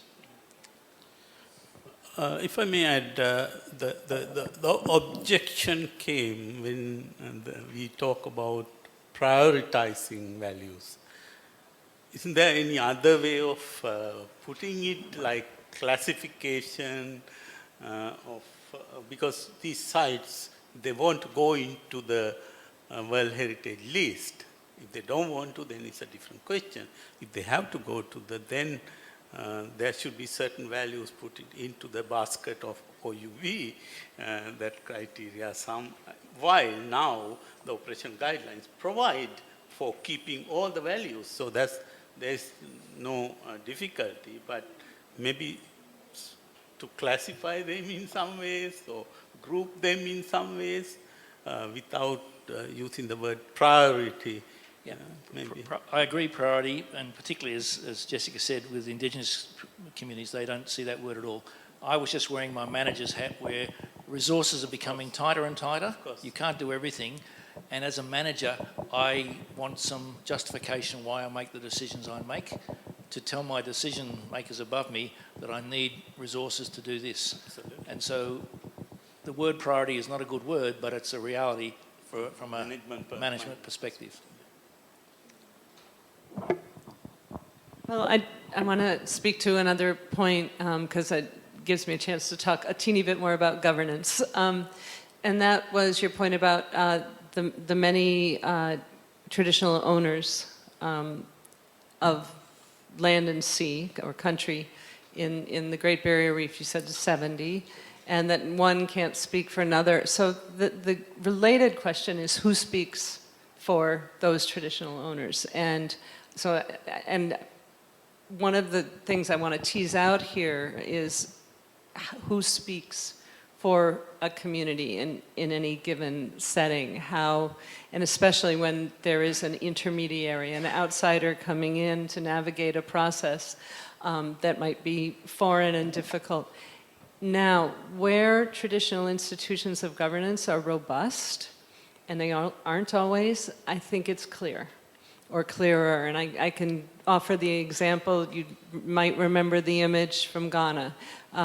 That was a meeting of the elders who were deciding whether or not a group of visitors, of which I was one, could go see the sacred grove. And they deliberated for a very long time, which is why there was also a sunset in that picture, because we ended up hiking the mountain to the grove and returning in darkness, because it took a long time for them to deliberate and decide, yes, they would give us permission. So that these processes take time, but it worked because there were people there to speak for that community. The governance institution in that community is strong. But in other communities, it isn't. And we see over and over throughout, for example, Latin America, where I work, communities where those institutions have diminished and someone comes in and accepts, for example, money from mining interests, all kinds of interests, and says they speak for the community. And so that's a risk we take, which is why we have to be sensitive to what's going on in the community, what is not just the culture, but also, again, these systems, the internal systems of governance. So that's a comment. I know you have some, great examples from those and those traditional owners. If I could just add a couple. I mean, in the Indigenous communities, there's often women's business and men's business. And I can't talk about women's business. There's also totems, and if you are of the wrong totem, you can't even speak about or talk about another totem. So there's complexities that we don't understand. The other issue is even when you work out who to speak for a certain part of country, that may have a different view from the government or the hierarchy's management view. So it's really complex. And this isn't just about Indigenous. If I was to go along the length of the Great Barrier Reef and ask different communities along the reef, what are the key issues, I would get different answers because it's not the same. So yeah, it's complex. And I think, again, we can't assume that one set of questions asked with one set of words is going to work for a complex site. Listening to Buni about all the different cultural groups, they would have different priorities. It would be quite different because both of you might work with Indigenous group quite a lot, right? But ours are the local community who are staying inside the town, and they are really different groups inside there. And most of the community, not most of them, we have a lot of clan houses. So those clan houses are the representative from the clan, and they buy the buildings, the land, and they build the buildings and rent it out for their peoples, all that. So the main people, residents who are staying there are the tenants, etc., etc. So the basic information. So are we communicating with the tenants, or are we communicating with the representative of the clan houses? Most of the time, we only communicate with the representative of the clan houses because they own the building, they own the land, and we are not able to directly engage like 5,000 plus buildings of the tenants. That's the basic number. If one household have minimum 5 people, then it will be more. But we are not able to communicate with all of them. So for us, we can only engage with the clan house representative. But the information or the messages that they pass to us, is it like really from the ground? We don't know, really. We can only believe them because they are representative of their people. So we can only believe them. Yeah. And from what we, our approach to build the relationship is like, for example, any festival, we'll just attend to their dinner. And then if there's any elder pass away, then we will attend for their funeral. If any people having any birthday, then we will attend for their birthday ceremonies, send a message. If there's anything happen, they will also send one complaint message to us. So this is how we build the connection and relationship with them so that they can trust us and tell us more about their own needs and the issue that they facing with. Yeah. And then as a site manager, we are actually the bridge to help them to deliver the message to the local council, to the assemblyman, the politicians, all that. Yeah. So I think this is how we work so that we can be the intermediary or the bridge to bridge the gap in between the people and the politicians and the government together. Yeah. If I could just add a few things on top of that. Some points that Bernie just raised made me realise that the issue of engaging managers, sometimes a manager has only been in the property for maybe 5 years. You must also bring in the community to get that longer term perspective. You've heard the term shifting baselines. You only know what you know, and if you've only been there for 5 years, you've only seen a small change. If you engage the elders who've been there their whole life and get 70 years of change, so that's important, looking back and seeing how things have changed, and some of the values have changed over that time. But also looking forward, we shouldn't be managing or interpreting just for today. We should be interpreting for the future, and particularly under climate change, the rapid change. So we have to bring the community and the managers and everyone along the journey of understanding that things are changing. So if we manage and interpret for today, it'll be out of date tomorrow, or in the future with changing climate. So the temporal is an important one as well, or continually monitoring, revisiting, And so the periodic reporting on a 5-year basis or management planning on a 5-year basis, that's the sort of time frame we need to continually doing this updating. Before I open the floor, I want to ask or put up a question to Sarah, taking from Jessica's idea that, you know, there is this governance aspect. I have been arguing, I don't know whether you saw my presentation, I have been arguing for last few days that attributes of outstanding universal value has to come from all 3 pillars. So far, we have been working only on the criteria pillar. We need to look at attributes of authenticity, attributes of integrity, attributes of management. You yourself, I remember saying after your wonderful HIA in Gold Fort, World Heritage Site in Sri Lanka, that it is going to contribute to the people in the area. So these are some of the things that need to be interpreted. So what do you think, or you want to think more later, or we can, so we have had some discussions on that. I don't know whether you had a chance to look at. What do you think? Your immediate reaction? Yeah, no, I will add one comment. I think there's a lot of cases now of statements of AUV which are written, and I'm not talking about the part on management that formally documents the management, but within the narrative about what this place is and why it's important, it talks about the people and the communities and their long-term relationship with it. So a lot of, you know, agricultural landscapes, living places, the residents in houses who have maintained their homes for generations. So I think this concept of management and governance is actually, as you say, Gamini, it is one of the pillars for a reason. And I don't think separating it is helpful. And I think we need to be really careful, particularly in the case of living heritage, to make sure that we're recognising those processes of maintenance, the processes of, you know, living, and making sure that those are recognised and supported and conserved as much as everything else. So yeah, there's my quick answer. No, I think this is exactly our point. You need to identify those, and in the case of interpretation, we do have to consider them, whether they are in the form of intangible or whether they are in the form of tangible. We have to identify them and use in our interpretation.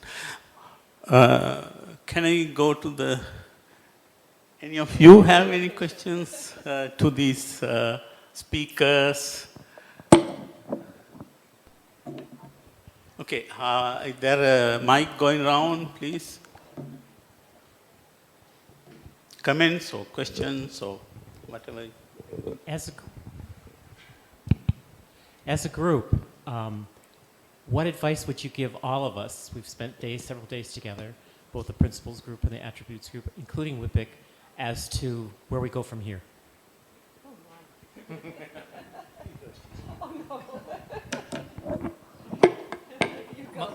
My advice is let's keep doing what we're doing, because I think we've started on a really important journey. I think we've opened a lot of exciting, things, but I think we've got a long way to go. Not a long way, but I think we're only part way along this journey that we have to keep working on. I think one of the things I'm realising is the value of the principals group working with the value and the attributes group, and bringing in case studies, because I think that's going to be the best way to work out whether what we're doing is useful. So it's a combination of working together, continuing to bring in case studies, trial it, but not expect to come out with the perfect. Enemy is the perfect, whatever the saying is. We won't exceed in that area. We've got to set up not false expectations of our colleagues at WIPIC that we're going to come up with the perfect tool that's going to work everywhere. It's going to be, I think, a compromise in many ways, but we're going to be way ahead of where we are, and I think it's an exciting project. So I'm keen to keep involved. Hopefully everyone else in the group is. In fact, to support that, I mentioned yesterday, I appreciated the process that has gone into developing principles as well as these things. My opposition was to that term charter because you don't need to sort of written in stone and say that there is this thing written in stone. You know what happened to Venice Charter written in 64, in 1990 when they started looking at to see whether it should be revised and so on. Where you must see the comments that have come from all over the world, but they said no. It's written in stone. I mean, you must see comments came from USA, comments came from Australia against, or rather saying that has to be. So that's why I was yesterday saying, just don't think of this term charter, which has certain group claiming and so on. But yes, what we are doing, we should go on doing and consolidate and then surely test and go to the sites and go to the national level and then international level, as you said, whether we can see whether this can be integrated into the periodic reporting and so on. Are you happy with the answer? Any others? Anyone else? No, I just Okay. there's two hands. Yeah. I found the woman in the yellow. It's kind of comment. I have a long experience in World Heritage Convention, almost 20 years, and most of it capacity building. And I found out that the most important thing is not the manuals and all documents we have. It's to give skills to those people to judge when they can get this information, how they can get it.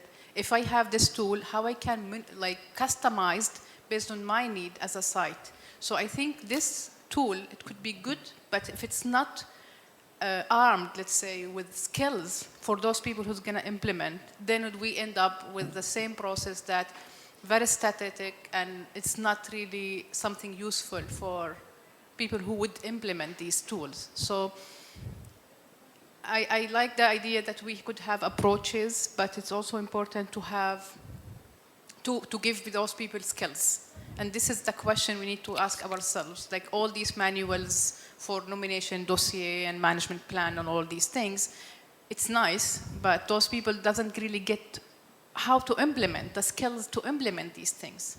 Yeah, thank you.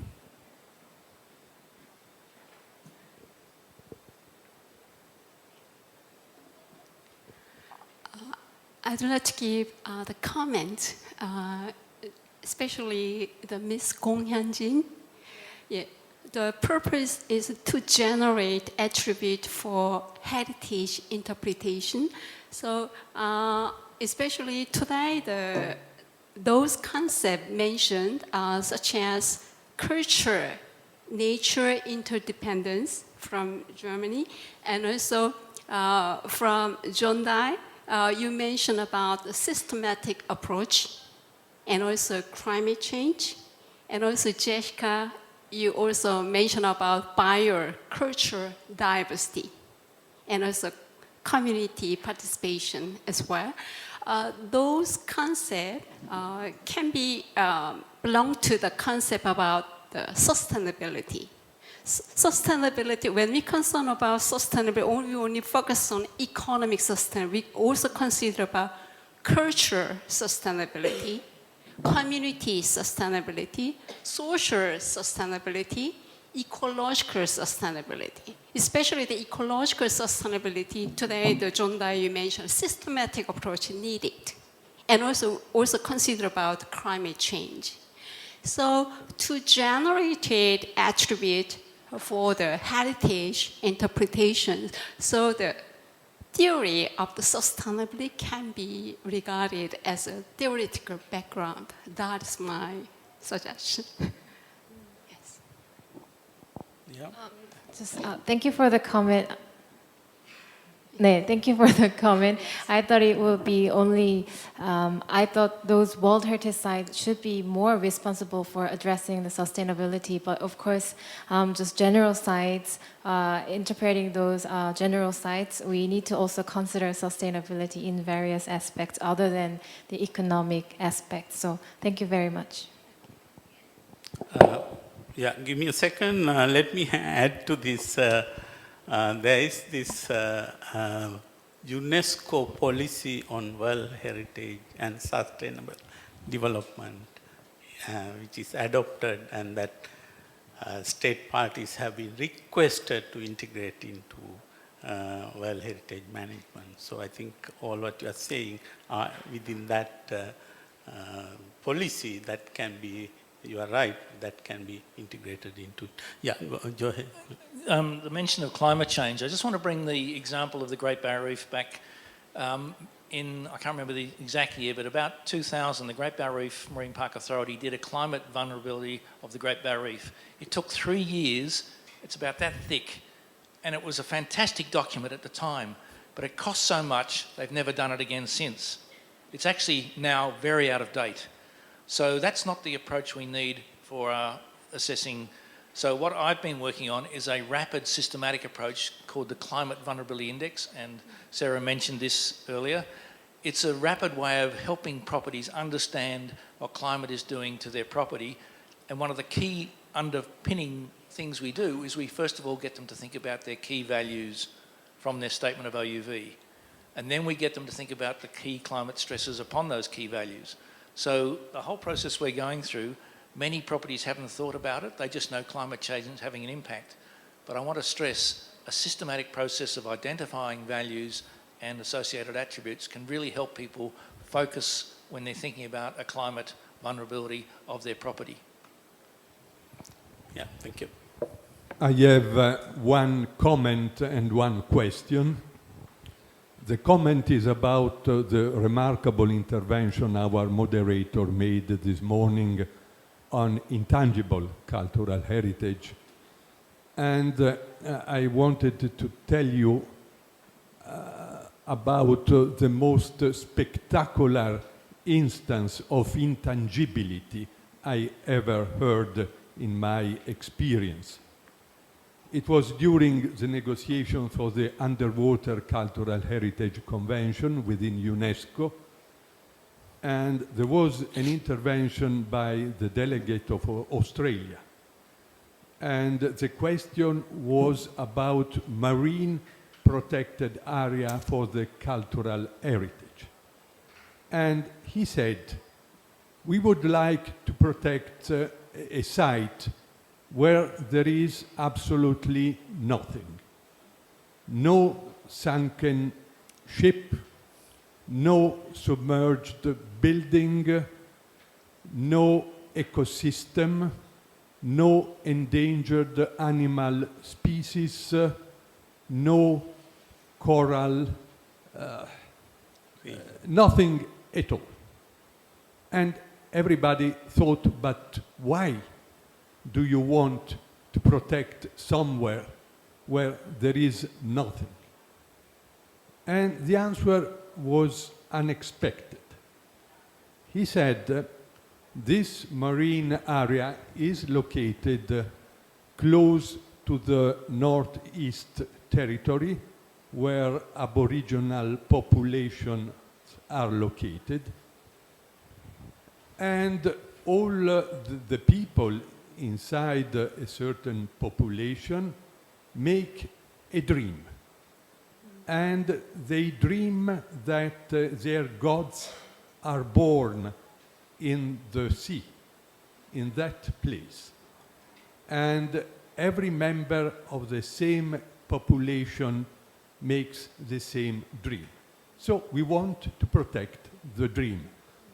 And in this case, the intangible becomes so intangible that it reaches the level of non-existence. And my question is about outstanding universal heritage. It is the most repeated concept in the 72 Convention on World Heritage. In fact, the convention is an exclusive convention. It is not really intended to protect the heritage. It is intended to protect the heritage of outstanding universal value.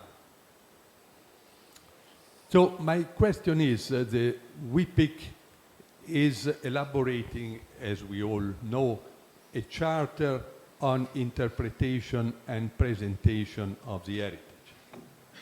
Should the charter be limited to the heritage of outstanding universal value, or should it cover every kind of heritage, irrespective of the outstanding universal value? Can I answer to that? I'll give you the floor. And this fascinating example, the intangible heritage. In fact, I remember the World Heritage Committee, when it was chaired by the chief of Tongariro in New Zealand, he was asked to deliberate about the 2003 convention just adopted. So he was chairing a meeting, and he was supposed to start some discussion, but he said, we don't divide between tangible and intangible, so there's no discussion. But going back to the outstanding universal value, you are the best to interpret because you are a lawyer, but we as heritage professionals take it differently. We take the Article 5 of the convention, which talks about what the state parties should be doing to promote preservation of heritage. Yes, in the preamble it says outstanding universal value, but still there is not even a definition given. Even the definition given, that authority is given to the committee. It is the committee that defines criteria for World Heritage. In fact, last meeting that was held in Kazan to talk about outstanding universal value, they concluded that it can change. The definition given in 2005 operational guidelines, that's the first time it came from 1972, that definition even can change. And the other point is, within that, we always believe in that let's look at collectively certain things within the World Heritage, but let it be a sort of flagship program to help contribute to heritage in general. So this has been, at least I have been working with the advisory bodies and the committee. This is what a lot of us are thinking. Let it be a tool, a vehicle to protect heritage in general. I don't know whether you agree with me or you want to say something here. I certainly agree and endorse what Gamini said. The convention does say that state parties are responsible for the heritage within their area. So even though the convention is about OUV, it also says, and the way most state parties are interpreting it is that we are broader than just the outstanding universal value. If I can give you the example again close to my heart, the Great Barrier Reef, when it was nominated, the nomination document, the entire nomination document was 40 pages long in 1981. Today, if you were nominating the Great Barrier Reef, it would be probably 4,000 pages long. However, we were, in the nomination document, it mentioned both cultural and natural. However, the advisory bodies, in their wisdom, decided it would only be inscribed for 4 natural criteria. So the Great Barrier Reef was not inscribed for any cultural criteria at all. Today, the Government of Australia puts Indigenous right up the top, and we are currently doing a revision of what we call the Southern Plan of Management, and right up front they say we are doing this in conjunction with the Indigenous traditional owners of the country. So despite the fact that the Great Barrier Reef is only listed for its natural, the government, in I think a correct way, is saying we are managing this area for all the heritage community, and that includes very much the traditional owners and other Indigenous people. So again, conventions and charters and things can say one thing. How it's interpreted by state parties often differs, and today I think you'd find most state parties are managing their heritage, perhaps in a hierarchy, but they're still managing overall. And so back to your point, I think the work that WIPIC's doing should not just look at OUV or World Heritage, it should look at, and the principles I think are the same, but how it's applied in a non-World Heritage site might be slightly different. How it's interpreted by the community associated with that site will definitely be different. And as I said before, what is the community for the Great Barrier Reef? I've no idea. When you've got 70 traditional owner groups, many, many different local communities, there is no one community for the Great Barrier Reef World Heritage Area. Jessica, you want to add I would something? just, reinforce what you've said with the example from Siancán in Mexico that I touched on briefly. Similar situation, inscribed only for natural values, and yet the manager is managing for the cultural values and increasingly for the intangible cultural values, many of which are held by those living nearby. So that, I think you would find that in many sites that were earlier inscriptions. But I also I think the theme I've heard in the last 2 days is over and over the importance of all kinds of heritage, not just that which is recognized as World Heritage or other global designations. And therefore that would speak to a document that addresses heritage interpretation broadly.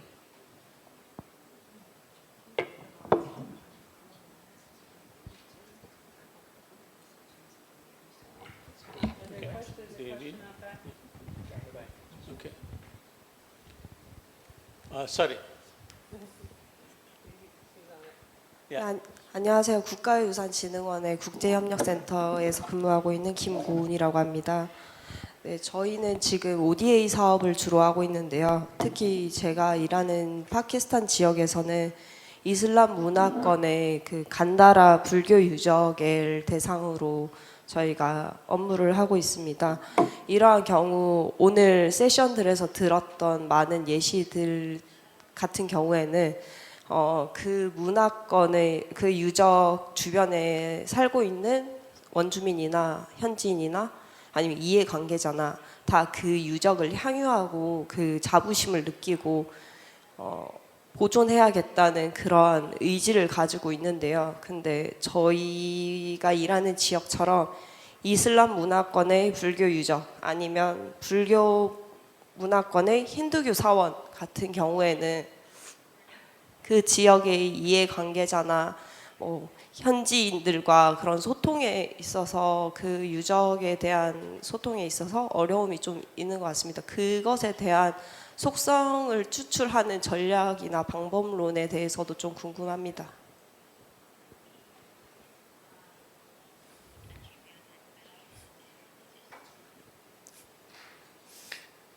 Anyone want to answer that?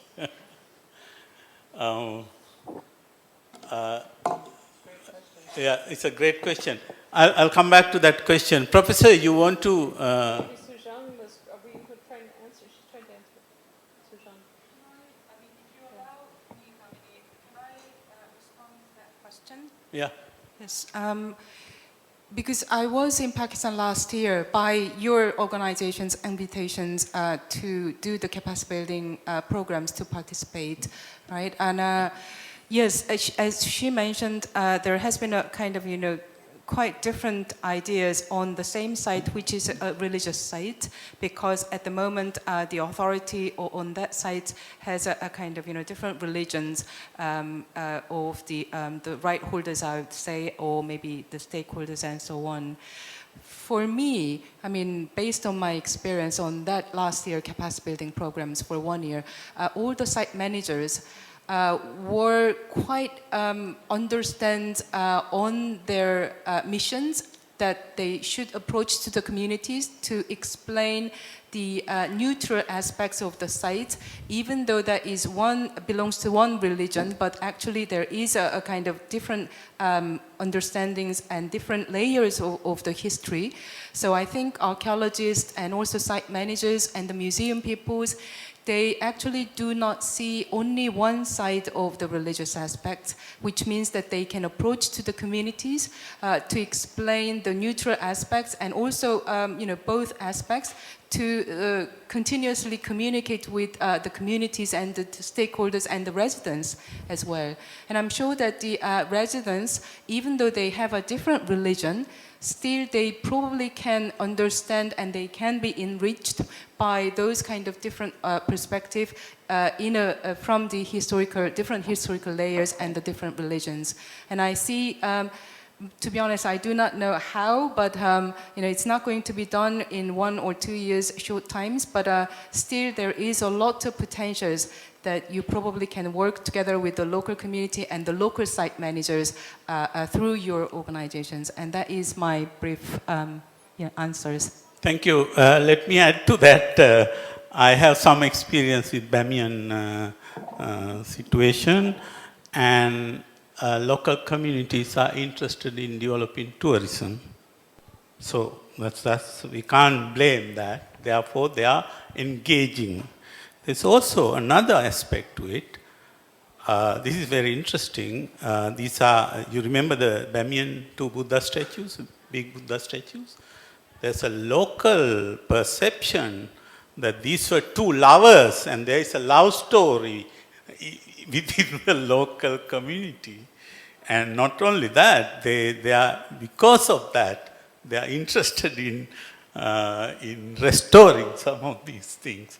So I don't know where we will place those sort of ideas, but as Sujon said, we have to work, we need to work, and there is the community still working on with different perceptions, but we have to bring a compromise. Professor, I'll give you, Professor David, I'll give you a minute. Professor, you want to reflect on what we said? No? It's fine? Yeah, thank you. Professor David, I think if you can sort of sum up what happened yesterday and today to finish this. Thank you. I think it's been a fascinating afternoon, a really good discussion. And perhaps inevitably, I've been sitting here thinking about some of the things I was saying yesterday about meaning making and how one might define that and so on. And I suppose one of the things that's come to mind really is, we've been talking a lot this afternoon about heritage attributes. And I just wonder whether one might also talk about people attributes, the community, the people side of that equation. I'm not sure in my own mind yet what that might look like, but I'd be very interested to hear from you whether you think that might be an interesting way forward and what it might actually look like and how it might be of use to your work.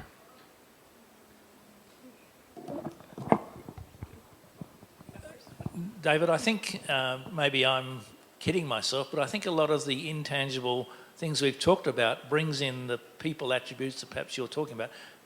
Potentially not to the level that you're saying, but we've certainly started touching on it. So many of the traditions and the intangible aspects that we talk about in our various, and particularly Buni in Georgetown, I think are moving towards the people attributes, I think.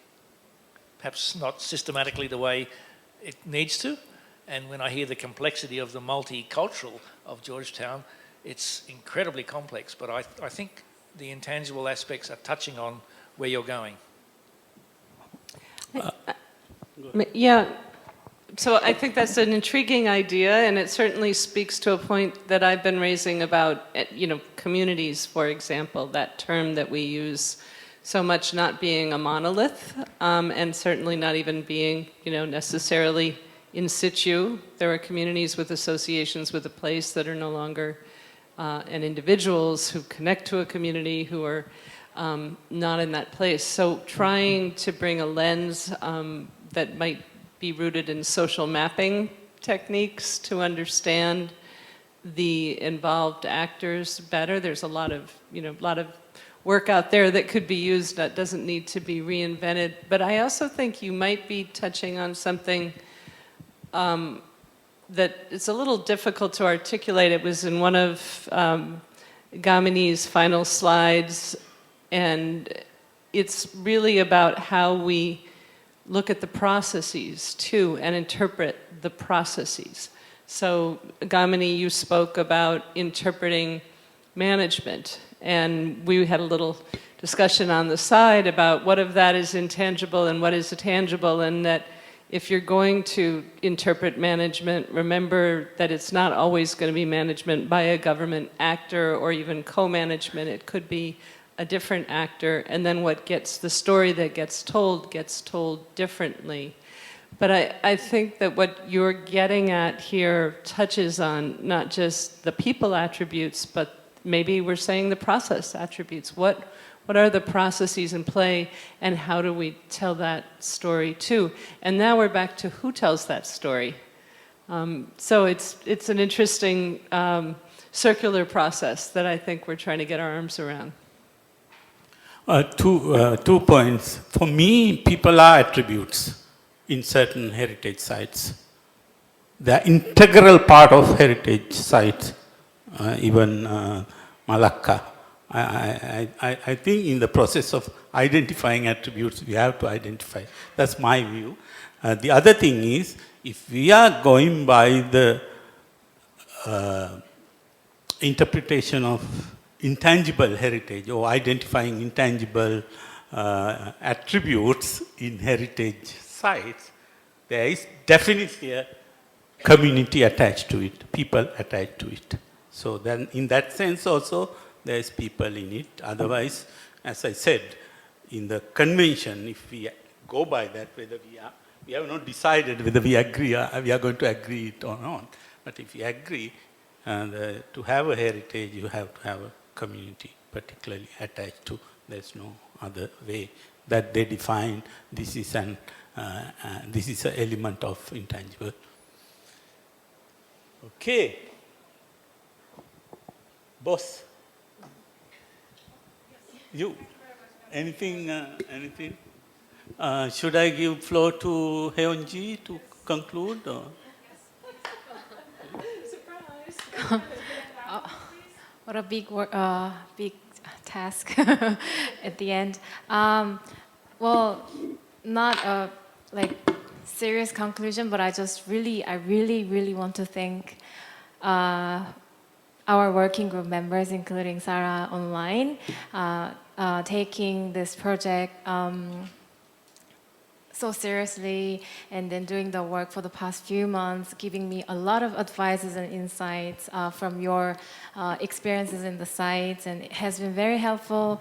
Yeah, it gave me a lot of motivation and everything. So thank you very much. And the speakers for yesterday also gave me a lot of inspiration, and for the inspiration also for our the research office in general. So thank you very much for being here, and then also enjoying your stay here. And yeah, I just want to thank you. Thank you, everyone. Thank you. Yeah.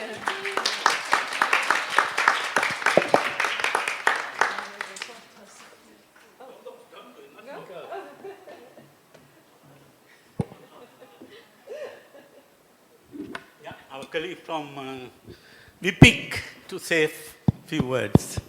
Yeah, thanks again for everybody making this possible, and thanks to everybody, the speakers coming all the way to Korea and putting a lot of hard work on this really valuable project.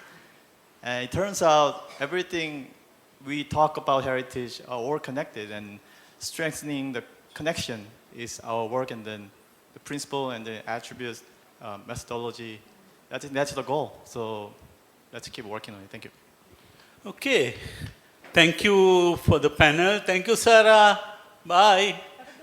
Thank you to all of you. Thank you, WIPIC.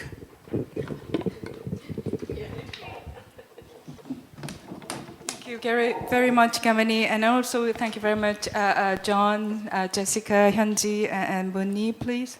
Thank you so much. Please give them a big support again for finishing up their discussions. I'd like to thank all of you, and especially the ladies at the back from the Pakistani team, that she addressed the right aim of our center, that we are not giving prescriptions through our research. We would like to take the process together with expert groups and also the working members on site to develop the process together and to use those kind of process together to build up our skills both as expert levels and also the site levels and the people's communities in practical levels as well. So thank you very much for addressing these two issues, and please stay with us until the finishing our research on those two topics so that we can actually work together and have the outcome together. Now, this is we are approaching to the final stage of ending for those 2 days, yesterday and today. So I would like to invite our Deputy Director General, Mr. Jae-Sun Lee, to the floor to make the final remarks. Please welcome our Deputy Director, Mr. Lee, please, to the floor.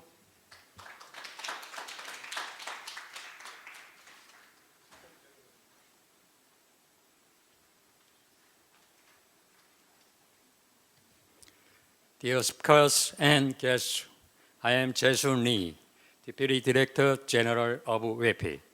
It was a long day, and we are happy to end our forum with valuable discussions. This annual forum aims to share the process and outcome of our activity. I extend my thanks to the keynote speakers, Professor David Ocher, for sharing your valuable knowledge. I also want to thank the organizers and speakers. I hope the forum gave you a lot of inspiration and it helps you better understand the importance of heritage interpretation. We will look forward to your continuous interest in the activity of WIPI. Thank you very much.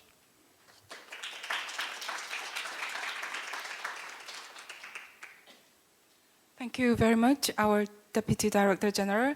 This is all we prepared, and thank you very much again for the speakers and also the participants to staying with us until the end of today and also yesterday, and also for the audiences who is online as well. Thank you again. Yeah, that's all we have. Thank you.